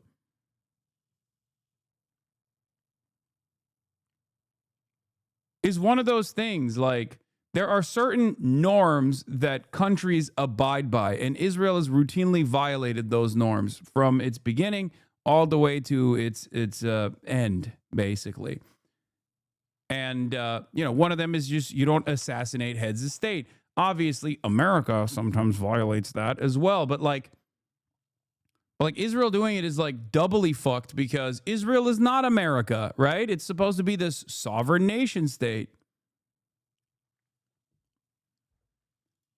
Trained and equipped the Jewish spy and sabotage ring. The Israeli officer in charge, Meir Max Bennett, the same Max Bennett who had directed the false flag operations in Baghdad a few years earlier. Another sick aspect of the double Nakba theory is that it makes Palestinians pay for the wrongdoings of others. If an Arab in Iraq or Yemen or Egypt turns on his Jewish neighbor, why should a Palestinian be punished for that? Arabs, like Jews, are not a monolith. The experience of a French citizen Jew in Algeria choosing to move to France is not the equivalent to that of an Iraqi Jew fleeing Baghdad after a false flag bombing campaign, nor is it the same as a Yemeni Jew being airlifted to Israel amid a wave of messianic fervor stoked by Zionist emissaries. Nor does it resemble the experience of Jews who sought refuge in Lebanon, which was considered a relative safe haven after 1948. And when Lebanese Jews eventually chose to leave due to civil war and economic instability, they primarily moved to the US and Europe, not Israel. In fact, as Dr. Kirsten E. Schultz, author of The Jews of Lebanon, wrote, most Lebanese Jews were in complete agreement with the Arabs that Zionism and its endeavors in the land of Israel were the cause of all troubles. All that said, I'll conclude with this. The Jews from the MENA region emigrated to Israel for a variety of reasons. Some were fleeing poverty and discrimination. Some moved against their will. Many went to Europe, the US, and Canada, and many went to Israel. The ones who found themselves in Israel were unjustly discriminated against, not by Arabs, but by European Jews. Nonetheless, they were still able to expropriate Palestinian land and settle there, while Palestinians got ethnically cleansed. When an absolute moron like this guy tries to tell you that the Nakba was actually more devastating for Jews than Palestinians, he's engaging in a form of Nakba denialism. The original Zionist settlers sought to live in peace. Holocaust denialism. It's the same. It's fascism through and through. You know, you got to deny historic atrocities, of course, if you want to justify your fascist ideology, your fascist worldview. With the indigenous population. This narrative typically goes as follows. Jewish people sought refuge in the land of Palestine, not as settlers, but as benign co-inhabitants, yet the barbarous Arab population greeted them with hostility. This is obviously bullshit. This is the Zionist settlers wanted to coexist in peace argument. And if you've watched the video up until this point, I would have already refuted this argument along the way. But to reiterate, the original Zionist settlers did not want to simply seek refuge among the Palestinians. They wanted to eliminate and replace them. Well before even the 1920s, Zionist leaders are on record deliberating about how they could get rid of the Palestinians. Ben-Gurion reiterated his ambitions in 1937 when he wrote to his son that the real goal of the Zionist settler movement was not peaceful partition, but the possession of the land as a whole. Zionists looked down on Palestinians from the jump. As Miller Burroughs put it, the attitude of the Zionists toward the Arabs, at its worst, has been that of our Western frontiersmen, who said that the only good Indian was a dead Indian. At its best, the Zionist attitude toward the Arabs has been patronizing and paternalistic. Burroughs points out how the Zionists... Early leaders were frustrated with how nice some of the Jews were to the indigenous population. It's like, you need more smoke. What are you doing? It's true. Because remember, like, I think it was around 2% of the population was already was Jewish in historic Palestine, even before British mandate, even before British control. Would only accept the indigenous Palestinians if they would submit to Jewish control of the country. The hand of brotherhood held out to the Arabs has always been that of a rather patronizing elder brother. In addition to the disrespect and belittling on the part of the Zionists, they also subjugated the Arab population economically through instruments such as the Histadrut, their trade union organization. In fact, Palestinian labor and goods were banned from the market. The Zionists believed in a concept of Hebrew labor, which sought to eventually bring an end to Arab labor. This was exclusivist and devastating to the Palestinians, especially paired... This is part of the reason why Noam Chomsky says that the Israeli apartheid structure is even more violent than the South African one in both its inception and its continuation, because while they don't actually abide by this terminology or abide by this standard, even from the early days, the concept was to eradicate all Palestinians rather than use them as cheap, affordable labor. Of course, they still used Palestinians as cheap labor, hyper-exploited labor in perpetuity, but the the South African apartheid structure required the 90% black population to be relegated to servile status. Israel nowadays also uses a lot of international labor, ironically, not dissimilar to the kafala system that you see in some of these Gulf countries, just like cheap imported foreign labor that can be easily discarded. Real crazy stuff overall, really fucked up overall. But, you know, interesting to consider, especially when you factor in how many socialists or self-described National Socialists were a part of the inception of the Israeli nation state. With the fact that Zionist organizations were buying up Palestinian land from absentee landlords, remnant from the Ottoman times, and evicting Palestinians from where they lived and worked for generations. The signs of a disaster in the making were already evident as newly landless Palestinians evicted from the farms they had made fruitful were forced to move to the towns. These Palestinians were victims of nominally socialist Zionist groups known as Hebrew labor, who believed Jews could only modernize themselves through engagement in productive labor. Hence, they wanted agricultural work to become the preserve of Jews alone, wrote Pape. The way these Zionist settlers treated the Palestinians was so horrible that Miller Burrows argues, and I wholeheartedly agree, that the Palestinians were acting rationally and were well within their right to reject any variant of the Zionist project as soon as its true colors began to show. It may fairly be asked why one should oppose Jewish nationalism and sympathize with the nationalistic aspirations of the Arabs. The answer is that the Jews are one in religion, but citizens of many countries, whereas the Arabs are one in culture, but belong to different religions, and the countries in which they aspire to self-government are their own native lands. The great trouble with Zionism is the attempt to be both a religion and a nation at the same time. The plan for Palestine, advocated by the Arabs, was a democracy with freedom of religion and complete separation of religion and the state, as in the US. Israel now claims to be a democracy with freedom of religion, but insists at the same time on being a Jewish state. The truth of the matter is the Palestinians would have accepted the Jewish settlers and did accept them and work with them before their political claims and activities became clear. The Palestinians at first were warm and hospitable to the Zionists, offering them employment, shelter, and were open to working shoulder to shoulder with them, but the Zionists did not want that kind of cohabitation with the Palestinians. None of this would have happened if the Zionists had not claimed that Palestine belonged to them, and frankly avowed their intention to make it as Jewish as England is English,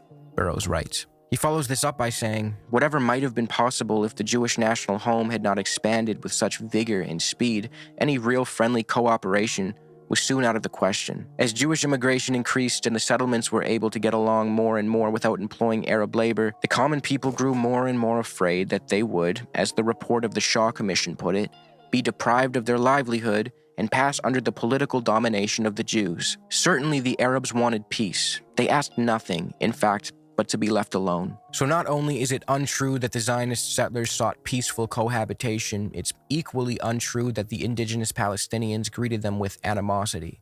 Hostilities only arose after the malevolent ambitions of the Zionist project became clear. The Palestinian emancipatory movement is akin to a Nazi movement.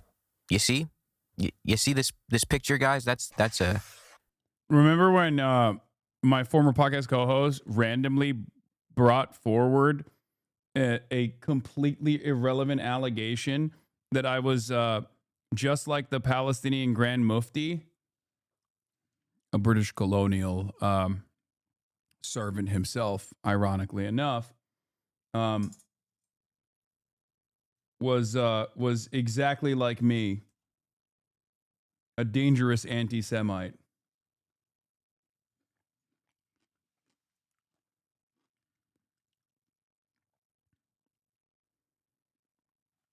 Incredible. That's an important Palestinian guy. I'm sure you've heard this talking point many times. It's commonly used by Zionists of all levels of notoriety, even Israeli prime ministers from Naftali Bennett, who refused to sympathize with the plight of innocent Palestinians and instead chose to write them off as Nazis in a Sky News interview. Are you seriously keep on asking me about Palestinian civilians? What's wrong with you? Have you not seen what happened? We're fighting Nazis. To Israeli Prime Minister Benjamin Netanyahu, who infamously propagated the lie that It was actually the Palestinian Grand Mufti who gave Hitler the idea to exterminate Jewish people. This motherfucker is so bigoted against Palestinians that he's looped all the way around to doing Holocaust revisionism. That claim of his, however, stems from the fact that the Grand Mufti of Jerusalem, Haj Amin al-Husseini, yeah, Israeli Jews care so much about anti-Semitism that they voted for this guy over and over again, by the way. Like after he said that. So that's pretty cool. Was, in fact, involved with the Nazis. You may have even seen this image before. That's him with, well, you know who the other guy is. So what's the deal with that? I asked my friend Chris Kunzler, who makes incredibly well-sourced and detailed videos on Israel-Palestine, to join us for this segment so we can pick his brain. I asked him to fill us in on how exactly this guy rose to a position of prominence within British Mandate Palestine. So al-Husseini was a member of one of the key notable families in Palestine at the time, the Husseini family, and this was kind of the key reason for his appointment. His half-brother was previously the Mufti of Jerusalem until he died in 1921, and then very quickly the Mufti took over. The Mufti basically came to his position because of collaboration with the British. According to Tom Segev, the Israeli historian, his brother had helped the British, and they saw the Mufti as a figure who would also be able to do this. In fact, the Mufti was brought by Ronald Storrs, who was the former governor of Palestine, to meet with Herbert Samuel, who was the first High Commissioner of Palestine. And very quickly, the Mufti explained that he was, going to collaborate with the British. He liked the What?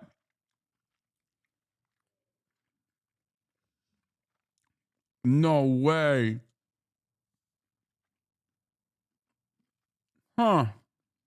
that he thought that, they were able to support the Palestinian cause. And at this time, it wasn't really all that surprising. The elite class within Palestine believed that the British would help them. And so the Mufti was someone who was from a notable family. He was seen as someone that would work well with the British. And even if he opposed the concept of Zionism, he was going to be someone that, would help the British to control and administer Palestine. But the trajectory of the Mufti's relationship with the British changed dramatically during the Great Arab Revolt of 1936 through 1939, where Palestinians rallied against the British colonial rule and sought the end of British support for Zionism. So according to Hassan Kanafani, who's, a key figure within the Palestinian revolutionary movement, he says that during the 1936 Arab revolt in Palestine, that the Mufti was someone who helped to calm things down, that he was expressly thanked actually for the sermons that he was giving because they served to quell more revolutionary tendencies. Also, Kanafani is kind of opposed to him because he sees him as someone who was like, a member of the elite.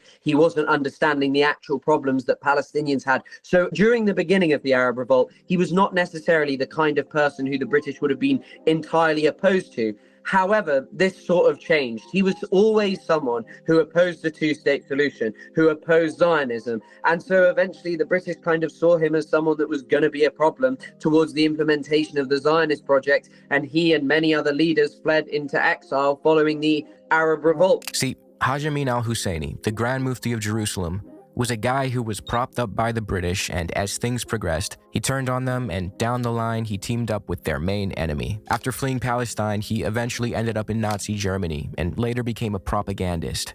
As Ilan Pape wrote, he landed in Nazi Germany in 1941, making radio broadcasts to mobilize Arab Muslims against the British. At the time of the Second World War, he was not alone in acting according to the maxim, "The enemy of my enemy is my friend." His flirtation with the Nazis was short and insignificant, making no difference one way or the other to the war effort. However, especially considering that 11,000 Palestinians actually fought alongside the Allied forces against Nazi Germany.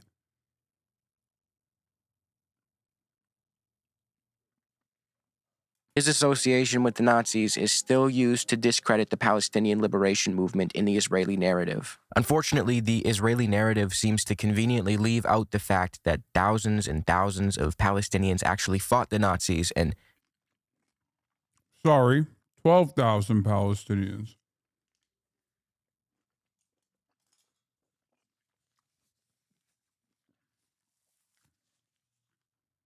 Many of them died in the process, but I guess that inconvenient fact doesn't make for good Zionist propaganda. Palestinian-American academic Edward Said has extensively explored the way in which the West constructs images and narratives of those in the Near and Far East to paint them as barbarians and ultimately make permissible any form of violence against them. This is a strategy used by Western powers to further their imperialist ambitions. By conflating the legitimate emancipatory aspirations of the Palestinians with the aspirations of the Nazis, Zionists can justify nearly any amount of cruelty against the Palestinians.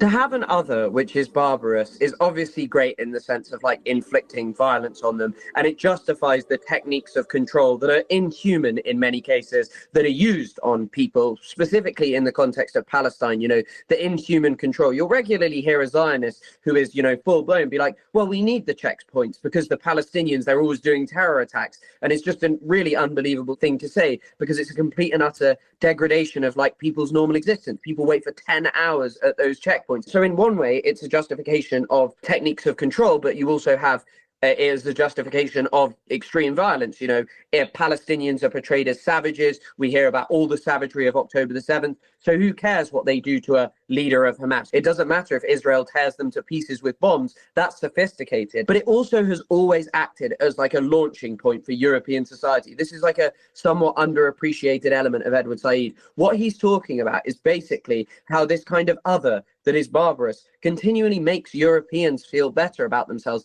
It is a way of basically establishing us as, you know, good, just, and moral. And in the context of Palestine, Nazi is a particularly poignant concept, obviously because the Jewish relationship with the Nazi. Menachem Begin, who was the first Likud prime minister of Israel ever, the first non-Labour, consistently called Yasser Arafat a two-legged beast, a term which he had only previously reserved for Hitler. He referred to Arafat as Hitler, and he said that he would get the same satisfaction from killing Arafat in his bunker in Beirut as he would get from killing Hitler in his bunker, comparing a man, Yasser Arafat, who would regularly condemn the Holocaust, who would say that the atrocities against Jewish people were totally inappropriate and that his problem was with Zionism and that the Palestinians had experienced at its hands, to someone who believed in an extremist form of racist identity politics. What this effectively does is it places Palestinians not as people with reasonable demands, not as human beings who want to have dignity and equitable solution, but rather people who are akin to the Nazis. By framing Palestinians as Nazis,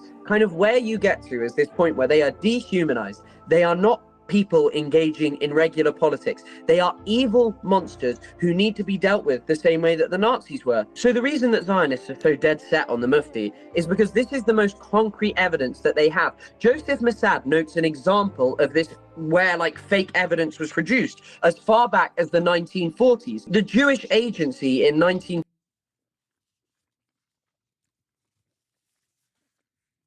Ironic because there were more firm commitments and collaborations between one of the early Zionist brigades and Nazi Germany.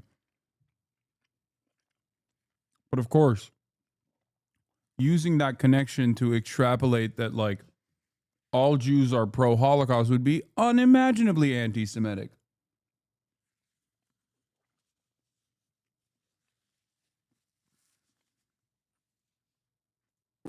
actually tried to show documents that the Mufti had been part of the plans to exterminate Jewish people in Europe with the Nazis. These documents were totally fake. The desperation to equate the Palestinian liberation movement with the Nazis not only harms the Palestinians, who were very clearly the main victims of such a conflation, but it also whitewashes and revises the ambitions of the Nazis. The Palestinians have a legitimate and noble pursuit. The Nazis absolutely did not. And to add to this, by refusing to actually analyze Nazism as the specific political ideology that it is, we risk failing to learn from history, and we miss the signs when a movement like Zionism so transparently mirrors Nazism. I've mentioned this before. Hitler is inspired by the killing of the Native Americans. He talks about gunning down Redskins and that being a brilliant thing. David Ben-Gurion says we'll go to Palestine and fight wilder Redskins. There's a very clear thread running between all of these things, and losing that is dangerous because you end up where we are today, which is watching a genocide play out live with full unequivocal support because certain human beings are just still judged to be immoral, unjust, and unworthy. Palestinians left voluntarily in 1948 because Arab leaders told them to. This is one of the sillier talking points on the list. The argument people try to make is that Palestinians weren't actually ethnically cleansed. They were supposedly told to leave by leaders of the Arab armies fighting on their behalf in 1948. It was the invading fucking Arab armies that told the Palestinians to leave and come back. Dude, this is literally Ben Shapiro.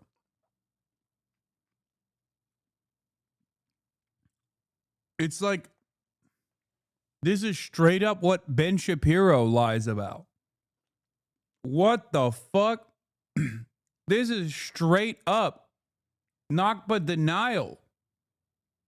I mean, he already did it before, but god damn, dude. It is wild that there are some people that are left in that community that still fucking unironically believe that they're progressive. Or even funnier than that, believe that they're actually pro-Palestine.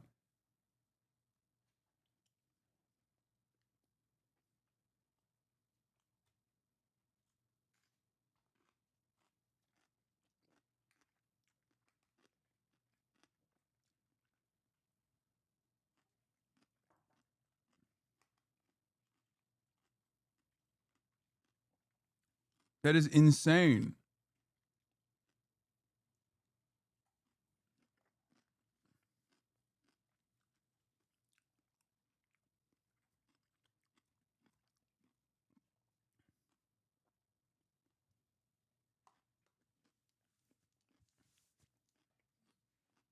When the war was over. But this ignores the fact that Zionist plans to deliberately ethnically cleanse and replace the Palestinian population are well documented and were already underway before the Nakba. Even supposed voices of consciousness in the Zionist movement, like Burl Katz-Nelson, spoke of transferring the Palestinian population well before 1948. Keep in mind that the term transfer in this context is used euphemistically, as Palestinian historian Noor Mashallah points out, especially by figures like David Ben-Gurion, who used it as a substitute for expulsion. I mean, we could see the guy clear as day writing to his son saying that he's trying to expel the Arabs and take their place. Evil Danny DeVito over here wasn't that great.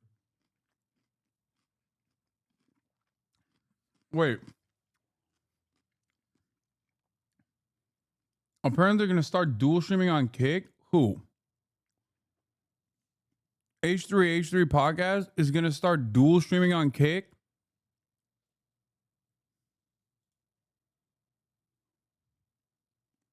Be for fucking real. Ain't no fucking way. The guy, you mean to tell me that the guy who went on a crusade against Twitch claiming it was the most anti-Semitic platform out there is now going to a platform for the bag? A platform that he actually played a role in the creation of, ironically enough, when he was anti-gambling. He's now going to the gambling platform that is a safe haven for pedophiles and Nazis?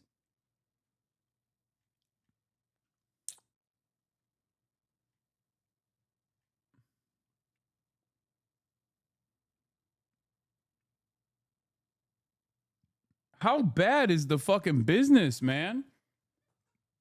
How fucking bad is the business going? Here's the clip. This Mr. Beast stuff. So Mr. Beast made a huge announcement. Really stuff here. He's moving to Kick, which I'm going to come out and say, as someone who's a Twitch hater, I hate Twitch, and YouTube I'm consistently just super disillusioned with. They take 30% from my fucking subscribers, from your guys' donations too, actually. Just everything, right? From everything, yeah. And we get zero support. I can't get a fucking contact with their team. Like, they care so little about us somehow, despite us being, you know, one of the biggest live or podcasts on their channel. So I'm against YouTube in this way. I'm against Twitch. We need some meaningful competition. Yeah, Mr. Beast is like a pretty insane get for them. Like, it doesn't get much more mainstream than that. Right. He's YouTube's biggest channel. Like, for them to get the biggest talent on YouTube on their platform is fucking really big for them. Yeah, it's big. And it's becoming more mainstream. Like, I'm starting to see clips and shows on there that do Kick shows where I'm like, this is like just normal content. Good. Yeah, this is like normal stuff. Not people slamming slots for 15 hours.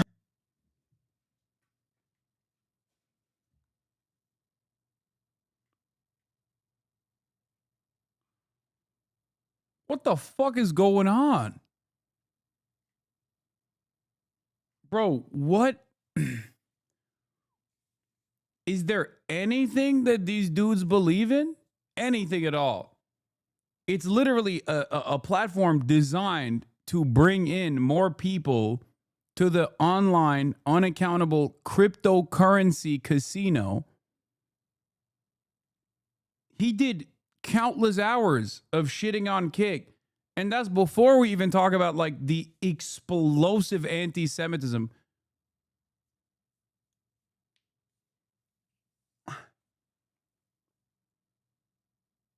How fucking bad is the Teddy Fresh sales that you're doing this? Jesus Christ, dude. God damn how hypocritical this is. Holy fuck.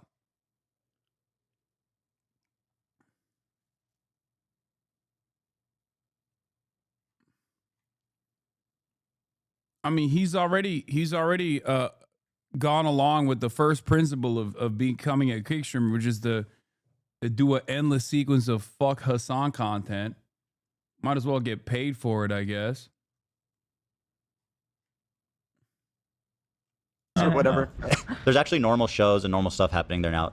And Mr. Beast being on there is a big difference. And I'll tell you guys, I've talked to Kick. We're thinking about multi-streaming. Not moving, nothing dramatic. Just broadcasting to Kick in addition to YouTube. It would change anything for you guys. It's simply a multi-streaming thing. Because I think this competition at this point, it's hard. You can't ignore it anymore because it's coming so big. And now with Mr. Beast there, it's a thing, right? And the competition is important. YouTube and Twitch fucking suck. At live. YouTube at live. YouTube sucks at live. Their bot stuff is great. I feel like after all the drama with Twitch, I always appreciate YouTube. During the quote-unquote manufactured drama of Twitch being anti-Semitic, Ethan never actually turned the fucking crosshair of criticism to YouTube, which still housed, at the time, millions of different fucking anti-Semitic content creators. And now he's going directly to the fucking heart of anti-Semitism, Kick. That is fucking insane, dude. That's actually insane. So much.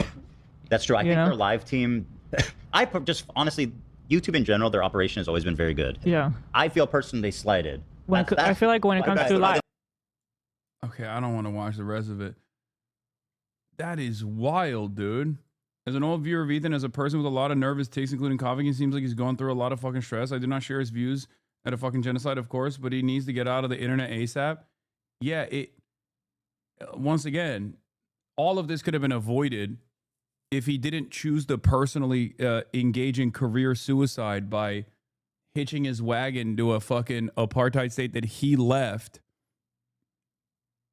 during a genocide that he chose to actively defend by constantly calling out its critics, anti-Semitic, terrorists, and a number of different, like, incredibly fucking violent right-wing things, while also claiming that he was a stalwart ally of Palestinians. Oh my Lord.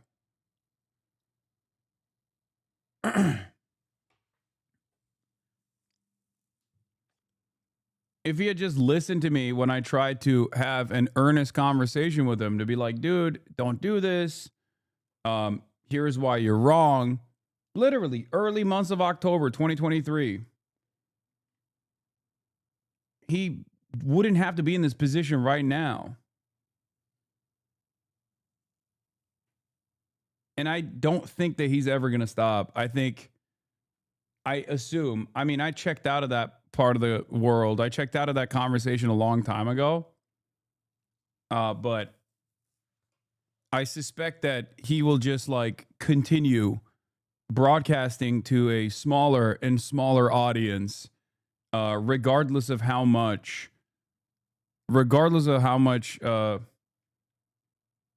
how little revenue it generates. And he'll just keep fucking going crazy.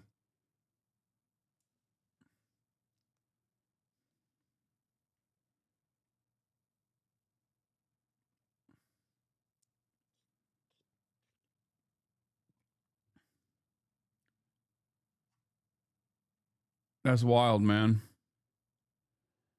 I don't think he also realizes that like a big part of I don't think he realizes that a big part of this, man, I don't even fucking know what to say, honestly. Like a lot of the people that came into his community that like dramatically shifted his community, because every now and then when I go on Reddit, like it shows up on my fucking main page, and the stuff that I see from the subreddit of a community that I was a part of, that I was like literally a fucking host on with the Leftovers podcast, the shit that they say about me on there is mind-boggling. Sometimes I read it and I'm like, is this fucking Steven Crowder subreddit? Like, what the hell's going on? They'll be like, Hasan is a Islamo-supremacist. He hates Jews. He loves the Armenian genocide. He's a Turkish ultranationalist. It's like, it's shocking. It's lunatic behavior.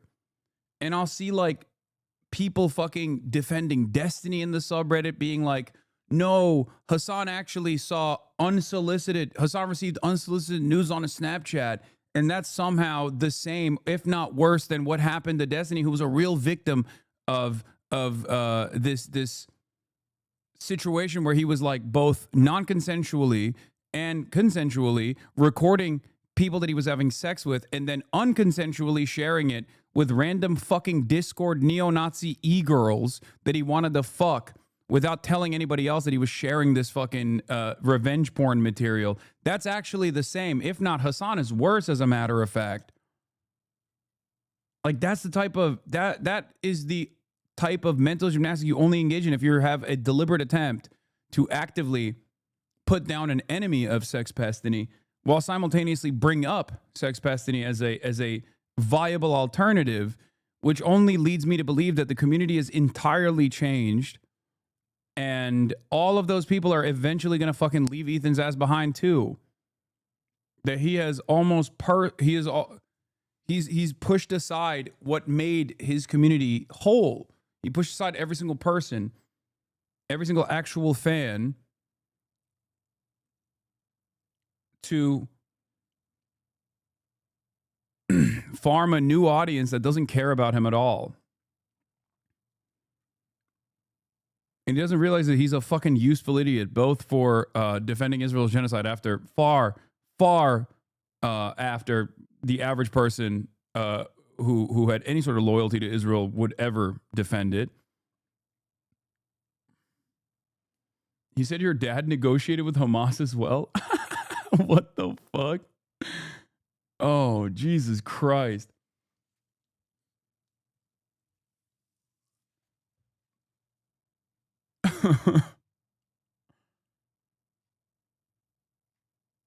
He's slowly transforming into a locale. I think he already is there.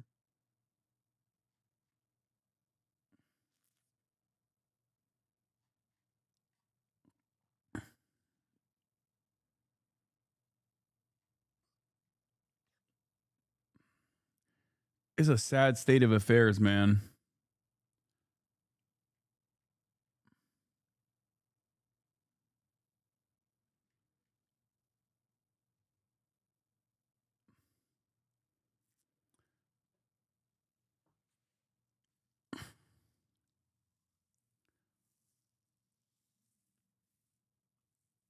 I don't know.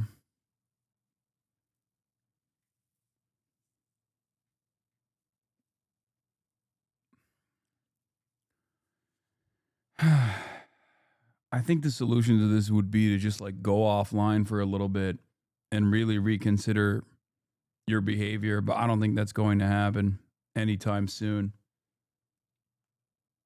You just gave him 100 days of material to clip chimp you and lied to his audience. I don't think it matters. Has he even... Look, I don't really pay attention to whatever the fuck he's up to, but I assume he has not stopped anyway, right? Like, that's usually how it goes. Like, a lot of people will be like, oh, just ignore it, which I do. But it's the same with like... It's the same with sex pestiny. It's the same with Epstein. Like, they don't ever go away. Because like at a certain point, it becomes this the only type of content that they can generate any attention around.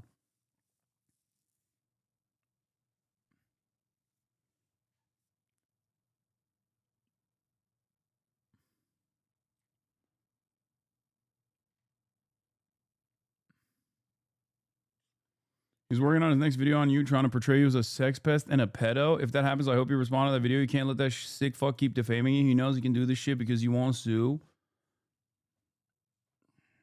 And what are you going to do? No, he was saying the other day you're on steroids. Bro's complimenting you, Lamau. He will stop eventually. I don't think he will. I think he's just going to keep doing it. It is slander. Everything he says about me is slander. And if it's not slander, it's just like incredibly racist statements.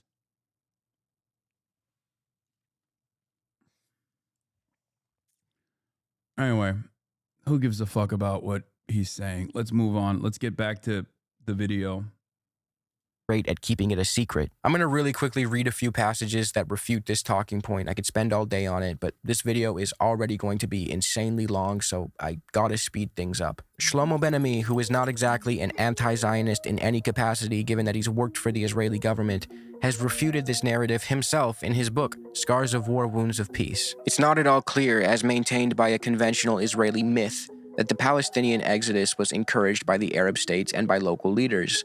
Benny Morris found no evidence to show that either the leaders of the Arab states or the Mufti ordered or directly encouraged the mass exodus.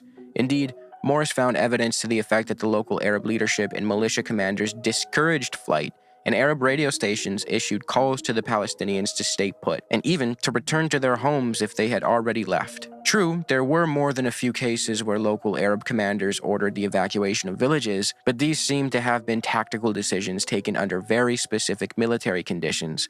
They did not respond to an overall strategy either of the local Palestinians. Also,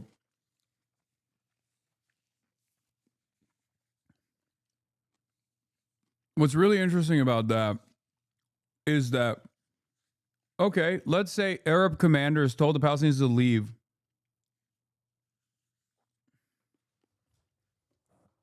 Why did fucking Israel not let them return? They're civilians. Why has Israel not allowed them to return to this day? Like, what are you even talking about?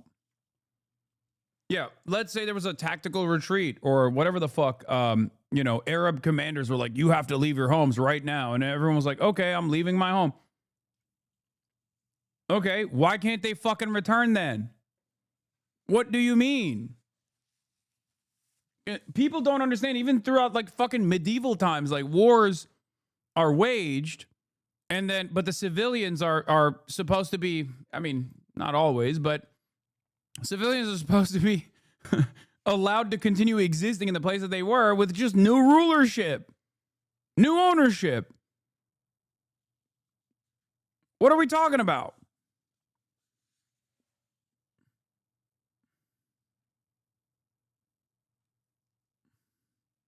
Unless they take people as slaves, which has happened quite a bit as well. Yeah, you can't collect taxes from the fucking peasantry or even rebuild a new standing militia from the peasantry if you kill all the peasantry or you expel them.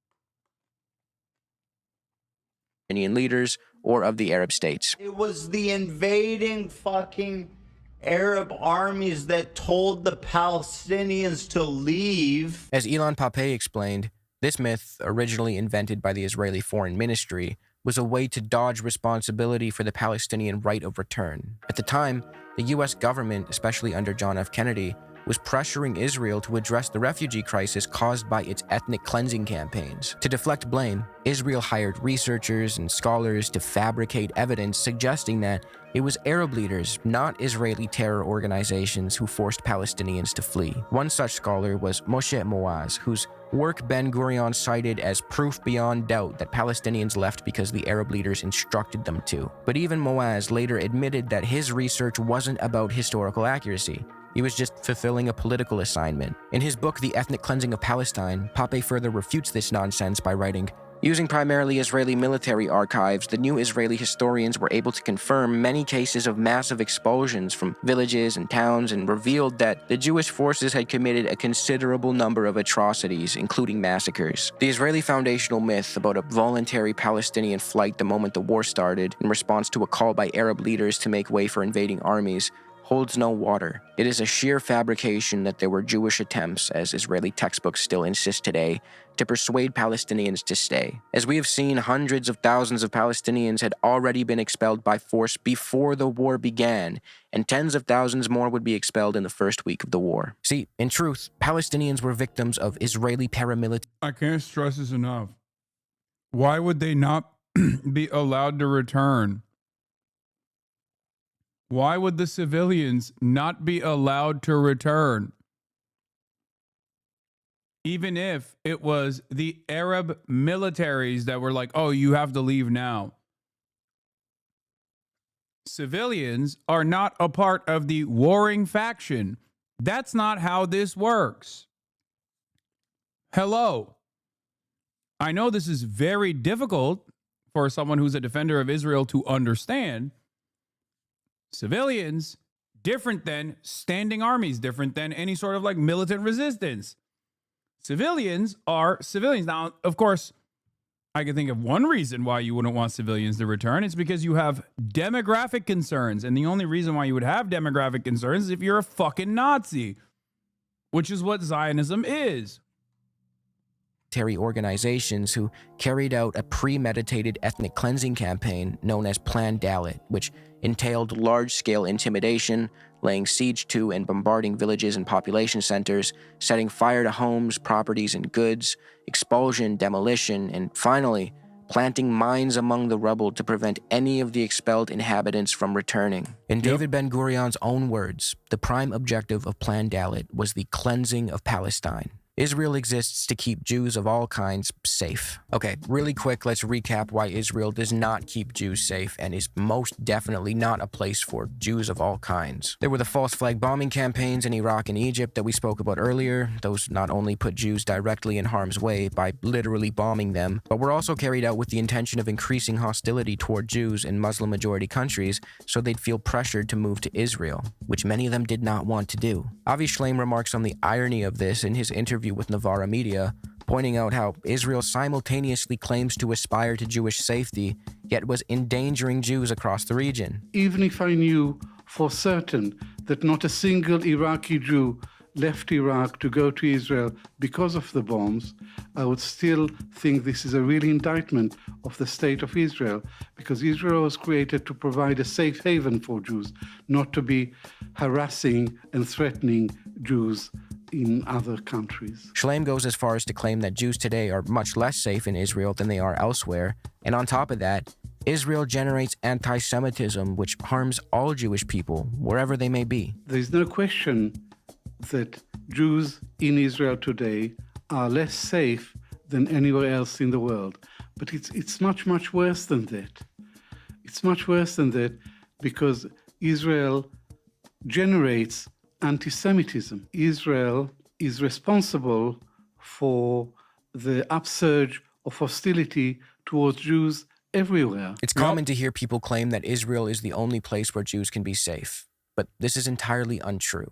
My response to that claim would be, so safe that they need billions of US dollars for security reasons every year, mandatory conscription, bomb shelters, an Iron Dome, and more just to fight the people they perpetually oppress when those people inevitably retaliate? You think a Jewish dude in Brooklyn is in more danger than a Jewish dude in Israel? Give me a fucking break. And to be clear, it's unsafe not because of some barbarous sea of Arabs, but because Israel is an aggressor and oppressor in the region, and colonialism breeds violent resistance. Also, let's not forget about the aforementioned mistreatment of Mizrahi Jews, the transit camps, the Yemenite children affair, the exploited labor, the constant rhetoric about Jews from the MENA region being primitive and backward. Right from the jump, Israel was a project meant to serve white European Jews primarily. This accusation is corroborated by the way the Zionist project treated Jews from Ethiopia and Uganda. Ethiopian Jewish women were injected with contraceptives, some without their consent, others under coercion, with immigration to Israel and further healthcare made conditional on their compliance. The story of Ugandan Jewry is particularly interesting and upsetting. The Abu Yudaya, a community of black Ugandan Jews whose adherence to Judaism dates back over a century, have been the victims of frivolous obstacles and roadblocks when it comes to their attempts at migrating to Israel. Israel's pre-watched again that it doesn't even recognize the Abu Yudaya to be Jews at all. Why? This is quite strange given their 100 years of adherence to the Jewish faith. In stark contrast to the bureaucratic hurdles and, let's be frank, racism the Ugandan Jews faced, South African converts were able to move to Israel relatively smooth. Wait, one more. Russians. There's one other group. South African converts were easily able to come to Israel in the aftermath of the dissolution of the apartheid in South Africa. Very strange, by the way. My favorite, the people who were like, well, this apartheid is done. Let's go to the next one. Like dudes who are just consistent, you know? They're like, we have to.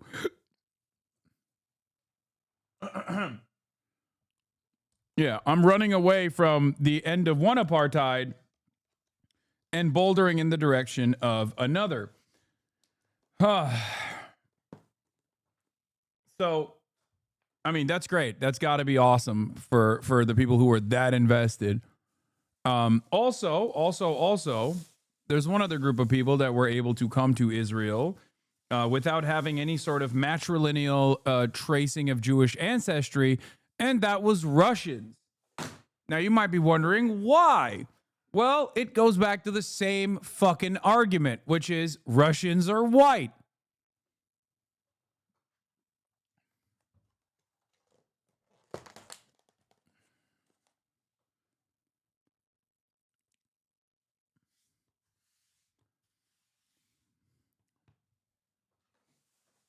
Oh. That is what it is, baby. Smoothly. See, when the South African apartheid ended, some white South Africans didn't want to live in a democratic society, so they made the decision to move to another apartheid regime, Israel. They converted to Judaism and successfully made the move with little pushback from the Israeli state. This Ugandan creator, who is apparently not just Russians, white people from across the Soviet Union. Yeah, that's true. From all across the Soviet Union. It's so funny. They don't give a fuck, bro. White is right. The many children of the late Ugandan dictator Idi Amin, made a quick video talking about the subject, and I'll link it below. The Balfour Declaration settles it. This is a bit more of a niche talking point, but some Zionists will invoke the authority of the British, specifically the Balfour Declaration of 1917, as though that grants the Zionist movement any actual form of legitimacy. The truth is, the British were making all sorts of contradictory promises back in the day. The Mahmoud Hussein correspondence of 1915 to 1916 saw the British promise to recognize Arab governance in the region post-World War I in exchange for the Sharif of Mecca launching a revolt against the Ottomans. This correspondence came before the Balfour Declaration, yet there it is, boys. There it is. The fucking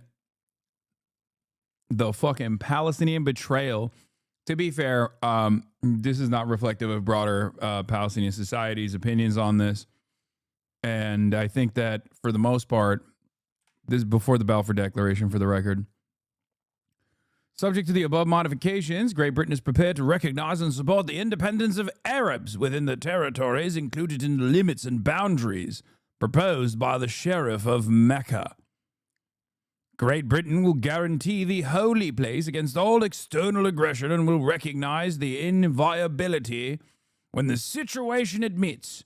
Great Britain will give to the Arabs her advice and will assist them to establish what may appear to be the most suitable forms of government. Yeah. British people, British and French colonial occupation came to the MENA region because they recognized that if they were to take advantage of Arab revolts against the Ottoman occupation, it'd be much easier. Palestinians played a role in this as well. Silver Crow is coping, says Ottoman Turks massacred us and treated us badly. Britain used this to trick us for support. It's just copium. It's all good, you know. Look, I'm not going to hold the little L against you like that, okay? I'm not going to hold it against you. Many Turks do, though. They're fucking weird about that shit.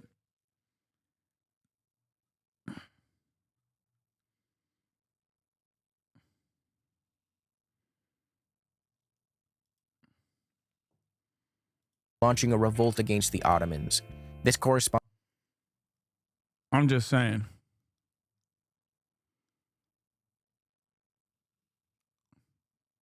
Imagine believing the fucking British, dude. Imagine believing the British. Came before the Balfour Declaration, yet it's not treated with any actual authoritative weight. Furthermore, if we're in the business of respecting the Balfour Declaration, Nur Mashala reminds us that the Declaration affirms that the rights of non-Jews are to be respected. Why the cherry picking about which parts of the Balfour Declaration are important? At the end of the day, the Balfour Declaration was written and backed by notorious anti-Semites who wanted Jews out of their country so they could serve instead as... And the only dude who was against it in the British Congress at the time was, Parliament at the time was a Jewish Bundist. Regional allies in the Middle East. What's his name, like Montague or something? I'm forgetting. He has like a cool-ass fucking name. This document shouldn't be treated with any real legitimacy. The 1967 Six-Day War was a war of no choice. The myth goes like this. In 1967, the Arab countries on Israel's borders were going to launch a genocidal war to destroy the Jewish state. What the fuck was the dude's name, dude? Hold on.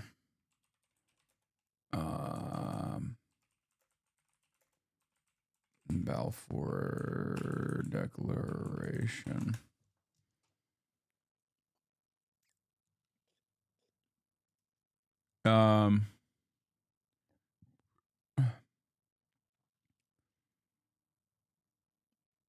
Who was it? Yeah, it was Edwin Montague. I was right. Man, y'all are fucking slow today, dude. Y'all are slow as fuck today. Yeah, one member of the British government stood against the Balfour Declaration, the only Jewish member, Edwin Montague. That's a cool-ass fucking name. Who asked what authority he could have as HM Secretary for India, responsible for dealing with nationalists and Muslims, when HM government proposed to declare his national home was in Palestine. The writer added to the declaration about Jewish rights and status elsewhere owed something to this opposition, but not his alone. Yeah. Don't even, Lake McGroove is 100% correct. Don't even fucking act like you're not Quick Draw McGraw when it comes to drama links, okay? Even the mere mention of Ethan Klein goes, everybody is like dialed in, ready to go. I got 7,000 links in a matter of seconds.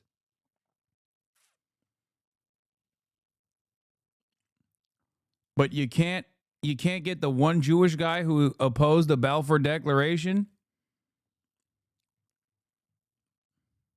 Shame. And Israel had no choice but to launch a preemptive surprise attack and take them all out. So in 1967, the Arabs mobilized for an all-out war. This is going to be the big war where they finally get rid of this nascent Jewish state that is less than 20 years old. And Israel instead launches a preemptive war. Now, the reality goes like this. I love that, by the way. Preemptive war is so funny. Has Israel ever done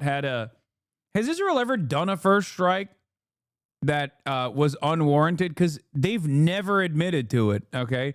It's always just a sequence of incredible coincidences where, like, Israel blows up everybody in the neighboring region, and then they say, oh, we did it because they were going to blow us up already. You know, preemptive genocide is what's going on in Gaza right now, because there could be a hypothetical genocide of all Jews living in Israel in the future somehow. No, that's not Shapiro making up concepts. That is literally the established narrative. That is the established narrative. That's in fucking history books, big dog. That's not like Benny Boy didn't come up with that on his own, I promise. In a period of rising tensions between Israel and its neighbors, largely exacerbated by border incidents, Israel's invasion of Egypt in 1956, deadly Israeli attacks in the then Jordanian-controlled West Bank, Israel's diversion of the Jordan River's water into its national... Yeah, Russia preemptively invaded Ukraine in a preemptive first strike because Ukraine, any moment, the Ukrainian forces were going to fucking roll their tanks into Moscow. Yeah. Yeah, America preemptively invaded Iraq because Iraq was, any moment, Saddam was going to do a Ba'athist 9/11. Yeah. This time, Ba'athist style 9/11 was imminent.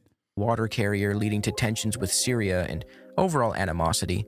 Egyptian President Gamal Abdel Nasser concentrated Egyptian troops in the Sinai Peninsula and closed the Gulf of Aqaba to Israeli shipping. This was his brinksmanship attempt, derived from a legitimate place of fear, to intimidate the Israelis into behaving. Despite Nasser's support for the Palestinian cause, it should be noted that there was a time where he was willing to engage in civil negotiations with Israel. As Pape put it, in the 50s, Nasser was willing to explore the possibility of a deal with Israel which would allow Egypt to have a land bridge with Jordan, as well as the return of the Palestinian refugees from 1948 and the creation of a Palestinian state. Israel was, per usual, uninterested in such a peace. On June 5th of 1967, Israel launched a surprise attack on its neighbors where it took out over 90% of Egypt's air force and enacted similar devastation to Syria's. Since Israel immediately took out the air capabilities of its enemies, it was able to swiftly defeat them as they had no air cover. Israel then went on to claim that they had no choice in the subsequent Israeli occupation of Gaza, the West Bank, parts of Syria, and parts of Egypt were noble, given that they won those territories in a just war that they had no option but to start. However, in truth, Israel's actions in 1967 were strategic and not the result of necessary defensive measures. Israel understood that since its enemies boasted larger militaries in terms of sheer numbers, any Israeli win would be conditioned on a preemptive strike. Israel also wanted to finish what it started in 1948 and occupy the West Bank and Gaza, as Israel believed it would be incomplete without the West Bank. In fact, at the time of the Israeli attacks on June 5th, there was a US-led diplomatic attempt to normalize relations between Israel and its neighbors already in the works. But Israel had no intention of... Very anti-Semitic. Very anti-Semitic attempt. ...providing the necessary time to the peace brokers, wrote Pape. He argues that Israel perceived the moment to be the perfect opportunity to correct history and lay claim to all of historical Palestine. I mean, Israeli Prime Minister Menachem Begin admitted himself that the official Israeli narrative of having no choice was bullshit. He said, "In June 1967, we had a choice. The Egyptian army concentration in the Sinai did not prove that Nasser was really about to attack us. We must be honest with ourselves. We decided to attack him." Israel pulled out of Gaza in 2005. Well, that's the other thing. The Israeli right, yes, it's literal terrorist Menachem Begin, who once was, I believe, outflanked by Joe Biden, where Joe Biden told him that they weren't going hard enough. Way back in the day. But also, there's two speeds in Israeli society. The far right will flex openly, okay, and the liberal Zionist contingency will go along with these with this myth making, with these narratives, make it seem as though it was like a preemptive strike because it was like imminent, invasion was imminent, it was going to destroy Israel, blah blah blah, all this shit, and the right will always be fucking open about their intentions. This is proof that Israel wants peace. By and large, Israelis don't want to conquer Gaza. In fact, they left Gaza voluntarily in 2005. No, the Gaza pullout wasn't done out of a desire for peace or for the sake of the Palestinians. Ariel Sharon pulled the settlers and the army out of Gaza for wholly selfish reasons. First, there was no genuine withdrawal from Gaza to begin with. Instead of Israel's presence directly in the Strip, it moved right outside the Strip and besieged it, exercising control over what goes in and out, water, electricity, and more. Israel was, and still is, the occupying authority. Second, Sharon pulled the settlers out of Gaza so that he could prove on the world stage that such a messy situation was not worth trying in the West Bank. He also wanted to be able to attack and bomb Gaza from the outside without the risk of hitting an Israeli settler. Controlling Gaza from the outside made the most sense for Israel, So that's why they did it. This quote-unquote disengagement from Gaza also allowed Israel to tighten its grip and redirect its focus toward entrenching the occupation in the West Bank. According to Israeli anti-Zionist Tikva Honig Parnas, those who occupied high levels in Ariel Sharon's government were, frankly, admitting that disengagement from Gaza was a U.S.-Israeli scheme that sought the world's approval for continuing other parts of the unilateral project. In fact, despite the early enthusiasm of Israeli politicians, many of them from the Labor Party, when it came to building... Yeah, in 1982, Biden told Begin even more women and children if necessary to get it done. Real freak. Biden has been probably one of the most rabid ultra-Zionists in perpetuity, like in American history. And it's so funny because he's Catholic. Like, he doesn't even have the theological justifications for it at all. He's just been the guy who loves it. A guy who understood, I guess, like Israel's importance and really, really believed in Israel's importance, which is what he famously said with the words, "If Israel did not exist there, we would build it."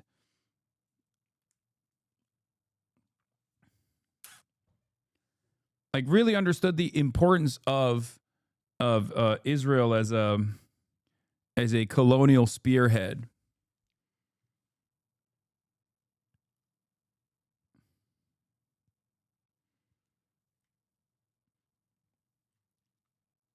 Yeah, he said if Israel didn't exist there as a Jewish nation state, we would invent it.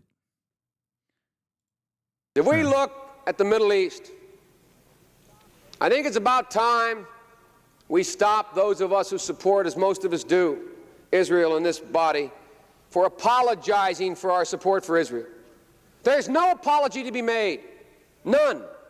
It is the best $3 billion investment we make. Were there not an Israel, the United States of America would have to invent an Israel to protect her interest in the region. The United States would have to go out and invent an Israel.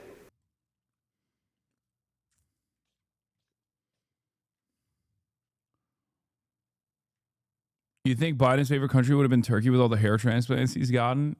Damn. This is why I say he's like such a fucking disgusting monster, dude. What a fucking animal he was. Well, is. He's not dead yet. Settlements in Gaza, by the 21st century, the consensus had shifted to leave Gaza for the sake of keeping the West Bank. In the words of Ariel Sharon's own senior advisor, the significance of the disengagement plan is the freezing of the peace process. Palestinians squandered every opportunity for peace. So I actually have a whole 35-minute video on this topic, so just go watch it. It's very detailed and covers all the main supposed peace negotiations between the Zionists and the Palestinians, and highlights how the Zionists are the ones uninterested in peace. And more importantly, uninterested in justice. I'll leave it at that for this video. If there's anything I missed, leave a comment and maybe I'll make a quick standalone video covering it the way I did with this one. Great video from Overzealots. One of the best and brightest of the new crop of Hasanabi heads making big moves. Okay. Incredible video. Definitely go and watch it. Watch it slower for extra engagement. Comment on it.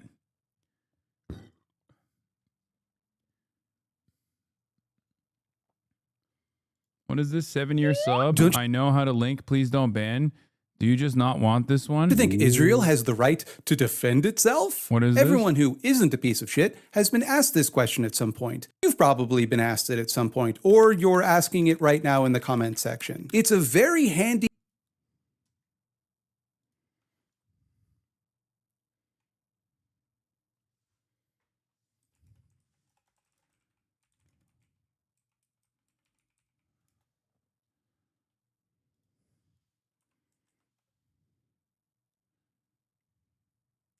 And you get a mention? Really? Don't you love Israel?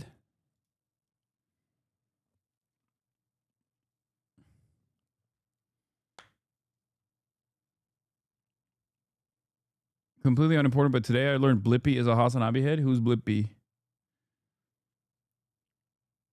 What?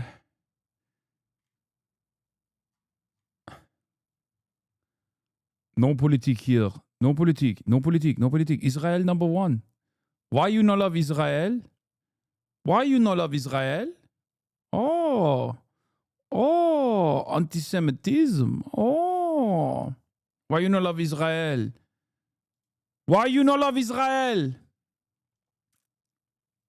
A rhetorical tool for the type of dweeb who wants to sweep Israel's barbarism under the rug. On the surface, seems like a pretty reasonable question, doesn't it? What kind of jerk doesn't want people to defend themselves? A jerk, I wager. Are you some kind of jerk? Prove you're not a jerk. Look a little closer, and I think you'll see the game being played. The question takes for granted that whatever action you were criticizing Israel for was necessarily defensive in some capacity. Now, of course, they don't say that, because if they did, you'd be able to actually argue that point. They simply leave it implied and unspoken, so there's nothing to argue. You're left with a choice. You can either, 1, accept the dishonest framing, concede that Israeli violence is defensive and necessary, thereby granting anything Israel does, no matter how heinous, a certain moral legitimacy, or 2, you can attempt to dispute the framing, thereby handing them the opportunity to present you as simply not caring about the safety of Israelis. Using this method, any shithead can sidestep criticism of Israel for anything.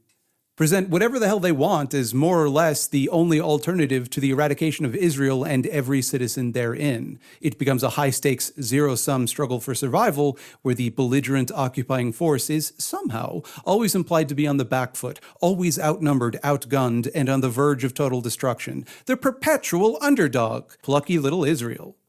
Now, I've always recognized this as a gotcha question. I'm sure you do too. It's pretty obviously bad faith. Still, never really occurred to me until I read this book, The 100 Years' War in Palestine by Rashid Khalidi, particularly the last chapter, which sums up the methods that Khalidi believes have been historically successful in advancing the Palestinian cause, that I realized I've never really had a helpful rebuttal to this question. When pressed, I would usually give some pithy soundbite, something like, the state of Israel is illegitimate, or states don't have rights. People do. Because I knew enough, not to engage seriously with this bad faith line of argumentation.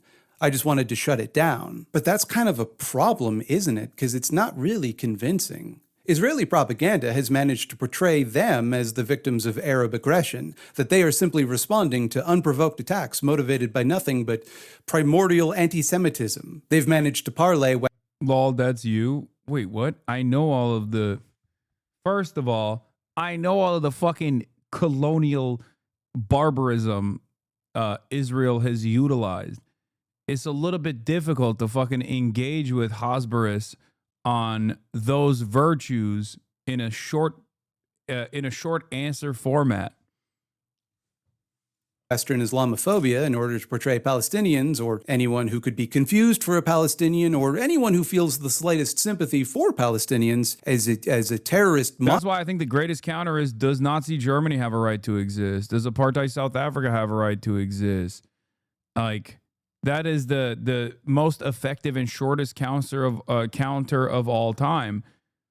And I think that's the best possible counter that you can engage with. Monster person who wants to do terrorism because they're just ontologically evil. That is, of course, what historians call racist hogwash. It's like Colonizer 101 to portray the colonized people as savage, aggressive barbarians being violent to you for no reason. It's the same kind of language that my ancestors would have used to justify their genocidal colonization of this continent, or chattel slavery. I say would have because obviously my ancestors are largely dead, but there are still people saying stuff like that, obviously. And I think you would recognize that as wrong there, right? It's about as wrong as a thing can be. It just doesn't matter for the argument because that all of that is in the realm of facts and material analysis. You're responding to a spooky boogeyman with statistics and history lessons and critical theory, and it's okay, but people are afraid. That's not making them unafraid. It's very hard once people have become afraid to make them unafraid. And if enough people perceive this racist hogwash to be true, waving away the fear which results from that false belief, going to make you look like a real asshole. When you're not an asshole, it's them with the hogwash. They're the ones not washing their hogs. Getting into the weeds of what a state is, when, if ever, one is legitimate, whether or not states can possess rights, and if so, what those rights might be, or any parallels to historical events that the general public likely doesn't know much about, don't really make anyone feel better about the manufactured fear of limitless Arab hostility that Zionists have carefully cultivated. It will be received as simply dodging the question. Rightfully so, because we are dodging the question. It's not a good faith question. We're trying to avoid answering it for that reason. But there actually is a very simple, very effective answer to this question. Do I think Israel has a right to defend itself? Sure.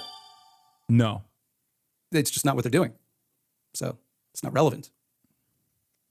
That addresses the root problem with the premise of this question, right? Israeli occupation is the aggressive force in this conflict, and always has been. Any violence that Palestinian resistance has engaged in, whether or not one views it as tactically useful or even morally justifiable from our comfortable little computer chairs oceans away, must be understood within the greater context of an exponentially more violent Israeli occupation. Palestinians, by and large, are not violent. Any violence that Palestinian resistance engages in is not the result of some sort of incidental anti-Semitism unrelated to any oppression they might face from Israeli occupation. It is a response to over a century's worth of deliberate ethnic cleansing and resistance to a supremacist movement, Zionism, which seeks to wipe them and their culture off of the face of the earth. And it always has, and it always will until it is dismantled and destroyed, like all supremacist movements must be. For decades, Zionists insisted, often referring to the state's Declaration of Independence, that Israel could be, and was both, Jewish and democratic. As the contradictions inherent in this formulation grew ever more apparent, some Israeli leaders admitted, indeed even declared it with pride, that if they were forced to choose, the Jewish aspect would take precedence. In July 2018, the Knesset codified the choice in constitutional law adopting the Basic Law of the Jewish Nation-State, which institutionalized statutory inequality among Israeli citizens by arrogating the right of national self-determination exclusively to the Jewish people, downgrading the status of Arabic and declaring Jewish settlement a national value, with precedence over other needs. Former Justice Minister Ayelet Shaked, one of the more forthright advocates of Jewish supremacy and a sponsor of the law, had made the case bluntly a few months before the legislation came to a vote. There are places where the character of the State of Israel as a Jewish state must be maintained, and this sometimes comes at the expense of equality. To ask whether Israel has the right to defend itself is kind of like asking whether foxes have the right to defend themselves from chickens.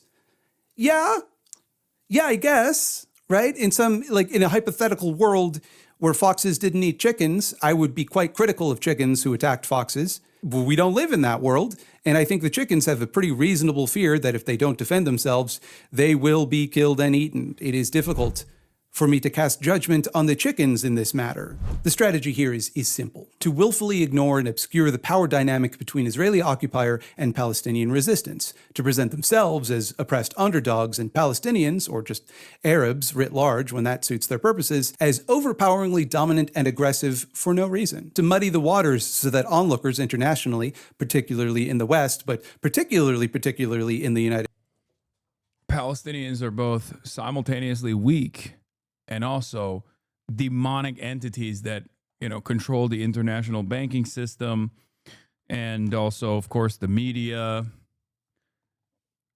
Palestinians have their tentacle in Israeli society. Palestinians are responsible for all of the evils. States get the impression that Israel is either the less violent party in this conflict, which it demonstrably isn't, or failing that all parties are equally violent in this conflict, which they... Yeah, the Palestinians lie about their oppression, Pallywood, Holocaust denial.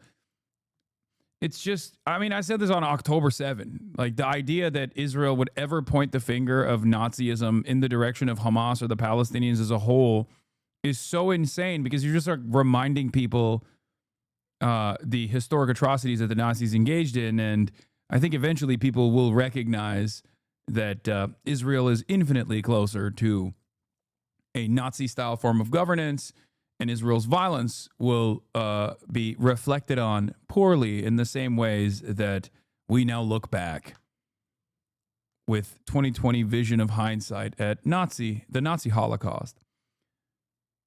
Same with ISIS. Hamas is ISIS. Remember the hashtag Israel tried to make happen after October 7? Hamas is ISIS. Like, Israel is far closer to ISIS than Hamas ever was and ever could be. That's not even a thing. Same with Nazis.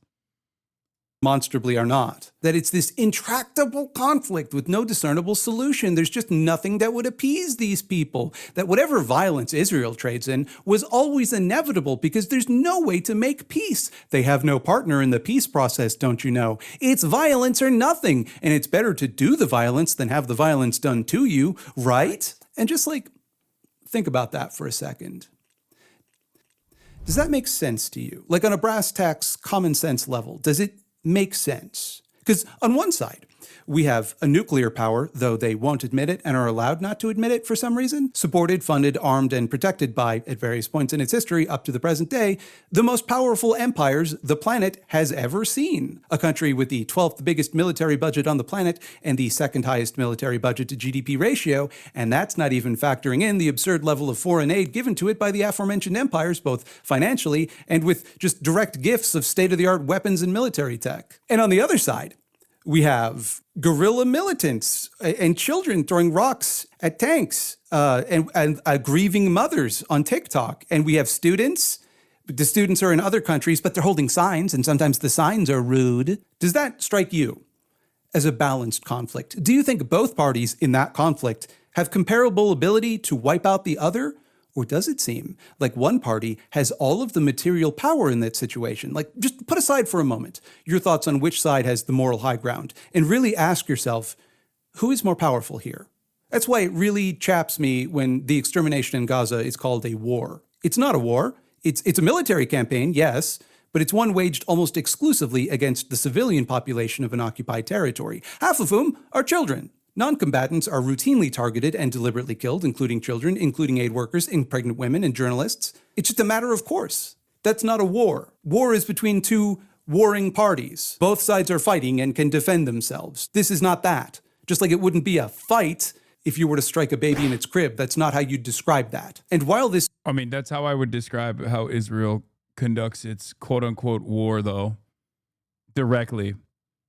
And they don't even punch the baby in the crib. They punch it with a fucking 2,000-pound munition that they got from America. And you're fucking anti-Semitic if you don't think Israel deserves that munition to use on the baby in the crib. You're also doubly anti-Semitic if you think that Israel was not justified in blowing up that baby's crib.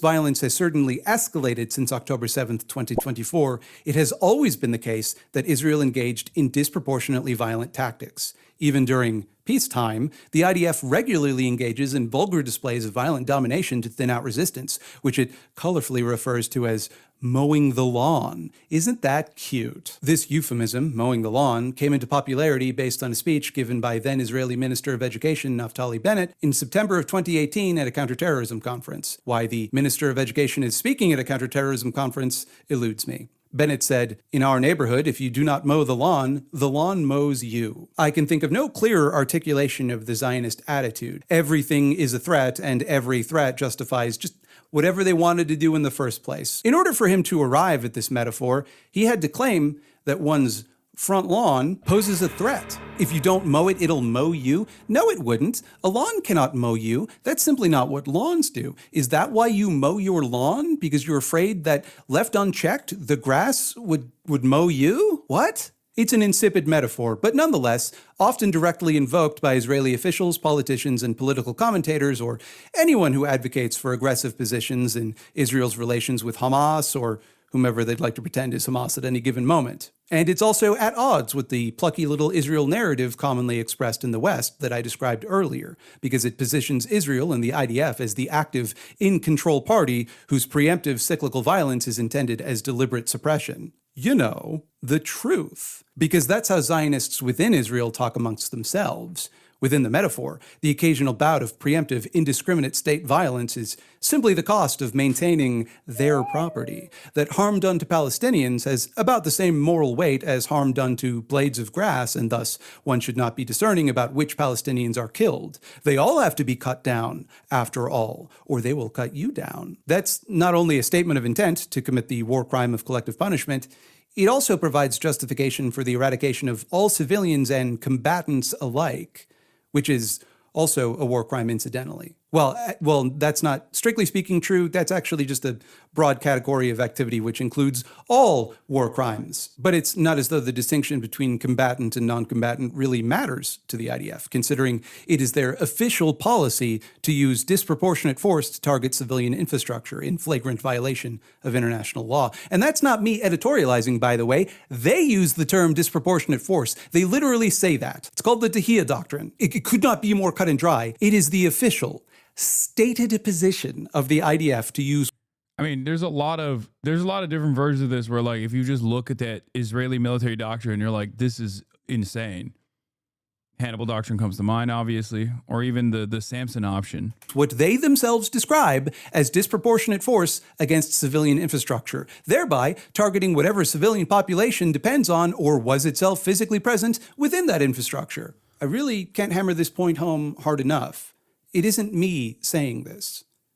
I'm quoting them. This is what they say. This is how they characterize their own actions. And let me just ask, does that sound like the underdog to you? Do they sound like the victims here, the less belligerent party? Do you think a reluctantly violent person would characterize violence as nothing more than a tedious chore which needed to be scheduled in advance and done with mechanical regularity? Do you think a military whose sole intent were to defend itself would use what it itself describes as disproportionate force? Can one even use disproportionate force defensively? Isn't it kind of definitionally aggressive, definitionally escalatory? Do you really believe, in your heart of hearts, do you believe that if one person in an entire village attacks you, that gives you the moral right to kill everyone in that village? Men, women, children, sick people in hospitals. Does that sound like self-defense to you? Should the people having their homes and loved ones destroyed simply accept that?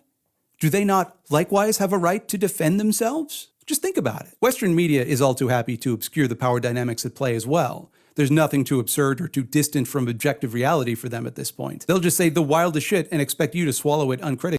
One of the things I saw recently was like, it reminded me of the Onion article.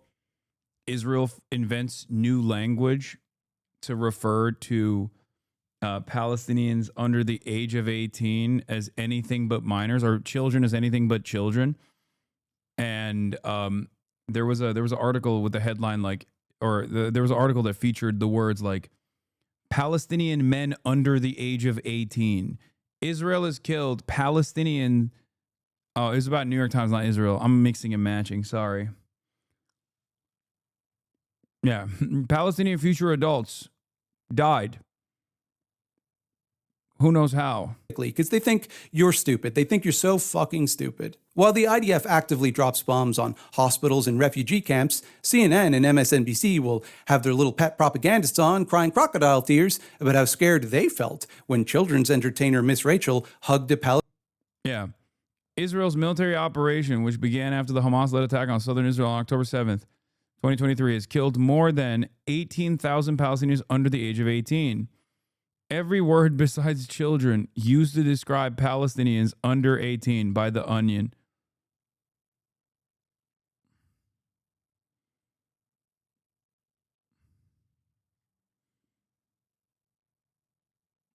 There was one article where it says civilians who had yet to reach their teens. Jesus Christ. Yeah, which is the opposite of former baby IDF soldier slain, ruthlessly murdered inside of his tank. About 2/3 of them did not reach their teenage years. So babies, children, babies, baby children. Yeah. Yeah, tank baby, as opposed to the Israeli tank baby. Former Gerber baby star of Israel, slain unjustifiably and immorally by disgusting monsters. Why you no love Israel? This is former baby, Gerber baby, Gerber baby. Is Israel baby? Former baby. Palestinian child. That made them feel unsafe, targeted even. Unlike, say, a cruise missile, which is defensive. It's a defensive type of missile. They had to defend themselves from the hospital because there were tunnels underneath, spooky tunnels that they built. And then they lied about building, and they lied about having done all of this, despite the fact that they also think it's morally unimpeachable. Because that's what you do, right? That's what you do, is when you do something that you think is right, and you think it's the right thing to do and the right choice, you lie about it. Makes sense. Makes sense to me. Any criticism of Israel, no matter how measured, or the mere presence in public life of anyone who has made such a criticism, we are told, somehow makes Jews feel unsafe in some unspecified capacity. All Jews, I guess, even the ones who directly say otherwise, even when it's a Jewish person, or indeed hundreds of Jewish people or literal Holocaust survivors speaking. Those Jewish people must be silenced violently if necessary, because otherwise, if we don't silence them with violence, they might feel unsafe. None of these dipshits will try to make the argument that anything being said actually makes Jewish people unsafe, mind you. No, it's just that they might be made to feel unsafe. I feel unsafe when you say that it's... That was my favorite tweet in the post-Zoran primary victory cycle. It's like, no, the point is, I'm saying, I don't think he's going to be anti-Semitic. The point is, I think he might be. And when I say it, you have to literally respond to it. You have to respond to it, and you have to straight up listen to what I have to say and abide by my hysteria. Okay, thanks, man. Great. Wrong to blockade an occupied territory, refusing to allow in medical and food aid in order to use starvation and disease as a weapon of war in flagrant violation of the Geneva Convention. I find that triggering, frankly, and I don't want to be insensitive here. I will grant you that it is a problem when people feel unsafe. I don't want to minimize that. That's not nothing. It's just about as close to nothing as anything could reasonably be in this discussion, because, like, you can't specifically complain that you're being made to feel unsafe in order to justify other people actually being made unsafe. Like, I don't think I know how to make that any clearer. Like, it is worse to be unsafe than to feel unsafe, obviously. Do you know what else might make people feel unsafe? If one were to put someone in a refugee camp and then bomb said refugee camp, or like if you were to level an entire city block, or if you were to do all of that and tell people where they should evacuate to and then bomb the place that they evacuated to, do you see how that would create a certain sense of unease? As they lose their grip on the discourse, it's no longer enough for the Zionist that their talking points and feelings are privileged above everyone else's. Now they'll bitch and moan that a counter-argument is even allowed to be expressed, because for once, it is. That anything other than full-throated support of anything Israel does, no matter how violent, is literally terrorism. It should be a criminal offense. It sometimes actually is a criminal offense simply to disagree with them. You should be deported for disagreeing with them. And isn't it so unfair that a major news outlet will allow people to criticize Israel up to and including platforming a literal gamer? I'm thinking about the New York Times doing a gauzy profile a few weeks ago. It's really fucked up. Really fucked up. This gamer, Hassan Piker, who regularly employs awful genocidal rhetoric against Jewish people in the Jewish state. The man making those defamatory remarks is with the Anti-Defamation League. Irony is dead. I say that it's defamation because I don't think it is correct to say that Hassan Piker regularly employs awful genocidal rhetoric against Jewish people in the Jewish state.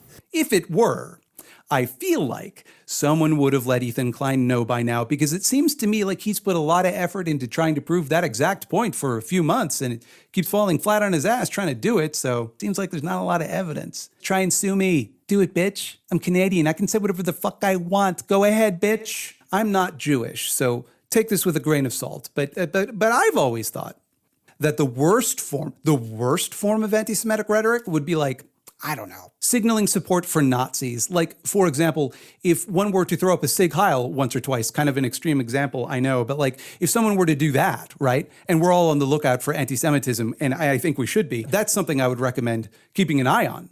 And definitely you wouldn't want to defend it or make excuses for it, especially if that person then later went on to like train their AI using a bunch of anti-Semitic dog whistles, and the AI started calling itself Mecha Hitler, and they seemed okay with that. That's something I definitely would want to monitor closely. Unless, of course, for some reason, I didn't actually give a shit about anti-Semitism, but find it to be a useful rhetorical device to silence critics. But I digress. Here I go. Watch me. I'm digressing. This is me digressing. Make no mistake, there is no equivalence here. Despite the constant stream of propaganda blasted at you to convince you otherwise, Israel is, and always has been, the more violent party in this conflict. There is simply no way that one can massage the numbers where they don't maim and kill exponentially more people. It's simply an unavoidable reality if one looks even slightly at the facts. So in order to maintain the illusion that Israel is the victim, like even the dynamic between anti-Semitism in the West, right, versus Israel's genocide that's currently unfolding. While anti-Semitism is an unacceptable form of bigotry, the reason why we hate anti-Semitism, the reason why we despise it, the reason why we attack anti-Semites is because it sets the stage for genocide. And it has been successfully implemented. The dehumanization that comes out of anti-Semitism has been successfully implemented in the Holocaust. So even though anti-Semitism is completely unacceptable, it still does not meet the standard. It is nowhere near as unimaginably violent as genocide. Okay? Because the entire point is that anti-Semitism could lead to genocide as it has once before. So in the process of doing a genocide, constantly fucking crying about anti-Semitism makes no fucking sense. The exchange of violence, despite committing the majority of that violence, Zionists simply portray Arab violence as intrinsically worse than their own, intrinsically more evil. That violence done to Israelis, no matter why it is done or by whom it is done, must always be acknowledged as morally worse than any violence committed by Israel in comparison. You got to do that before any discussion can be had. The performative demand to condemn Hamas. Will you condemn Hamas? Or will you continue to be silent? But do you condemn Hamas? I think I've made my point. Do you condemn what Hamas did? Do you support Hamas? Do you specifically condemn Hamas, a designated terrorist organization? I just noticed that you've not condemned Hamas. Where was the condemnation for Hamas? Or even some tepid liberal dog shit like extremism on both sides creates the association in people's minds that violence done by or in any way connected to Palestinians is uniquely condemnable, something we must all acknowledge is evil before the conversation may proceed. The moral weight of the violence done It's just a way to offer a permission structure to Israel's violence against the Palestinians, both historically and currently happening. And the current version of that, of course, is literal genocide. Genocide that has not actually been able to properly been swept under the rug in the way that like the Nakba was, for example, which was again an ethnic expulsion, ethnic cleansing operation of Palestinians. That created the Israeli state. So in this situation, still at this point, when the overwhelming majority of the public is like aware of what the fuck Israel is doing and find it to be utterly unconscionable, the notion that like, okay, well, you still have to like say what Israel's doing is wrong by first condemning Hamas is ridiculous. Okay? It is ridiculous.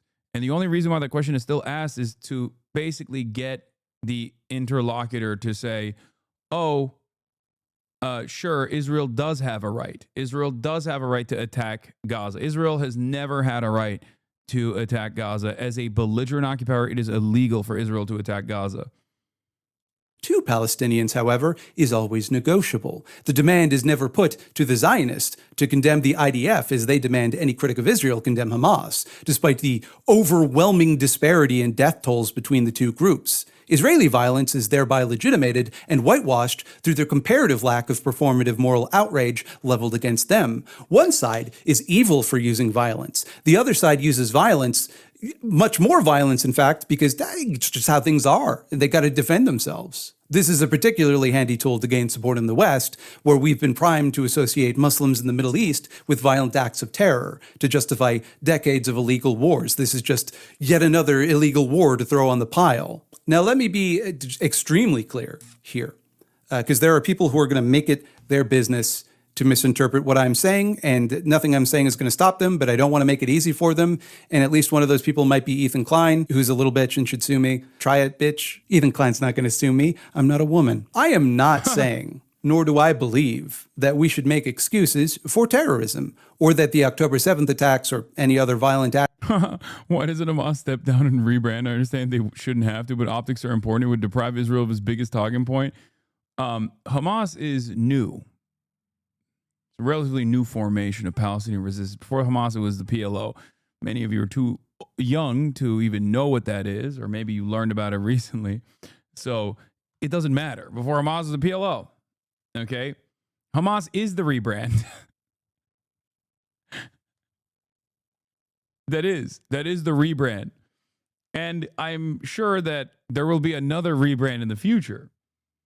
It's just whatever that rebrand is, it will turn into the new evil being. They said the exact same shit about the PLO that they're saying about Hamas right now.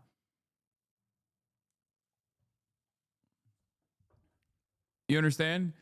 Why won't the IRA rebrand? Well, they also branched off. Why won't the ANC rebrand? Why won't the FLN rebrand? It's just, this is an irrelevant question. It's a completely irrelevant question. That's why I hate that, bruh, you're so lame and obnoxious. What?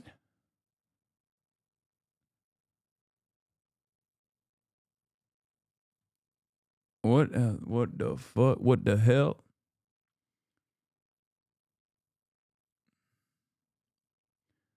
Yeah, they've said the exact same thing about the PLO, about the PFLP, about the DFLP, about Islamic Jihad, about every single Palestinian resistance organization that has come into existence, because the goal ultimately is to deny Palestinians their sovereignty and to deny Palestinians their right to exist, to resist against the Israeli occupation, and to resist against the exist and to resist against the Israeli occupation. Comparing the ANC and Hamas, a very effective argument to those who don't understand resistance. I mean, I don't know if you're saying that as a negative, because some people have claimed that my comparison between the ANC and Hamas is actually like completely unacceptable. I mean, their function is not dissimilar to one another at all. It's just, actively fighting against a settler colonial entity engaging in an apartheid. In any case, the question of rebrand is silly, especially because the genocide is still going on. This is why why don't you condemn Hamas? You love Hamas type of arguments are idiotic, and I do my very best to just like fucking cast them aside, because it's irrelevant. It is completely irrelevant. Like, I don't have to love Hamas, okay, to recognize that genocide is wrong. I don't care about the members of Hamas and their political ambitions or what their goals are. I'm looking at the situation from the perspective of an ongoing 80-year settler colonial occupation built around Jewish supremacy and extermination of all non-Jews in the region for a greater Israeli project, which is unfolding in front of our eyes. It does not matter what my opinion or your opinion is on Hamas, even a little bit, okay? That's it. It's straightforward victim blaming. Action by or in support of Palestinians were good things or permissible or necessary or whatever the fuck it might be convenient for people to pretend I am saying. I'm saying specifically that the demand that these things be condemned before the conversation may proceed is a framing device used to portray Palestinians as uniquely violent, uniquely worthy of condemnation. One does not ordinarily need to condemn terrorist attacks. It is generally understood that terrorism, by and large, my favorite response to condemning Hamas is I condemn Hamas exactly as much as you condemn Israel for war crimes. No, I don't think that's appropriate, because one party here is the overwhelmingly violent party and is responsible for any kind of resistance, any kind of militant resistance against it. And that party is Israel. That's why I say over and over and over again, and I've reiterated this position a million times over, which really pisses off Zionists, which really, really pisses off people.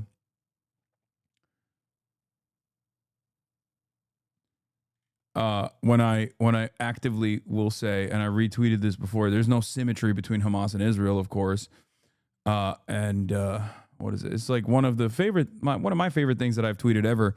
There's no comparison between Israel and Hamas. One is a militant resistance comprised of orphan soldiers born into a 77-year occupation. The other is an ethno-religious supremacist apartheid state with nukes doing a genocide backed by the USA. Israel is a belligerent occupier, does not have a right to defend itself by bombing Gaza. Palestinians, on the other hand, have a legal right to defend themselves against Israel's genocide. Since the media tide is shifting after 19 months, ask yourself why no one ever mentions this. This is a 100% objectively correct statement. It's one of those statements where it's like, you can get mad. You can call me a fucking terrorist all day. You can be like, oh, you love Hamas. You want to hug and kiss Hamas. You are Hasanabi. But you can't call me a liar. No one ever chooses to try and undermine this. No one ever chooses to attack this argument because it is not an argument you can attack. You can only simply say, you're evil, you're immoral, you love terrorism, you want, you fantasize, insert fucking fantastical hallucinations about anti-Semitism here. Okay? That's it. That's it.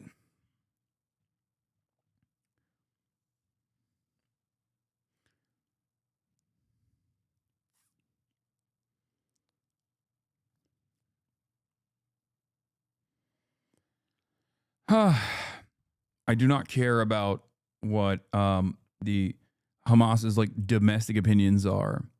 And this is precisely the reason why, as I've shown you before, how many buzzwords can you fit in one post? What a piece of shit.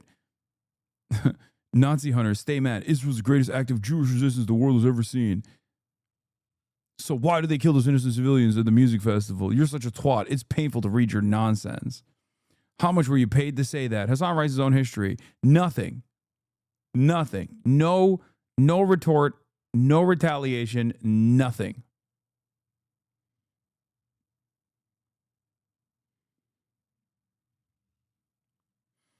At this point, as a Palestinian, when I'm asked if I condemn Hamas, I say, so you think Palestinians are human? Do you think it would be a tragedy if violence was done to me because it forces them to either admit they don't want to answer or show their racism openly? Doesn't matter.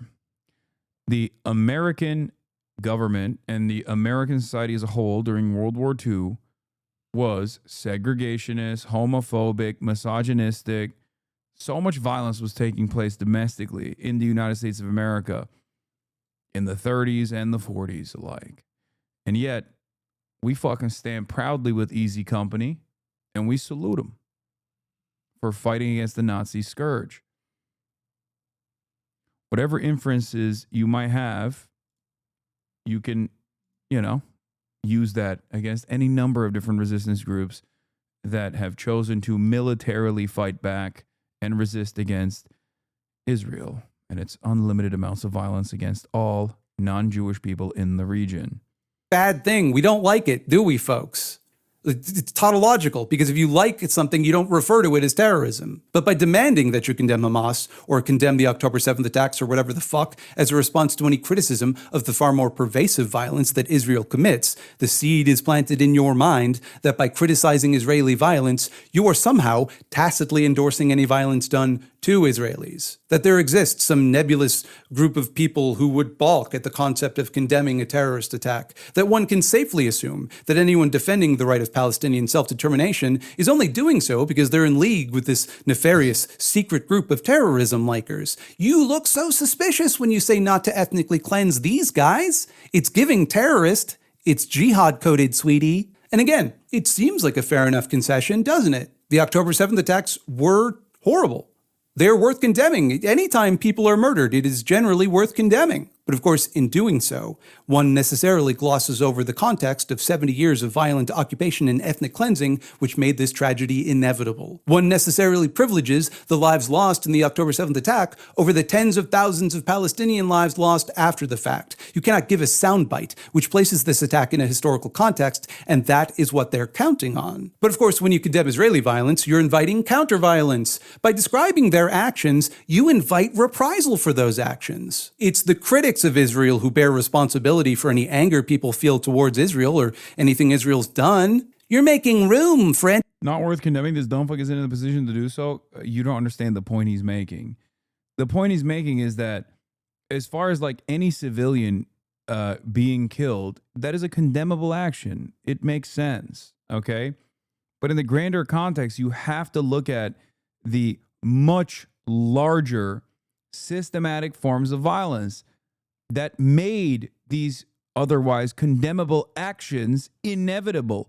What do you mean? He is making a correct point there. He's literally saying, like, it's bad, but what do you fucking expect? And if you think that's bad, wait till you get a load of what Israel has been doing before October 7 and what Israel has done after October 7. That's it. Anti-Semites who might cynically use your principled objections to justify their prejudices. And yes, they might. They might do creators they, them. Oh, my bad. Do that. That's a legitimate concern. Boy, it's a good thing that there's no way to be prejudiced against Muslims, or else we might have to be likewise measured in our critique of Palestinian violence. Isn't it funny how concern for bad faith racists misinterpreting your criticisms... Actually, it's all pronouns? Oh, classic. Classic case of chat.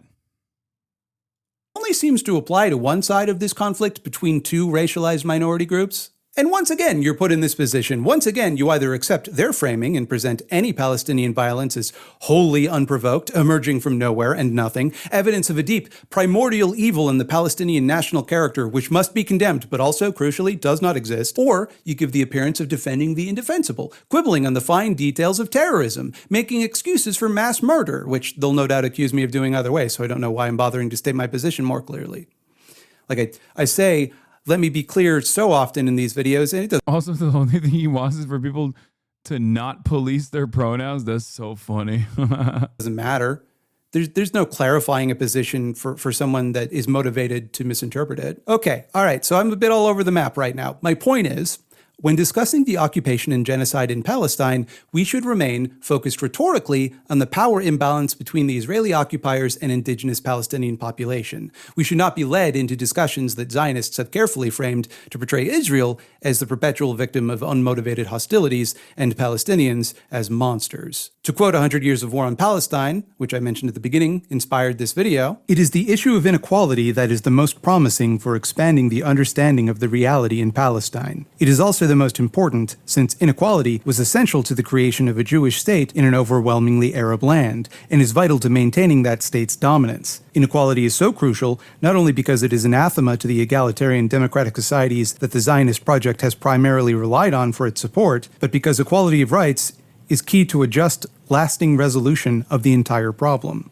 Within Israel, certain important rights are reserved exclusively for Jewish citizens and denied to the 20% of citizens who are Palestinian. Of course, the 5 million Palestinians living under an Israeli military regime in the occupied territories have no rights at all, while the 500,000+ Israeli colonists there enjoy full rights. This systemic ethnic discrimination was always a central facet of Zionism, which by definition aimed to create a Jewish society and polity with exclusive national rights in a land with an Arab majority. Even as Israel's 1948 Declaration of Independence proclaimed complete equality of social and political rights to all its inhabitants irrespective of religion, race, or sex, dozens of crucial laws based on inequality of rights were implemented in the ensuing years. These severely restricted or totally banned Arab access to land and to residency in all Jewish communities, formalized the seizure of private and collective property of non-Jews, and prevented most indigenous Palestinians who were made into refugees from returning to their homes while giving... Like, Israel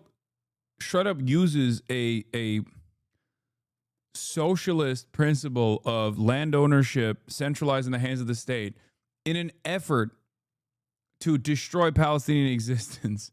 It's so fucked. Another great example of how National Socialism, Nazism, ends up focusing on the former rather than the latter. Nationalism is always a higher degree of importance. And socialism, as long as you abide by it, is simply a means to an end. It's not a real thing.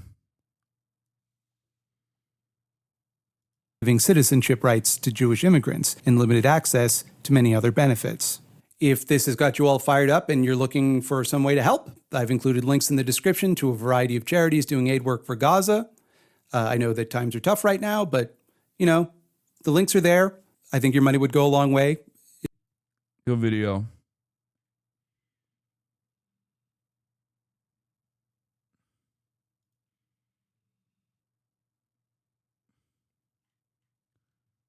Thank you for watching that. You're welcome. You guys really want me to watch the Toss Line video.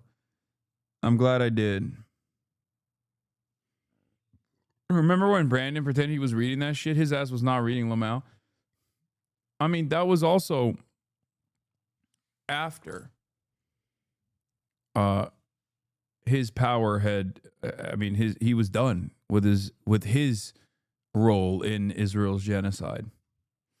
So I thought the Greater Israel Project was an anti-Semitic myth. I'd love to hear liberal Zionist defense of this one as it becomes official Israeli policy. Remember when they said that we were out of our minds when we warned that Israel's goal in Gaza was ethnic cleansing and settlements? Now they'll say the same thing, but we'll be right again.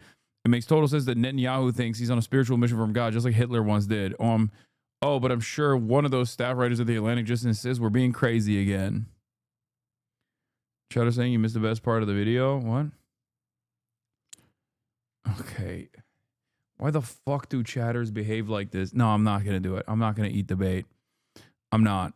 You motherfuckers love doing this, and then I watch it, and it's not, like, worth relitigating at all. It's the classic, oh, go back. You missed the spot. Go back. You missed the spot ass bullshit every fucking time. And I feel like in most circumstances, like, you only want me to do it because you just have, like, an autistic desire to watch a video to completion.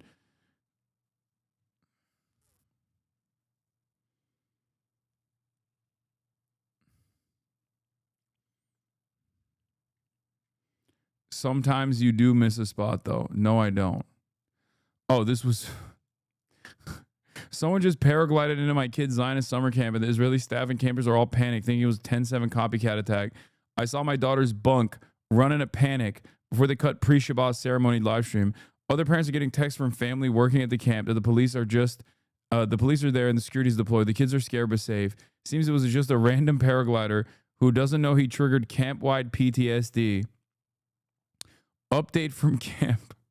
We're sorry today's Mifkad live stream ended early. Mifkad was moved into the Beit Knesset when a few paragliders flew low overhead and caught everyone's attention. They've now passed. All is calm, and the campers are happily heading into their regular Shabbat tefillah.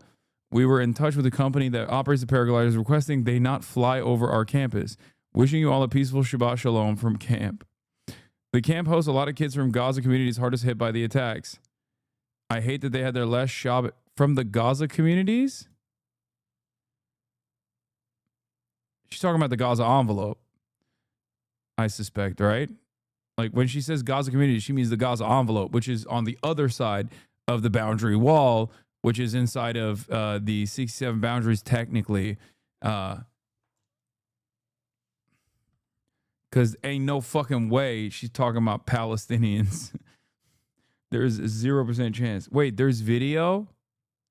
Here's the moment at Camp Moshava, a religious Zionist camp. See the paraglider in the sky. The kids are fine, smiling and having fun. They're not panicked, they're traumatized, but some adults decide to freak out for no reason. Zionist histrionics is the real source of harm.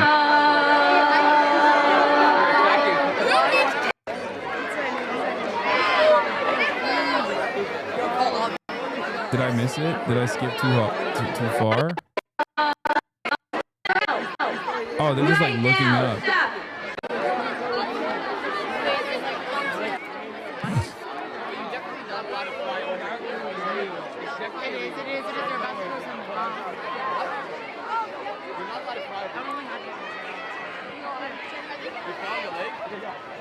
Did he actually fall Okay, some people are running. They were panicked. Some people were.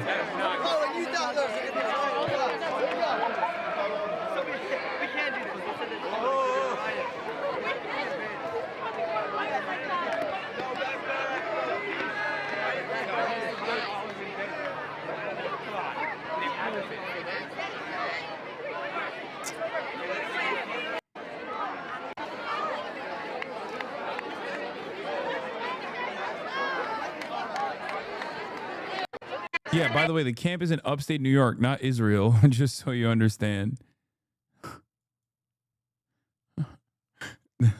It's not like... Yeah, this is not... Oh, you guys thought this was... Yeah, I don't think this is in Israel, chatters. This is in America. Why would Bethany Mandel's fucking... Yeah, the camp describes themselves as religious Zionists with the goal of getting a new generation of Jewish Americans to immigrate to Israel to become the next Ben-Gvirs and Bezalel Smoliches. You have to laugh at the mention of social justice in the context of religious Zionism. Thankfully, it was only a paraglider and not a free parking sign, or real chaos would have ensued.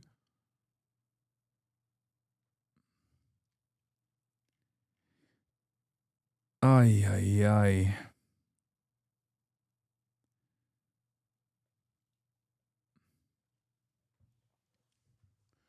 I thought the tweet was fucking satire. Oh no. Bethany Mandel does not fuck around. Someone just paraglided into my Zionist kids summer camp. My kids Zionist summer camp. Oh, it's in Pennsylvania.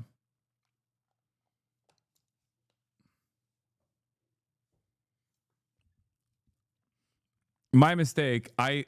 Guys, I thought it was established. I thought you guys understood that this was, one, not a joke, even though it's structured like one that like Nick Mullen would come up with. And two, it was not in Israel, but in America. Yes, this is also not the first time this has happened. Didn't this happen in England? Where like, or was it Australia? Yeah, oh yeah. Doncaster paraglider group who scared woman who mistook them for Hamas brands her silly.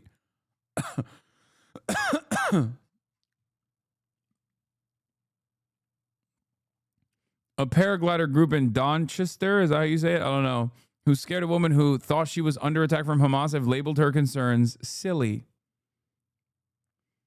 She wrote on social media, whoever thought it was funny to parasail over the village, it was an extremely poor taste. Take your twisted hatred somewhere else.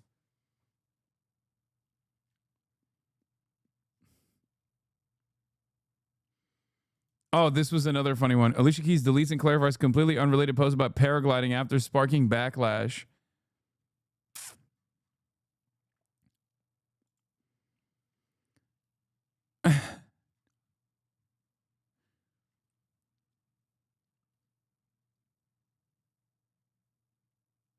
What is this? Dan can't stop tweeting about you. That's if this clip is really the gift that keeps on giving. Lamau. The U.S. State Department suspended all visitor visas. This is so fucking. I don't think you should send me fucking Dan Stalkman, Diddy Dan tweets, dude. Please don't do that. I shouldn't have clicked on it. Who gives a fuck what he has to say? He's a goddamn loser. We're over here having fun.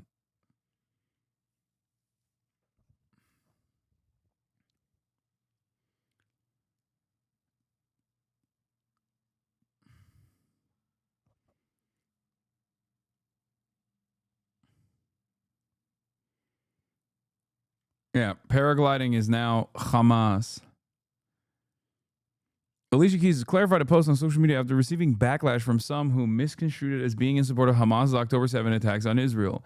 On Monday, the R&B superstar 42 shared a photo of herself on Instagram wearing a green and brown moto jacket and made a reference to paragliding in the caption. What would you do if you weren't afraid of anything? Tell me your truth, she wrote. I've had my eyes on paragliding. Eye emoji, eye emoji. Because paragliders were used as a part of Hamas's infiltration of Israel, per AP, some Instagram users interpreted the Grammy winner's post as being anti-Semitic and insensitive, and alleged she wore green in reference to the Hamas flag.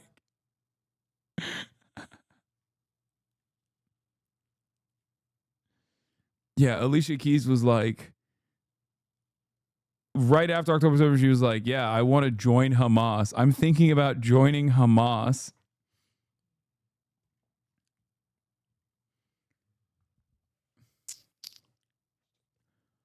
I mean, there was some really, really insane shit that Israel defenders did right after October 7. You know, aside from starting and defending the genocide of the entire Palestinian population of Gaza. But there were doxing trucks that were sent to every single major college campus, like on October 8. It was the most insane shit. It was collective psychosis.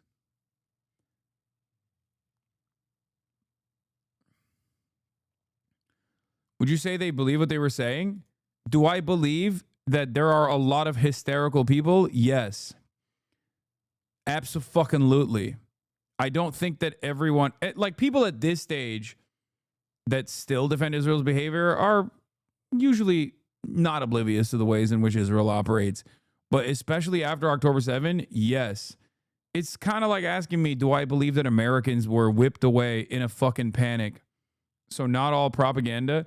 No, the propaganda comes before. The point is, it's hysteria. It's collective psychosis. It's mass hysteria. So it's not, you know, you're not supposed to take it serious. What do you mean? Just like you don't, I don't know, listen to the fucking guy who's yelling at you at the bus stop and be like, well, this guy's got some good political opinions. President Trump and Ukrainian President. You just have to be like, all right, dude. Mass hysteria excuses them of their crimes, not mass hysteria. Is deliberate fascist and colonial tactics.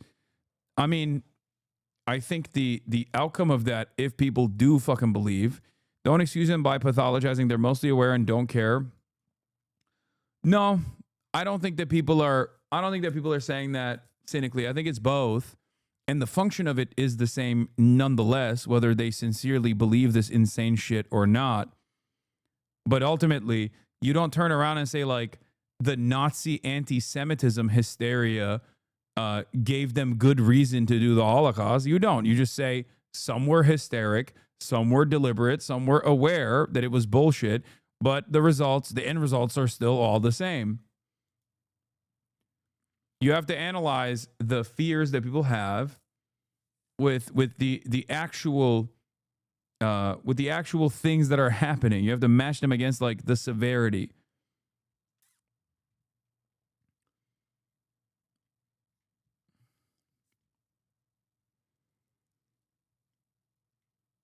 President Volodymyr Zelensky say they will meet Monday at the White House. The news coming hours after Trump's high-profile Alaska summit with Russian leader Vladimir Putin, which ended without a deal or an agreement to end the Kremlin's 3-year war on Ukraine. It was Putin's first time back on U.S. soil in more than a decade. He received a grand welcome, complete with a military flyover and a red carpet rollout. After their 3-hour... Yeah, he's going to bring Zelensky over to be like, it's time for you to apologize to Vladimir Putin. Sit down, Putin said he and Trump had reached an understanding. President Trump returned to Washington, D.C. early this morning, speaking with Zelensky and other European leaders on the flight home. Nancy Cordes begins our coverage in Anchorage, Alaska. Nancy, good morning. Good morning, Dana. Yeah, and President Trump used that 7-hour flight back to Washington, D.C. to hit the phones. He spoke to Zelensky. He spoke to NATO leaders to brief them on what he had discussed with Putin. And in that Truth Social post this morning, he said that he is meeting with Zelensky on Monday and that if that conversation goes well, he will then set up a meeting for all three leaders. But if Putin made any concrete steps towards peace in this summit, President Trump did not reveal them, either here in Alaska or on his way home. President Trump and Russian President Vladimir Putin both left Alaska Friday, hours ahead of schedule, after a 12-minute public appearance in which they did not take questions. There were many, many points that we agreed on, most of them, I would say, a couple of big ones. that we haven't quite gotten there. President Trump didn't elaborate, leaving many to wonder whether the two leaders made any true progress towards a ceasefire in Ukraine. Now it's really up to President Zelensky to get it done. In an interview before heading home, Trump seemed to suggest it was now Ukraine's responsibility. I think the meeting was a 10 in the sense that we got along great, and it's good when... Yeah, it's a 10 out of 10 because the sex was incredible.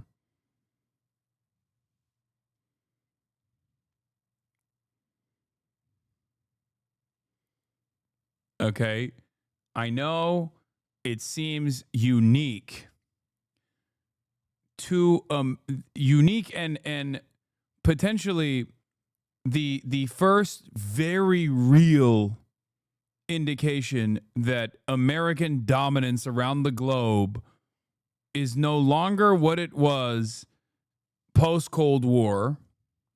Okay, but while many naysayers will say, "Oh, you brought Vladimir Putin here and you extracted zero concessions out of him and seemingly got nothing in return, with the exception of like him saying this war would have never started if Trump was still president." But the sex was awesome. It was good. You know, two big powers get along, especially when they're nuclear powers. The two men did get along, especially at the start of the summit, when President Trump greeted Putin on the tarmac like an old friend and even invited him to run. I'm telling you right now, I don't even... Liberals might get mad at me for saying this, but my approach to this subject is actually a little different. My analysis of the events and what it spells, what it means, is different than you know, Trump loving Vladimir Putin or whatever. Obviously that much is real, but I don't know how much Trump could do in this situation. And I don't even know if Joe Biden could have done anything different in this situation either. At this stage. Like, I look at the events that unfolded as, I don't give a fuck if people yell at me for saying this. I think America was like, we're the United States of America. We can give unlimited weapons to Ukraine, and we can just like keep this managed conflict that withers away the Russian military without losing a single fucking active duty service member in that time frame, and that $50 billion plus budget hole that we have after withdrawing out of Afghanistan can directly go to Ukraine instead. And it's a much better version to engage in like this kind of proxy war. And I think like, especially after the first big push, the success of the Ukrainian defenses, when Putin went all the way into Kyiv, caused the Western military industrial complex backed politicians to assume, oh, this is great. Like, we can just like we can actually continue a war of attrition. And they did not suspect that Russia would be able to harden their position deep into eastern Ukrainian territory and basically take over 20% of Ukrainian land and even make more territorial gains as recently as this past week. And I think America thought Ukraine could like at least be in a constant state of defensive posture without losing this many combatants, without losing this many people on the defensive side, and that they could just like keep slow rolling arms shipments into Ukraine.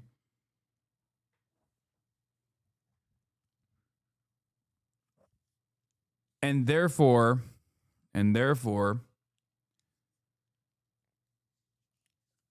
at this stage, it's like there's not really much America can do, especially as like defending Ukraine predictably, as I said over and over again, was inevitably going to be unpopular because Americans are very selfish anyway. And in spite of all the media pushes initially, people eventually lost interest. Add Israel into the equation, and now our already limited runway is now going to Israel, so that Israel can do its genocide. And here we are. That's it. Like I think I don't necessarily think that like Donald Trump is going to be able to do anything different than whatever the battle lines have created as a reality. Mearsheimer told Ryan Grim that the summit happened so Trump can avoid imposing secondary sanctions on India as he promised. That also kind of makes sense. To make it seem as though like Russia is actually invested in the ceasefire. Is that what you mean?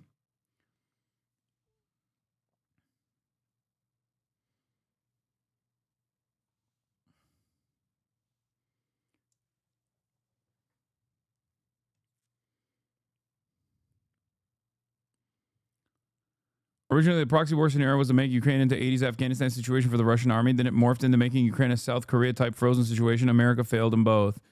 Yes, I see that.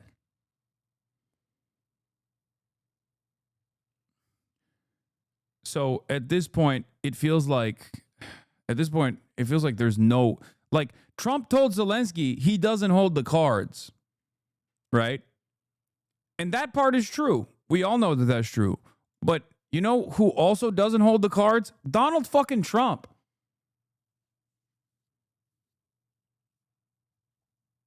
That's it. It turns out America also doesn't hold the cards because guess what? Putin invaded Ukraine, fought against all of the Western weapons that were sent into the country in the hands of the Ukrainians, and was able to successfully push 20% into Ukrainian territory. 20% of Ukrainian territory is now annexed by Russia. Their positions have hardened. They're pushing even further, and it's just going to, I guess, end when Russia chooses to end it. Like, what more could you do? You hit the mother of all sanctions. I guess, like I said, the only thing you could do is sanction secondary markets, which would cook the energy markets for Europe, and also push away an important ally against China, which is India.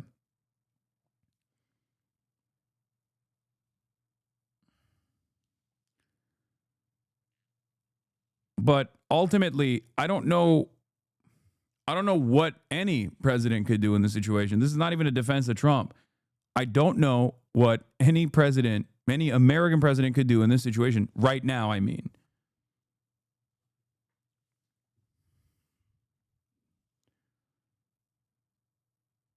I don't think it's even Trump trying to get a fucking... I don't even think it's Trump trying to get like a Nobel Peace Prize here. If Trump really, really, really wanted a Nobel Peace Prize, he'd just get Israel to stop. It's that simple. And he would deserve the Nobel Peace Prize if he did that over Biden. For sure. But he's not. He's not doing that. So it's not going to happen. Fuck him. I mean, they might still give him one because the institution is morally bankrupt, is fraudulent, but...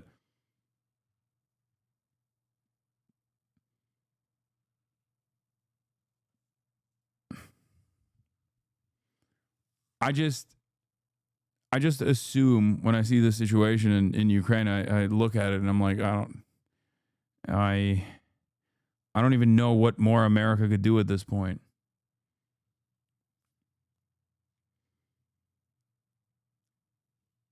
I guess they could just like keep giving weapons to Ukraine, but Ukrainians don't want to fight. What are you going to do? I guess arming the Ukrainians that do want to continue fighting is one thing.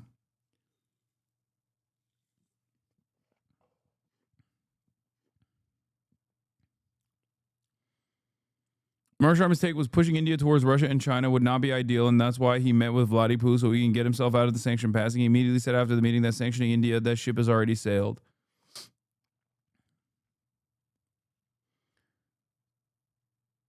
Yeah. Now either Ukraine pulls a Vietnam or the East is forever gone. No, there is no Ukraine pulling a Vietnam, dude. What are you talking about? Ukraine already had a reverse Vietnam situation. Like, Vietnam was armed and trained and had a standing military and anti-aircraft weapons outside of the popular forces like the Viet Cong. Okay? They had that. And they succeeded. The terrain was different. It was a different set of circumstances.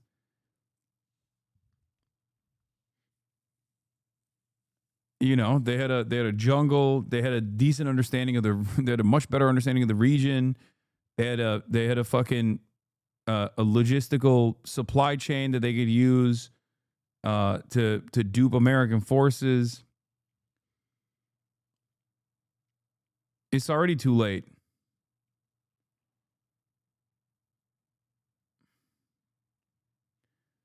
Giving news to Ukraine means we materially culpable for a weapon. Should they use it to Russia to attack and they respond with one as Jover like Jover? I don't know, but I don't think America's going to be able to give Ukraine a weapon. That is fucking crazy. Y'all are insane. Ukraine is halfway into this mess because America took away its weapon, its nuclear weapon.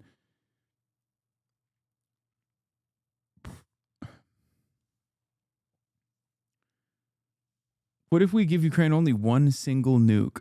Okay. Trump's admiration for Putin is about his love of tough guys and ideological alignment around nationalism, but I'm coming to the realization it's also because Russia is just very big. Trump is a pre-kindergartner and sees lots of land on the map and believes this confers status.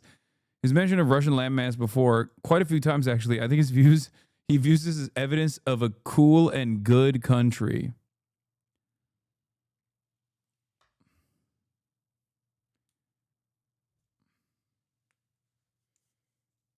I could see that.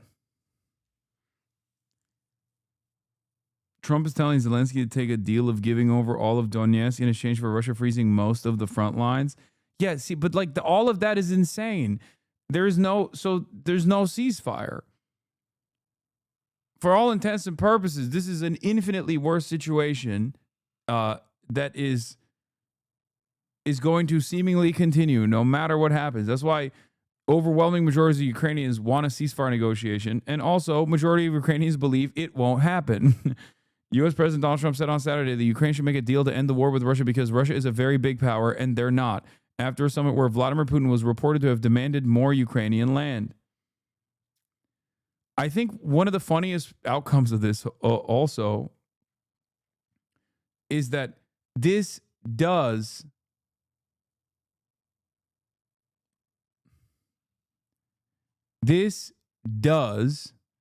unironically show the rest of the world that America is no longer the big dog in town.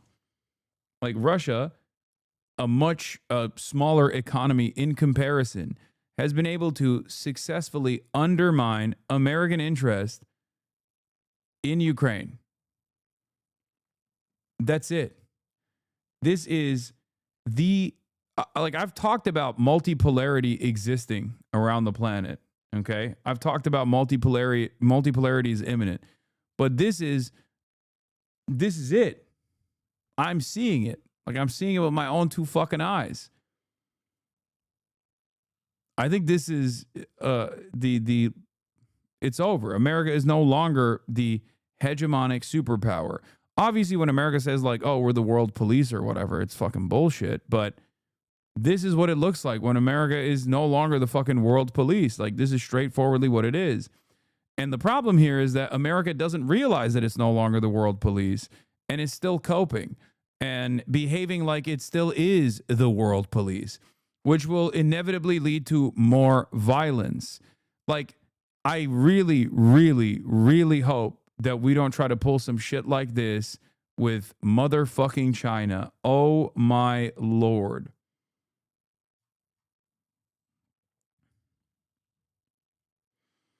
I hear what you're saying, but this may be short-sighted. Putin has been doing this in the U.S. for decades at this point. No, never to this degree. Not even close. That's crazy. You can't use Georgia as an example. Doesn't come near what is going on right now. And you certainly can't use Crimea as an example. Once again, doesn't come near what has taken place. There's never been something like this. This is This harkens back to like Cold War era defeats. And even then, obviously America won the Cold War. Socialism, communism, all of that was lost in the process. The USSR dissolved. Especially in the post-Cold War era where America was a singular power, the singular force on the planet.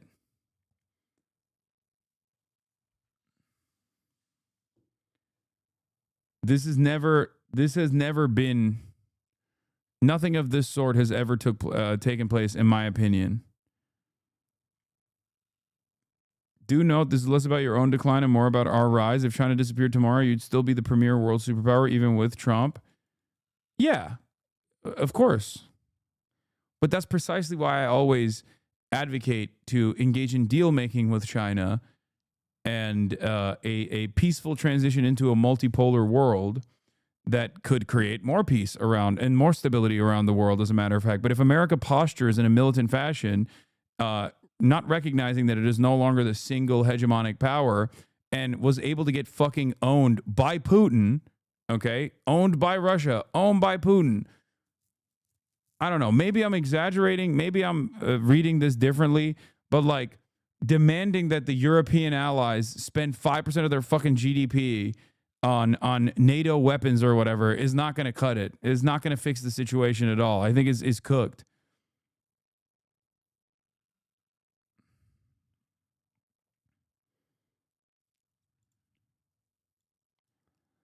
Hey, Hasan, how serious are those American troops coming to Latin America? Should I get worried?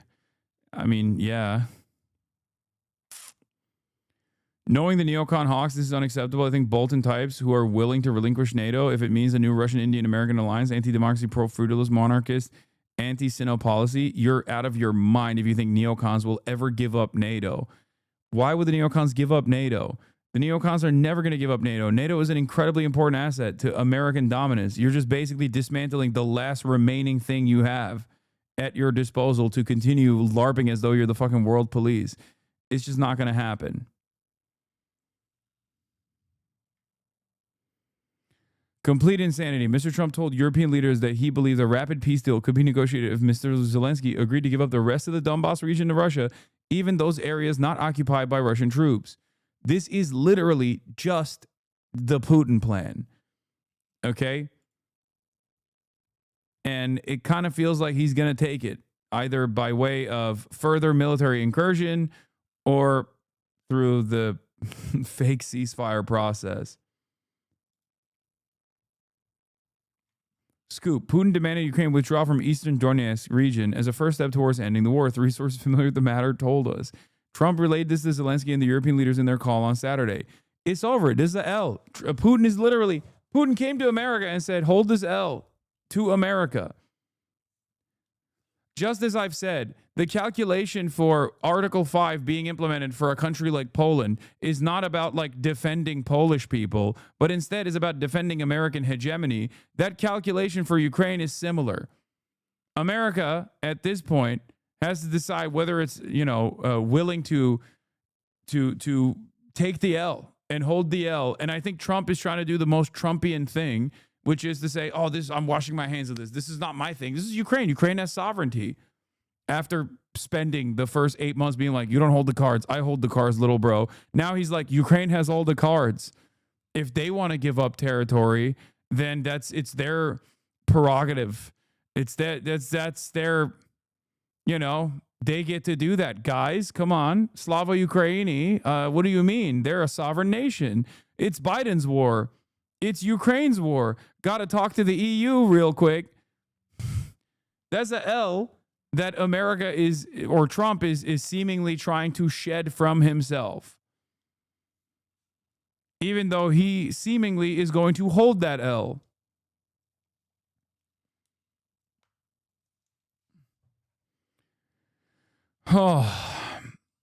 Trump relayed this to Zelensky and the European leaders on their call on Saturday.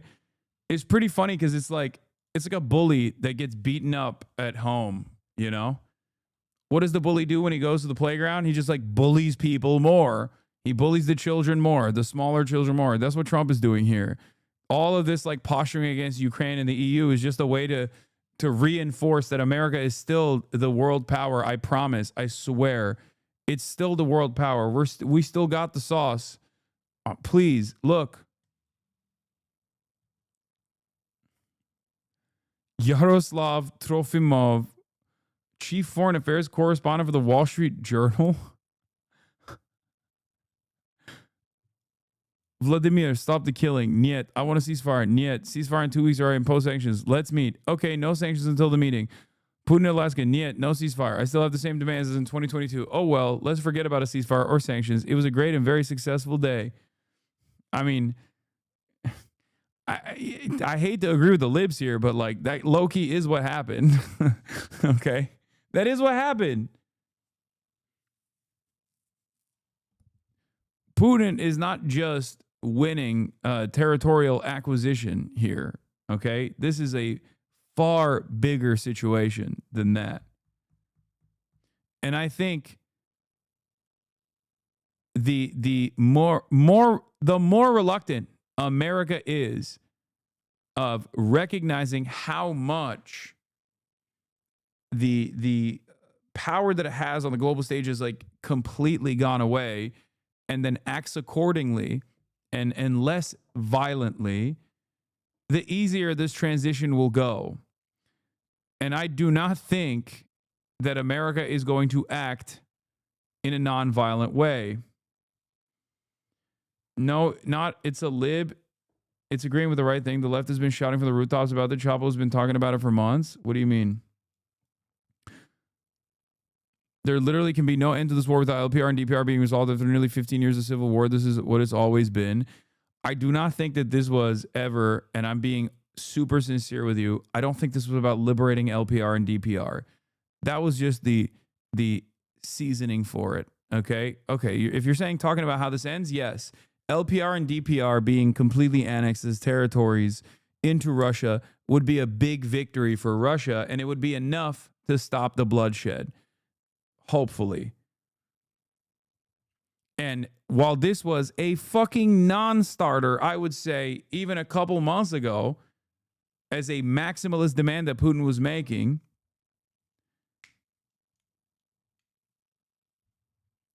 right now, it seems like it's going to be the only game in town. Why? Because there's no other alternative.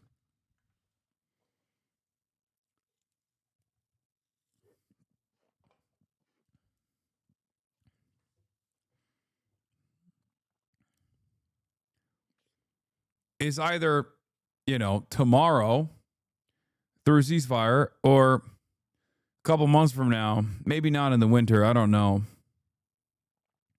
Yeah, the DNR, LNR don't even exist anymore. Legally, they're oblast of the Russian Federation.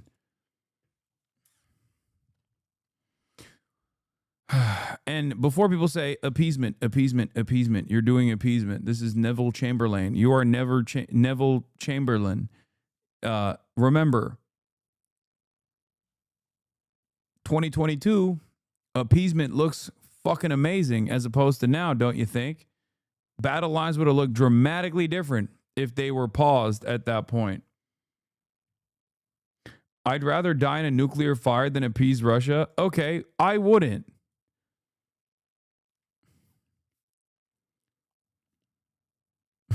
That's crazy. This would be significant. President Trump told European leaders that he was open to offering U.S. security guarantees to Ukraine, according to several European officials.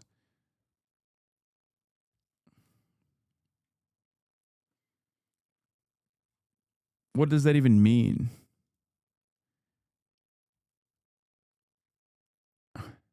Trump tells Europeans he is open to U.S. security guarantees in Ukraine. The peace deal would have looked a lot more favorable if Ukraine hadn't listened to Boris Johnson. I know people are going to get real mad if you say that. They're going to turn around and act like, there wasn't a real deal then, and it was actually Zelensky's own L to want to continue the war at that point, and it wasn't actually Boris Johnson that convinced him.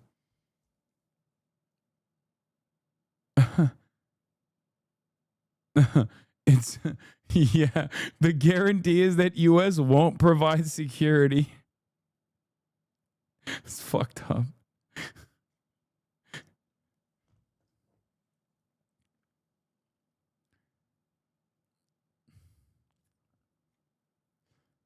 Yeah, we're going to do a security guarantee in Ukraine, as in we're going to invade Ukraine ourselves, actually. We're doing a collaborative project with the Russians.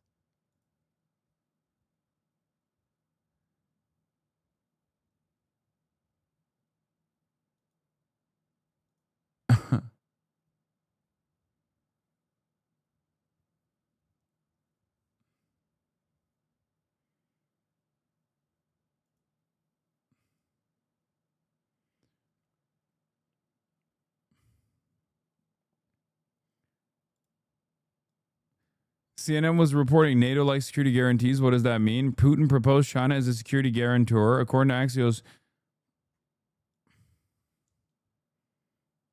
Oh. Interesting. Interesting. Who thought that would be the only pathway towards a just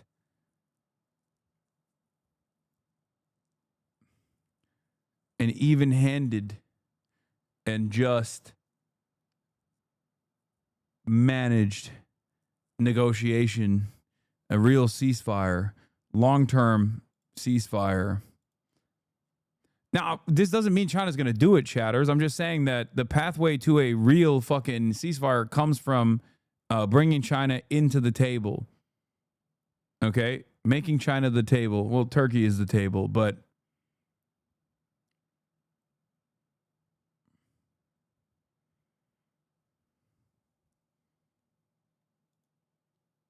yeah, Zelensky takes aim at China. Brazil push for peace in Ukraine. Resistance on the battlefield. Putin is looking for other ways to break the Ukrainian spirit. Recently, I received yet another alarming report from our intelligence. Now, Putin does seem to be planning attacks on our nuclear power plants and their infrastructure, aiming to disconnect the plants from the power grid. With the help of satellites, by the way, ladies and gentlemen, by the way, satellites of other countries. Russia is getting images and detailed information about the infrastructure of our nuclear power plants. But what does this really threaten? Any missile or drone strike, any... Are you against Ukraine because they're pro-Israel? I'm not against Ukraine. What? Are you against Ukraine for being pro-Israel? I think it's stupid if Ukraine is pro-Israel, especially considering that Israel has also played a formative role in Ukraine's demise, both in the beginning as a third party that refused to give Ukraine the Iron Dome because they were worried that it would get into the hands of Russia, which would then get into the hands of Iran and Hamas. That's what Israel's reasoning was for not giving Ukraine an Iron Dome, which is crazy because it's like an American-funded defense project, and Israel got to decide where it goes. Sure, it was like a joint effort, but come on now.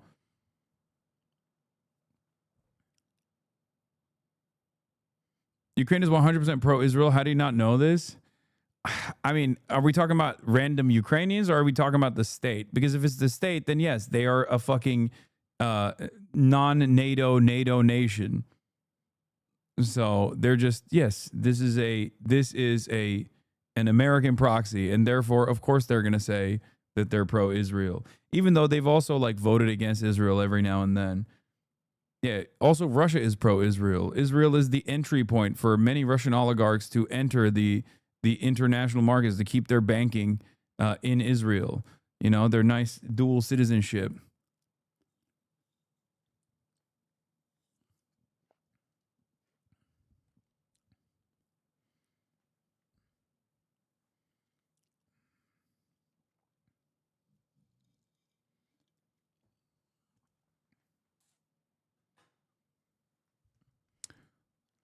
Russia literally trained the Hamas fighters before October 7th. Dog, I'm Turkish.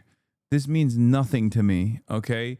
Yes, the Turkish government has also offered shelter to Hamas leadership. Do you think that the Turkish government is anti-fucking Israel?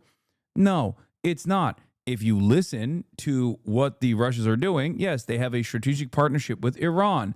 The Russian government statements are pro-Palestine. So is the Chinese government statements, as a matter of fact. China still happens to be the second largest trading partner of Israel in the same fucking time frame that they've written 800 fucking sternly worded letters. I think a lot of you guys fail to comprehend that big countries like this, regional powers like this, don't want to fuck up the bag. They don't give a shit. Okay? Technically, you're American, not Turkish. If you know what I mean. I am both American and Turkish. I have a dual citizenship. Okay?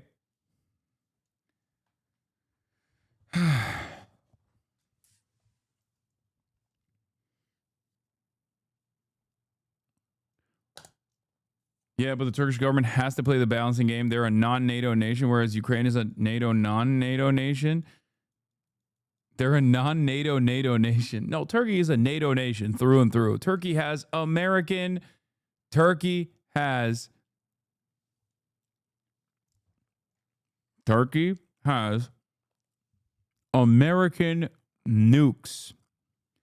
Turkey has American nukes in Incirlik, an American military base. Okay? Yes.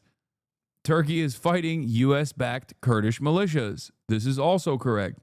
This goes further into the evidence category for my argument, which is don't listen to what these countries are saying. Don't even look at what these countries are doing every now and then. You have to understand the broader initiatives that these regional powers engage with. Okay? That's it. And at the end of the day, there is no like moral stance that any country is willing to take, with the exception of, I guess, the Ansar Allah movement in Yemen. And even then, you could make an argument that they had a lot of political reasons as to why they would militarily oppose Israel, no matter what kind of penalties they incur in the process, because it would basically put them at the throne in the aftermath of this like ongoing Yemen civil war backed by UAE and Saudi aligned forces. Now they have all of the power and all of the control. Even then, you can make that argument. Ultimately, no one fucking operates in a moral way. There's no real reason for nation states to operate in a moral fashion for moral reasons. How is that broader? What do you mean? Turkey wants to be the domineering superpower in this region. That's it. That's the reason why they want to wipe out Kurdish villages, so they can repopulate the Kurdish villages or have like Turkish control over those areas. Kurds, on the other hand, are used as a militia force by the American government to keep the Turkish government at bay or at check whenever they feel the need to do so. Outside of that, though, it's just Turkey is still very much going to always play nice with America and with Israel. I don't know, you mentioned the Ansar Allah movement when talking about looking at it as a broader thing. Yes, because Ansar Allah and Yemen is the only regional power that is bombing Israel. Is Turkey bombing Israel? No. Turkey has a fuck ton more opportunity to completely shut off the Israeli energy grid, for example. Is Turkey doing that? No. Turkey has also consistently continued to... Turkey has also consistently continued trade with the Israeli nation, in spite of the fake BDS boycotts that Turkey claimed it was putting on Israel. That's why I'm saying, out of all of the countries in this region, the one that actually stands out and has defended the Palestinians, and even then you can make an argument that it wasn't like for moral reasons, but still, regardless, it has been Yemen.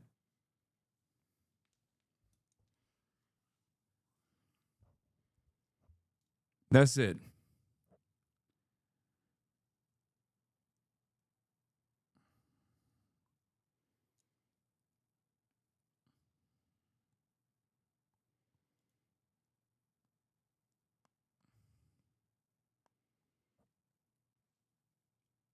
I don't know how you managed to bring Yemen into this. I don't know how else I can fucking spell it for you. When we were talking about NATO, yes. Look at Syria. Assad sucked dick. Having said that, even with the limited control Assad had and his violent ways, clearly it was a threat to Israel's ambitions in the region. Turkey played a formative role in taking out Assad. You're an Assadist, bro, lol. Come on, man. You've been in here for so long. Come on.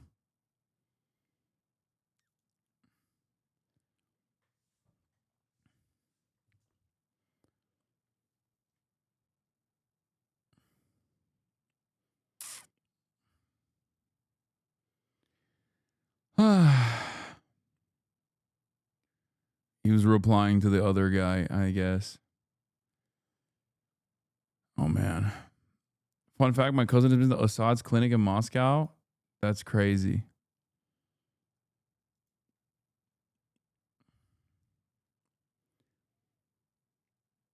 It's crazy that he's just like straight up. Is he an eye doctor in Moscow now?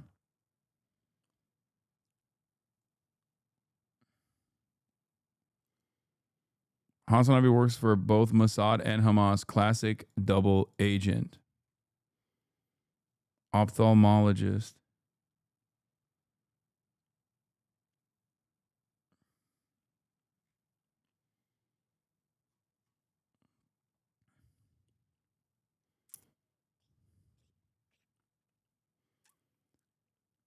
Hasanabi, the only ones who get to be nuanced and complicated and mostly evil are the good guys. Come on. Shit leader, but hey, great ophthalmologist.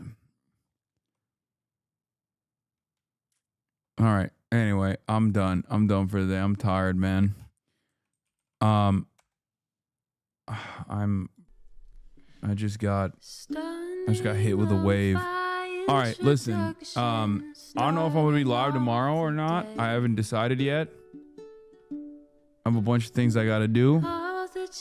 But stay on the socials, keep up to date. And if not, I'll be back on Monday. Of course, Zelensky is linking up with Donald Trump. Quiet quitting at 6 hours and 46 minutes. Love you guys. And either I will see you tomorrow or on Monday. Bye-bye. The starlock to the starlock to the topic just begun. There he is again, Hasan is streaming, Hasan is streaming. There he is again, Hasan is streaming, Hasan is streaming. Reviewing the P.O. box, Uncle Uyghur's face. Sudden discord at your prop, great names take embrace. Tiny Bernie Sanders, LGBTQ Air Force. The whole left at your fingertips, Ane at your door. H3 crowded debate, the Young Turks online show. 3 full fucking years of this, plenty more to go. 90-day fiance, talks of champagne bourgeoisie. A Trump rally live reaction, a mass riot at DC. There he is again, Hasan is streaming, Hasan is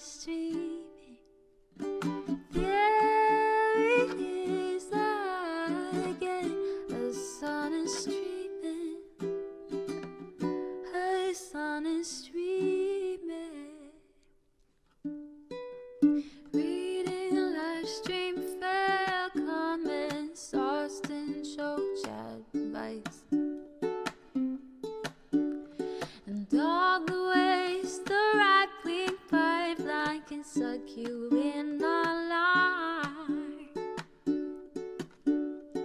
JCS react, Lord, frame gets broken, cover blown.